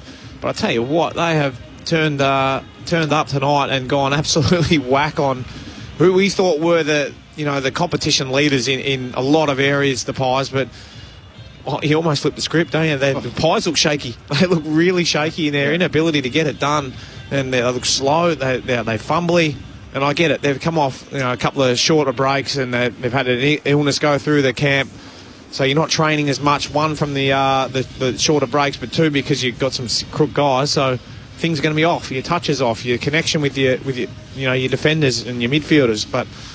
Yeah, there's some worrying signs there, Corb, that's for sure. Yeah, you're right about that, and how the storyline flips. I mean, now you're talking about Hawthorn thinking, look, not just do they look like they're ready for September, they look like they can do some damage if they get there, if they play that kind of footy. Oh, well, no one really scares them, really. I mean, They've come out tonight and done an absolute number on Collingwood at the MCG, and last week I thought they were terrific against Adelaide over there at Adelaide Oval. So, yeah, look, they play a really good team brand of football, and I'll tell you what, John Newcombe, he's got 28 disposals off 3 quarters, essentially, after one of the bigger hits you'll see in football, and just dominated the contest after that point in time. And Ned Long went to him through the second quarter, and they had to drop that and try something different. But he was fantastic all night, wasn't he? Yeah, he was. He's tough as woodpecker lips, as we like to say, John Newcombe. His ability to, bounce up off from that hip, but then go back with the fly of the footy, that real high ball. Yep. Just doesn't shirk it, gets back to work. His ability in and around the contest, he was clean. He lead both sides in terms of contested footy. 7 clearances as well. 13 contested possessions and 11 score involvements alongside Josh Ward. Yeah. Josh Ward had a sneaky good game too. Yeah, he's that little link-up player. A lot of the highlights and the spotlight goes to a lot of other big names in and around there, but he just gets to works up and down the ground. 11 score involvements, that's really impressive. I think they're half forwards for mine, and that's what sets them apart from a lot of other stuff. Their ability to get up and down the ground, and if you can shut down someone like a Moore, which we saw Adelaide do pretty well last week, and not give them that drive or the release kicks. I think that's what sets up their play. I think and Collingwood too have got some pretty handy smaller defenders too, and Maynard and Isaac Wainor. Their pace just really worried them, and as you said throughout the call, just the work rate of those high half forwards for Hawthorn to get up, support the defence and be that first outlet, and then to actually just do 150s back towards goal and be an option and get to the drop of ball and be another element of defence if the ball is to hit the ground was really impressive. So they just had a lot of contributors throughout the night, and to a man they won most matchups, I would have thought, for most of the night. So there wasn't too many players wearing a Collingwood jumper that probably won their matchup for the evening, and that's why the discrepancy in scoreline, 64 points. It's an amazing result in the context of the season. The Hawks sit 5th on the table at the moment. Fremantle still to play this weekend. Of course, Gold Coast and GWS can also get to 56 points this weekend as well. And given the percentage chop up here, I'm just thinking worst case scenario for the Hawks, they could fall as low as 7th by the end of the weekend, but they could be as high as 5th as it currently stands at the moment. So they're the differentials week to week. But as it gets to this time of the year every year, and as much as we're set in the build-up, there's only 28 games left, 27 now. And you can blue sky it as much as you want and think there's only 6 games left, and you can try and pick the winners and everything else and think you know what's going to happen. And then we get a result like this tonight, which throws the whole thing upside down. And for Hawthorn, they've got that game against Brisbane still to come. They've got Melbourne in between, which is their opponents next week. I'm sure if the Hawks... It'd be fun if you missed from here, wouldn't you? It'd be so fun. But if you're any of those teams, one of those teams aren't going to make it. Yeah. So the Western Bulldogs now, and this was always, I know a lot of people that were saying the Hawks were going to miss, that the Bulldogs have to be perfect. Yes. They've got no margin for error. So, yes, they've got a couple of soft touches. I think they play Melbourne and West Coast, but then there's the Fremantle game. Last game of the year. Which is a must-win, so they must be converting that if they are to make it. And their percentage will get them there, the Dogs, if they win those last 3 games. But it means for all these other teams that they've got to be pretty much close to perfect themselves to make sure that they feature in September. Yeah, with what's been almost a bit of a lacklustre month of football, Corbin's fair to say, in terms of just the way in which games are panning out.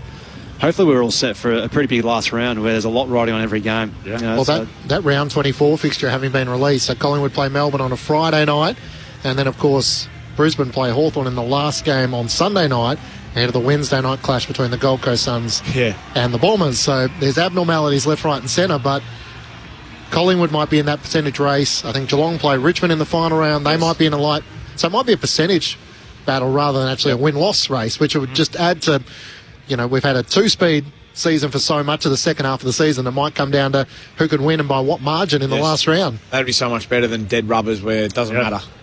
Hawks by 64. Let's go celebrate with the winners. Tim Hodges is down there. Hodgie.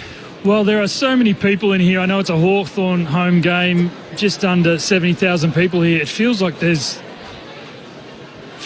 close to that many people in the rooms right now, and you're going to hear them. They're about to walk around the corner towards me.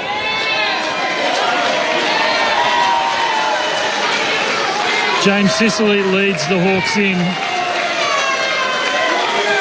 There must be 400 or 500 people in these rooms tonight. I know security has been a big issue. There is security everywhere, it's got to be said as well. Checking passes on VIPs and family members. Even Izzy Smith, the premiership player at Hawthorn, got pulled up for his accreditation. Carl Amon, the last of the Hawks to come in. They'll join arm in arm and belt it out for a 14th time. This meant plenty for the Hawks.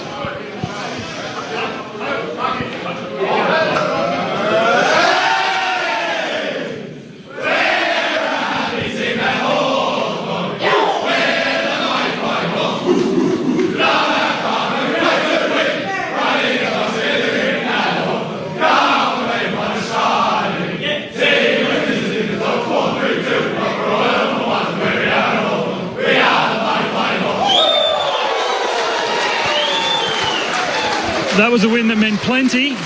Now, I did ask I just wanted Lids to say it again, the famous Entourage character that Ari Gold used to say. Big Lloyd is going to join us very soon here on ABC Sport. Yeah, good. Can't wait to chat to him. What a night he had. You were 1A on the bandwagon. Absolutely. You were calling him a perfect field kick. He's you get a chance to ask him got a what big he's been goal assist. doing at training and working on it. Just lays it out. Don't worry about tap outs. Just lays it up, mate. right in front Give it to the kickers. Nabi or Chol. He's running around. Give it to the kickers, boys. How good was it, though? He's like standing there on the wing. He's looking around thinking, who can I dish his hand pass off to? There's no one there. He thinks, all right, I'll kick it. Just lays it up. Big Mabs. walks out and takes the mark. Not that hard, is it? Oh, just an easy game. Plenty of Hawthorn forwards looking for a lick of the ice cream out there. It looks like plenty of Hawthorn fans are looking to get a part of the team song and round in the winning rooms. Hawthorn by 64 points in a result which turns the season upside down. So Collingwood, we're talking about how they've now loosened their grip on top spot. They were second coming into the weekend, and they could be fourth by the end of it with other results. So and then a trip to Adelaide to play the Crows. Which is just about the toughest ask in footy at the moment. They've got a more imposing home record than anyone. So good luck to the Magpies, who are seemingly in free fall. They need to get a couple of troops back. We'll do a bit more on Collingwood coming up as well. We'll go inside their rooms. Ben Cameron down there for some reaction. Michael off the SMS. Do you think my boys at Collingwood are just cooked already? They wouldn't want to put in a performance like this against Adelaide next week. I think we have some serious problems here.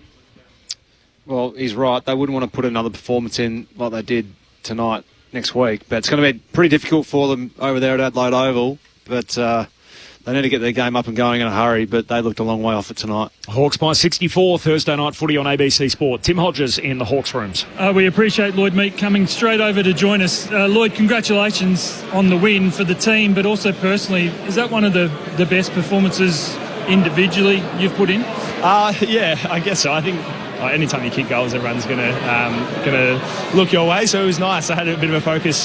Spoke before the game. Darcy Cameron's such a good interceptor of the ball, and he reads the play really well and sits behind the ball. So it was for me just trying to equalise him and get forward. And lucky enough to get on the end of a couple. I think we're looking dangerous in the forward line with all our tall options, and that definitely took a bit of attention away from me. So I was able to get on the end of a couple, which was nice. And what was it like out there? The second quarter in particular, it was scintillating footy from your footy club. Yeah, it was really pleasing. I'm so proud of the group. Like, we've had a few wins this year where we sort of come in with a good lead at half-time, and then we just let them in back in the door and we win by that sort of 20, 25 points, and you're still happy because you're winning. But to be able to, against a good side in Collingwood, come out at half-time and still be up and about and playing our brand of footy is really pleasing. You are one of Brett Delidio's favourites, so I'll send you straight up to him, Brett Delidio and Mark Murphy. Lloyd has got the cans on. Love your work, Lloyd. Mate, I'm not sure if you're an Entourage fan, mate, but we love what you were doing out there today. Mate, I want to take you back to the first quarter, and you prepare yourself for a big game, and then you see that massive hit between Jeremy Howe and John Newcomb. What was said in the amongst the boys there as Jeremy was getting stretched off? Yeah, it's pretty disheartening to see. See such a superstar of the competition, and his first game back in a while, and you never want to see good players go down like that. Obviously, proud of Nuke and how tough he is. He had a few moments straight after that where he could have easily been cleaned up, and he just kept putting his head over it. So really proud of him, and feel sorry for Howie, and hopefully he's all right and everything's going right. But I think as a group we just spoke about good start, and our pressure on the ball was good and trying to stay positive, and a couple of quick conversations about the game, but there hadn't been much play, so it was kind of just a bit of dead time and good conversations, then go again really. And you spoke about Darcy Cameron's ability to intercept, but mate, you went down into the square and took a couple of huge clunks. Was that a focus for you, mate, to get forward hard on him to test him out? Yeah, it was. Yeah, we had a bit of a focus on it. Like, obviously, any ruck, there's a lot of them that are good runners, and he's one of the ones that's really up there. Gorney as well. They read the play so well, and their reaction time's good. So for me, trying to get down, and there was a couple of times where I didn't get there, but the forwards stood up really well and made a great contest for us. So we're getting some really damaging looks down there, and it's really pleasing to see. Lloyd, Mark Murphy here. Congrats, mate, on your own personal performance. I thought you were terrific tonight. I reckon you might slip into some of the votes. I reckon he will. Delidio, but just the performance off last week, I thought you were terrific as a club last week over there in Adelaide, and just came up short. What was the message from Sam Mitchell leading into tonight's game, and maybe getting some confidence out of your performance from last week? Yeah, we were gutted, and it's so hard in footy. Like, you don't have long before you got to move on. 6-day break, the flight back, and we were pretty quickly had to turn around and focus on this one. So I think, like you said, a lot of positives to take out of it. But we were gutted. And we know that at this end of the year, it's so tight and every game counts. And we know where we want to get to as a football club. And we've got some big games ahead of us. And tonight was another one that was stoked to tick off. And just some of the small forwards that go to work, you must enjoy when you get down to that forward 50 and you've got little ferrets like Nick Watson running around, and some of your hits to advantage were impressive. But also just Jack Gunston's ability to keep on fighting the scoreboard for what he's done in football, and to keep on on leading from the front the way in which he is at the moment. Yeah, without it, I don't know if Wiz is going to love being called a ferret, mate. But they certainly bring the energy and the pressure, and we pride ourselves on our pressure, and it's such a big part of our game, one of our foundations that we have built this game plan on, and those guys, they live it each and every week, and it really picks others up when you see big tackle or Wiz run and carry with the ball. Like, they're so dynamic. And as for Gunners, he's so selfless, and I think it's ironic that the more of a team player you become, the more reward you get individually, and he's a perfect example of that. He's always instructing the others, and he's got a role each and every week, and he's just so diligent with that and helping those around him, and then sure enough he gets all the reward. He's having a stellar season, and love playing with him. And just the feeling post-game now, you've taken Collingwood to the cleaners by 64 points.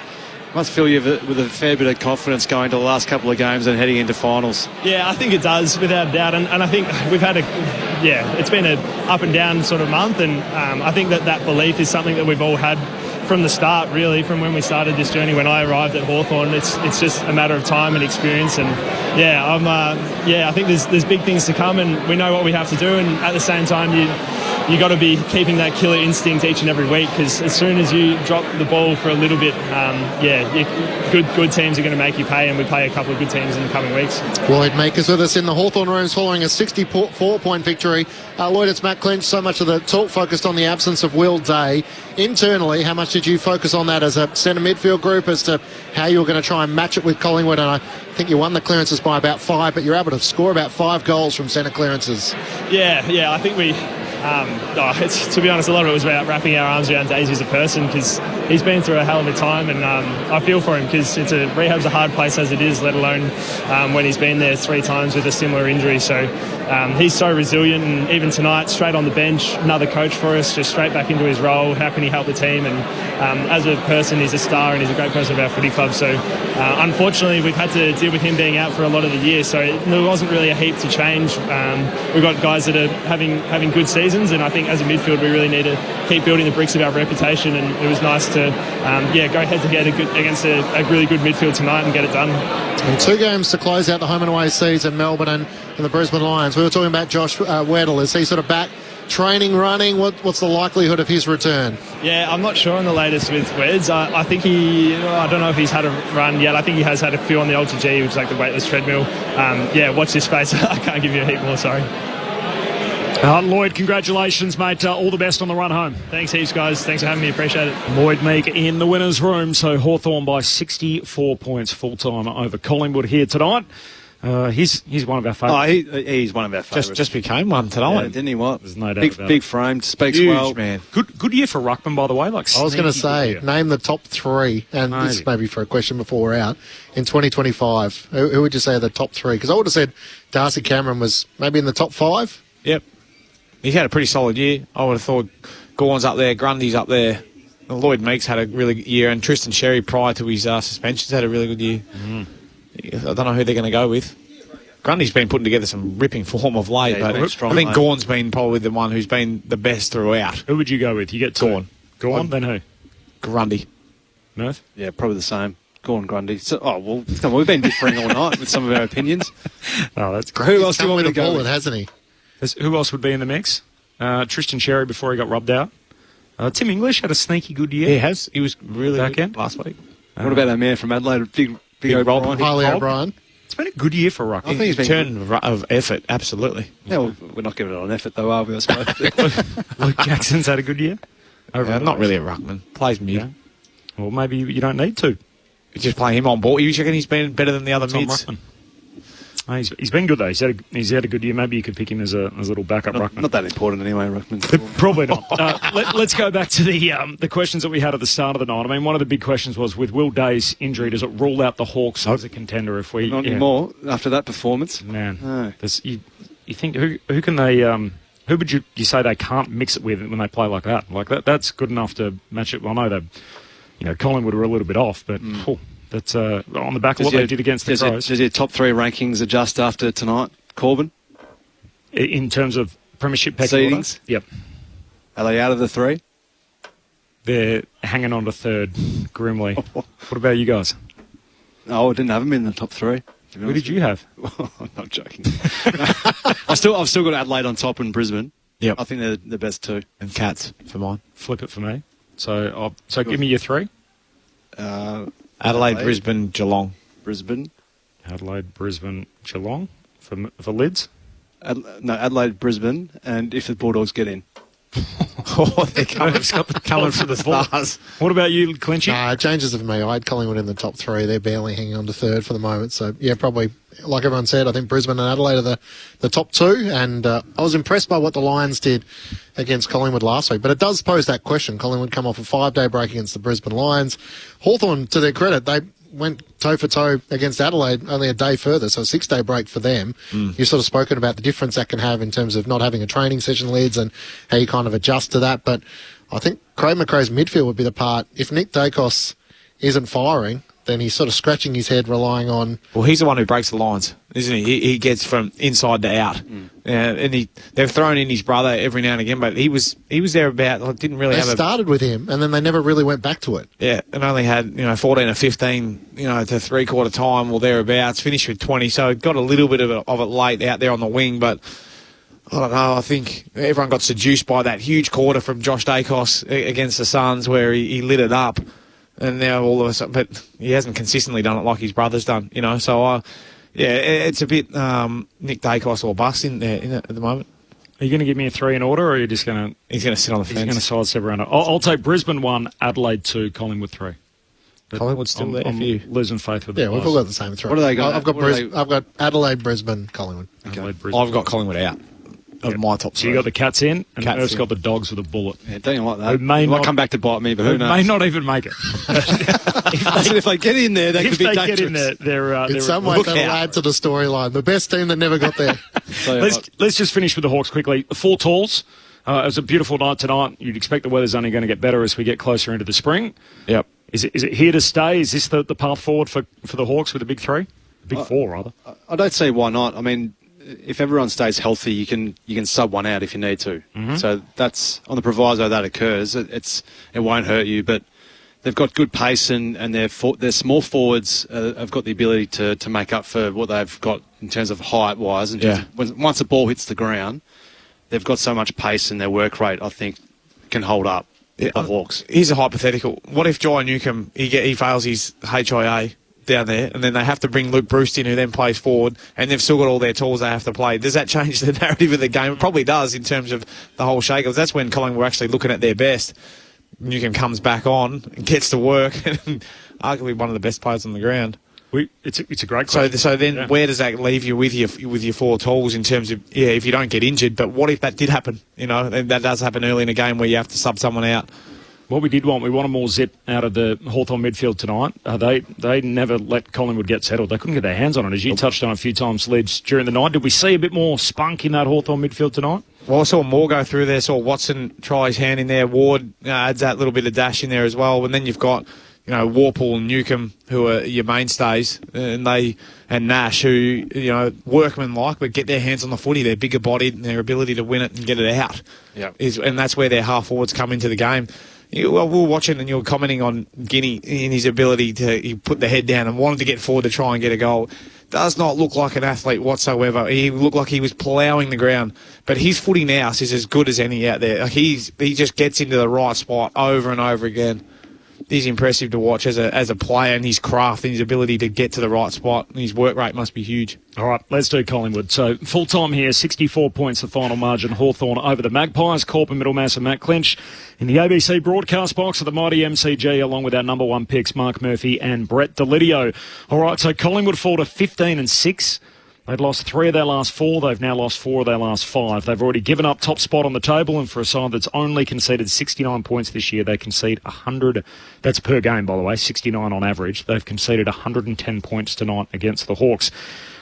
Level of concern, 2 games out from the start of the final series, of which 15 wins is enough to qualify, you'd think, for Collingwood. Yep. 10s, I'm really concerned. 1, not at all.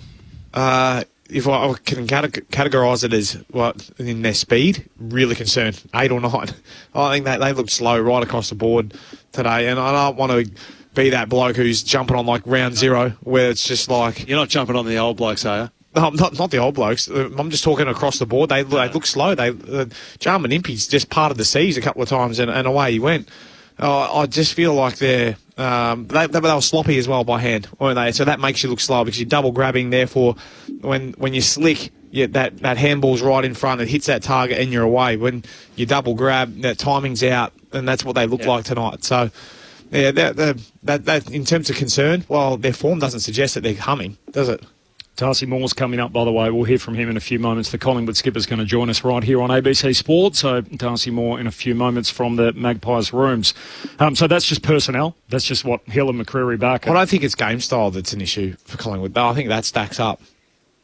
Their pressure is concerning. But that's leg speed, I think, in terms of their pressure. I think that's probably more of a mindset thing. And you think they're just comfortable where they're at? Well, you've got to be on edge to play that way, and it's hard to do that all the time. And I think when they're at their best, they're slick, no doubt, with their hands, but they're also they're one hit after another, tackling and pressuring and getting turnovers as a result. We didn't see much of that tonight. You got to give full credit to Hawthorn standing up in those tackles and actually then delivering off to a teammate. I thought they did that really well, and that's one part of their game where I think they're like the Bulldogs a little bit in the way in which they use the ball from contest. Collingwood they weren't on edge tonight, and they looked second to the footy. They looked a bit reactive. So, and then that's when you get exposed for your leg speed when you're not on the front foot. Yep. And then a few guys looked like they were just a bit out of sorts. Their backline looked flaky. Frampton was behind all day. Darcy Moore, we've spoken about his inability to be close to his opponent at the right times. He had an okay game, but it wasn't.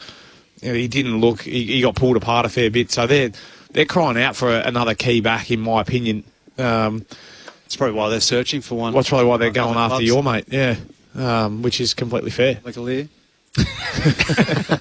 Hodgie referred to it at three-quarter time that your Collingwood DNA was on the board, basically. So referring to what you were saying about this high pressure and everything else. You look at that last 5 weeks, and without trying to sort of go too overboard with it, they lost 2 close games, which is usually their calling card. So the Gold Coast game, they should have been out of it at half-time, and in the end, they should have won it. They hit the front and then conceded the lead again against the Suns.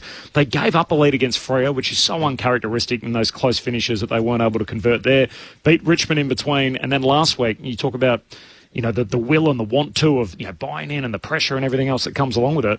They get the last year's premiers in Brisbane, big Saturday night, primetime slot at the MCG, outplayed basically across the course of the night. Short week, coming off the 5-day break, and they get another opportunity to try and take out one of the contenders, which is what this time of the year is all about. You win, the other team suffers, so on and so forth, trying to eliminate teams along the way. And they were absent tonight. It's not a very Collingwood form line for a team that was really running the table 5 weeks ago. And I reckon their depth's been tested a bit at the moment. So I agree. It's you don't want to go towards the top end. The guys have been there for a long period of time, but you would have expected a few other guys to come along and pitch in a bit. So so you can rest them like they were doing when they were humming. The inability just to say, no, we're not going to be penalties. You can come on. If he comes on at half-time of that Gold Coast game, has 17 touches, and one of the reasons why they get back in was like, oh, maybe we can't be resting this guy too much. Side bottom misses a game or two. Their ability to you're right, Murph. I think their depth's been really tested. The game that stands out to me is that Richmond game. Like, that should have been one that I don't give credit to Richmond. They brought the heat and whatever else, but I would have expected that Collingwood, their system, their class across the board should have got that job done by about 10 goals. Well, one of the questions we asked leading in was, is there too much of a reliance on Nick Dacos? He didn't look like himself tonight, and the team was really never in the game. No, well, Scott Pennery was their best tonight. And Nick Dacos, you're bound to have a bad one every now and again, and all reports he hasn't trained much and he might be crook, and he's still at the 24, but just wasn't the 24 that you're used to seeing from Nick, and he just looked like other players out there where usually there was one play here where he just threw her on his left boot. Nick Dacos with his confidence up and playing at a high level just pivots and backs himself to zigzag and get through and kick it on his right boot and lace someone out. So just a few little signs that there was a bit of lack of confidence within the playing group tonight, and sometimes you can put that down to whether it's an illness or whatever it was, but I think sometimes you've got to put it down to the fact of Hawthorn's pressure and want around the contest. Full-time, Hawthorn by 64 points, Thursday night footy on ABC Sport. Down to the Collingwood rooms, Tim Hodges. Hodgie. Corbin, been good enough to be joined by Darcy Moore, the Collingwood captain. We really appreciate your time, Darcy. There's a lot of Collingwood supporters out there. You might be looking at one who would be very nervous. Can you take us inside the last 15 minutes of the conversations that's been happening in these rooms? Yeah, look, we're super disappointed, to be honest. We're all competitors and we've got a really experienced group, and we're just really disappointed in that performance. One of our club icons, still a massive milestone, and we just didn't put in the performance we wanted for him. So we're super disappointed. We're feeling it, and we got work to do. So we are a pretty determined group to get to work and improve our game. Big picture, are you worried? No, we're not worried. We have great faith in ourselves and our system. We know what we're capable of as a group. And just how even our team is when we play a system brand of football. It just feels like at the moment we're not doing that very well. Our system's breaking down both in front and behind the ball at times, and that puts a little bit more pressure on us at either end, and then we don't think our way through those big moments as well. So we're certainly not worried, but we know we've got work to do, and like I said, we're disappointed in that performance. The second term in particular, when it was going so bad, personally and then collectively, did you feel a bit helpless? Not helpless. We're certainly frustrated because we know what we're capable of, and we know we can play a lot better. So there's certainly a level of frustration, but like I said, we don't have time to sit around and wallow and disconnect. We've got to get to work as a team and stay connected. It's one of the beautiful things about this team is we win together and we lose together, and so we've got to stick together through all that. Can we grab you for a couple? I might just send you upstairs. Mark Murphy and Brett Delidio, maybe a one each, guys. Yeah, Darcy, it's Brett Delidio here, mate. I just felt like you spoke about we need to get to work. There's a bit of a disconnect there between your mids and your backs. So in terms of the pressure, did you feel like that was one of the main things that was off tonight?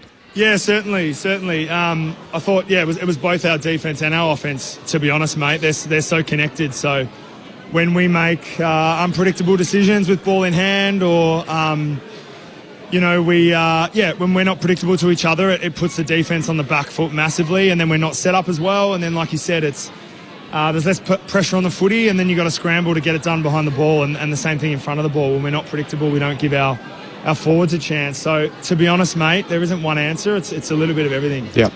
Darcy Murphy, just the feelings within players for all the listeners out there when someone like Jeremy Howe goes, one of your teammates who is involved in a big collision like that, the feeling that goes through the playing group, and then your responsibility as captain to try and to gather the troops and talk about the process and just the game at hand, and try and remove that from your mind as best as possible as you can. Yeah, man, it's a really tough one. It's a really tough situation. I know personally, I can speak personally, my reaction, I just have this sort of sick feeling in my stomach straight away when you see something like that, and you see a teammate like Howie. He's so much loved. Obviously, I work so closely with him and I know him so well. We've worked together for 9 years, and you see him in a state like that, it just makes me feel sick to my stomach, and it's pretty hard to shake off, to be honest. But you've got to do it. That's what the game demands. It happened, in the first 2 minutes of the game, and then you just got to try and put it out of your mind, like you said, and get on with it. So it definitely has an impact on the team when you're a connected team and you look out for each other, but you've just got to try and focus on the job at hand. Darcy, really appreciate your time. Good luck the rest of the way. Thanks, guys. Appreciate it. Darcy Moore, the captain of Collingwood, joining us post-game. A 64-point defeat for the Magpies tonight. So the once mighty Magpies, who were sitting pretty 2.5 games clear on top, now find themselves in free fall. They've lost 4 of their last 5 games, and they could be as low as 4th by the end of the weekend, while Hawthorn sitting pretty in 5th spot, and all of a sudden it's a little bit back on their terms. They beat Melbourne next week, and that they will still get the last chance to try and qualify against the Brisbane Lions on that Sunday night. And by then, their spot might already be secure. They might not even have to beat Brisbane in the last game of the home and away season, or at least the last game of that Sunday. So the irony is Hawthorn most likely would have to beat Collingwood and Brisbane to feature in September. Now the Pies might have to beat Adelaide if they're to finish in the top 4, otherwise they'll find themselves in the bottom half. The thing that struck me about Darcy Moore's comments is that Collingwood at their best were the sum of all their parts, the connection between their back line, their midfield and their forward line. So while Nick Dacos was their poster boy, it was the fact that they were so consistent across all three lines. And yet he kind of summed it up perfectly, that there's issues in every section of the ground, and it's hard to know exactly where to start, but that's the result of what we saw tonight, a 64-point loss. And you wonder at what stage it starts to affect individual confidence and the collective in terms of the greater good.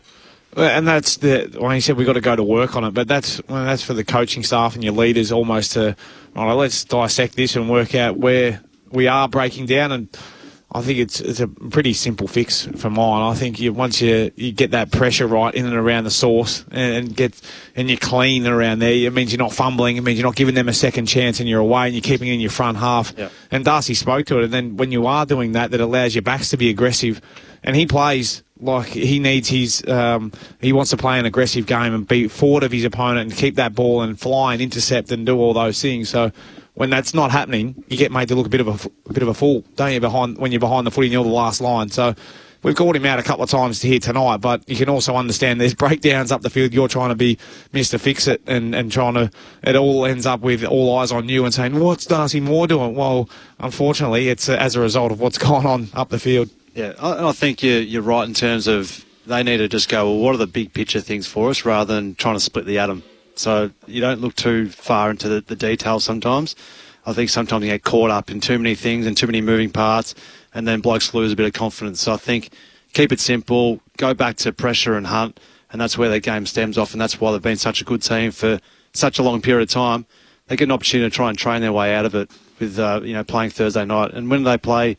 Yeah, not next till week. Saturday night. So Saturday night, they get a few opportunities throughout the week that they'll get a good hit at trying to really crack in at contest work, and then their work from spread from contest to contest. And clearance and ground ball gets touch, and the pressure game is basically what Mark Murphy and Brett Delidio mentioned late in that final quarter. So there's a couple of key areas for the Magpies to try and clean up. Even if you no longer have them number one in your premiership pecking order, you'd be pretty bold to say they can't win it. Oh, like that, they can certainly still win it, but it's they want to rectify a few of those areas quick, smart. No doubt. I think the footy they played at the start of the year, and given the tear that they were on, I'm not sure there'd be too many people sort of jumping off, given the fact that up until the Brisbane game, they'd lost 4 games for the year. 3 of them were by under a kick. Lost to Geelong by 3 points, Suns by 6 points, Freo by 1. And then the 2 outliers have really been opening round and tonight, which is their biggest defeat. So 64 points in every other game they've been in and around the mark. But it does show you how challenging it is when you get that far out in front. So you're 2.5 games in front of the rest of the competition. I don't think anyone genuinely believed they were that much better than second, third or fourth, and then they try and manage their players, their workload. They get a few injuries. All of a sudden a bit of form drops away, and then they find themselves in this position where they're trying to get going, having felt like probably their best footy was 6 or 7 weeks ago. Yeah, and the amazing similarities of 2023, where from round 20 to round 20 they lost, round 21 they lost, they won round 22, lost round 23. So basically they lost 3 out of 4 games to end their season. They'd lost 3 out of 4 leading into tonight, and that obviously extends to 4 out of 5. They held on a top spot, though, in 2023. So they won in round 24 to make sure they still finished on top. Whereas the possibility tonight that the ramifications of those losses that'll come in the last 3 weeks will potentially give up their double chance. And as we've seen in recent years, since the advent of the pre-finals bye, that finishing top of the table has never been less important as such in the way that it all shakes itself out. Off the SMS, can we mention the 5-day break after the 6 days before that? No wonder the Pies look slow off the SMS. Marty from Albury off the SMS, it feels like all the other top 8 teams have stepped up while the Pies up until now have been top spot, cruising along, not stepping up when it counts at the business end of the season. So more from you off the SMS, 0437 774 774. Mikey from Bendigo, Collingwood get flogged in the Storm one. What a great night. So well done to the Melbourne Storm on their victory tonight. Of course, all the NRL available through the ABC Listen app. Just look out for that green ABC Sport button. In the end, it was completely lopsided too. So Storm 22, Broncos 2, the result in the NRL tonight. The votes in the ABC Footballer of the Year. Yes. That's Brett Delidio. It's over to me tonight. Responsibilities. Yes, 1 vote. I've gone with Jarman Impey. I thought he was terrific off half-back today. Real dash and speed, took the game up to Collingwood, changed the direction. That little left-foot dabber, I love that one, back into Dylan Moore, which was fantastic. Nice. 2 votes I've gone to our boy Lloyd. Love that. He was fantastic tonight. Only the 10 touches, but 3 goals and 1 the hit-outs as well. One of the highest-ranked players on the ground. And to a guy who went down for a HIA in the first 2 minutes of the game and then came back and ran back with a fly to the ball and got a heap of clearances, a heap of score involvements, 28 touches, was clean all night. Jai Newcomb. Wow. 3 for Newcomb, 2 for Meek, 1 for Impey. Happy with that? In the ABC Football of the Year. Well, it's a hell of a night, isn't it, from Jai Newcomb? When you take it all in, I think it's an unbelievable night to play that sort of football after going through that. But the true tale will be when the coaches' votes come out. As it always is. As it always is. I think Lloyd might. And are you nervous? Yeah, I feel like you're already nervous. Yeah, it doesn't matter. I've gone with it now. Got in his head, Murph. Well done. Any disagreements, Murph? No, I sort of like half agree. Well, we almost did it together, really. But, until the votes come out, it's on the hook until they come out, and then you'll say, "Oh, I would have gone with the coaches as well." I agree. 3 for Newcomb, 2 for Meek, 1 for Impey. The votes in the ABC Footballer of the Year. 68,515 the attendance and 64 the final margin as the Hawks shore up their September spot. They've got Melbourne to come next week, and then the final game of the year against the Brisbane Lions, and they'll be hoping that other results go their way in the interim, which means that game is not a must-win to end the home and away season on the Sunday night. Meanwhile, for Collingwood, as we know, they play Adelaide at Adelaide Oval next Saturday, and then they've got a 6-day break coming back to finish. They play Melbourne too. So, with your man Troy Chaplin leading the way, Chappy, caretaker coach, one of your former teammates. Yeah, from way back too in the under-13s. We won a premiership together. Would you believe, me and Chappy? What's he going to be like a senior coach? What's something that stands out to you? In terms of, I watched the footy with him, and he's very analytical, can see everything that's going on behind the footy and knows, was a defender, obviously by trade, but now he's in charge of the forwards, but sees what's going on and can pick out the loose and why that's happening and understand it really quickly. So I think you'll see the game really well, but also has a pretty good understanding after being under Goody for 7 or 8, since 2016 actually, so 9 years. He's our special guest on AFL Saturday. Is he? He'll join us from 12. Ask him about the Wallabies way back when. The Wallabies way back when?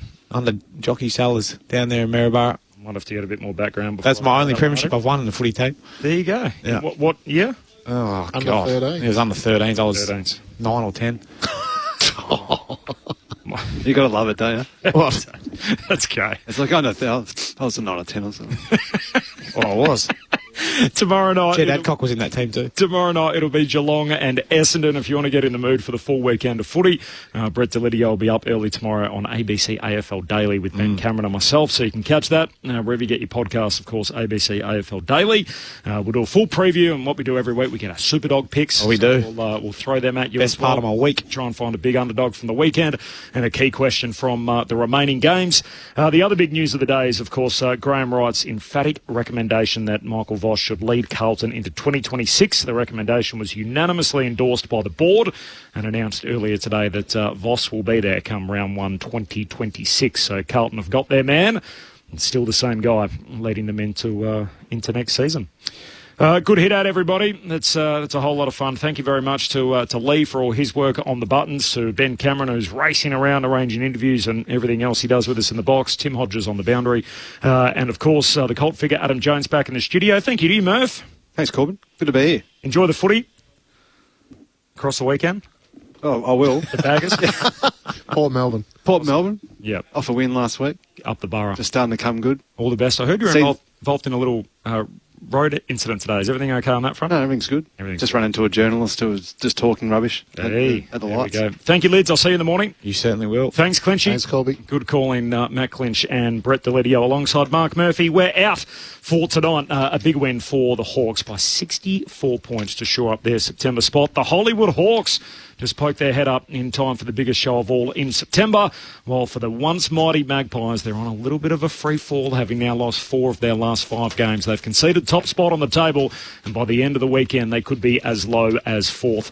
Hope you can join us for all the footy tomorrow from 6:45 p.m. Here's how we called it. Nash kicks it high up and under. Chol with the climb from the back, not to be. At the drop, Watson wins the footy. Hand pass to Newcomb. Another one coming up. Newcomb hooks it through. And it's got the magic touch of Watson all over it again. Hawthorn by 44 points. The Hollywood Hawks back in the prime time. It is showtime. Gunston goals. And make it 7 unanswered for the Hawks. This third turn by the Hawks, you would have thought that Collingwood would have come out breathing fire and really fired a few shots, but they've tried. I reckon they've tried. Yeah, they have, but they've just been answered by just shots back at them. It's Perryman, chips it further afield to Houston, dumps it into the centre square, picked off by Impey, back the other way. Gunston marks uncontested at full forward. The ageless Jack Gunston makes it 3 for the night. Hawthorn relentless. Newcomb, who takes the mark, hand pass on to Amon, keeps on running, sells the dummy around Perryman. They're queuing up in the corridor. It's Big Lloyd. And Meek's got it again. 20 out straight in front. Lloyd Meek moves in, drop punt. He's good. And this man's fan club is growing. James Worpel going to try and become the 9th individual goal kicker for the Hawks tonight.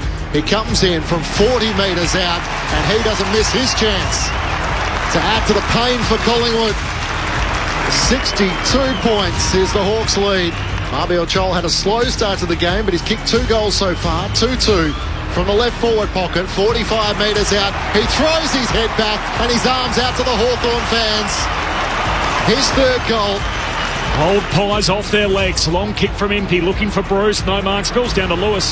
Hand pass into the pocket. The veteran Gunston jams it on the boot. It's all cake and ice cream for the Hawks. Gunston's got 4. He'll chip it back to Carl Amon, who marks it left half back. It's a seismic shift in the race for the top 8. And Hawthorn put a foot forward. A 64-point win against the Magpies, who are in free fall. They've now lost 4 of their last 5. We're a happy team at Hawthorn. We're the mighty fighting Hawks. We love our club and we play to win. Riding the pups with a grin at Hawthorn. Come what may, you'll find us striving. Teamwork is the thing that talks.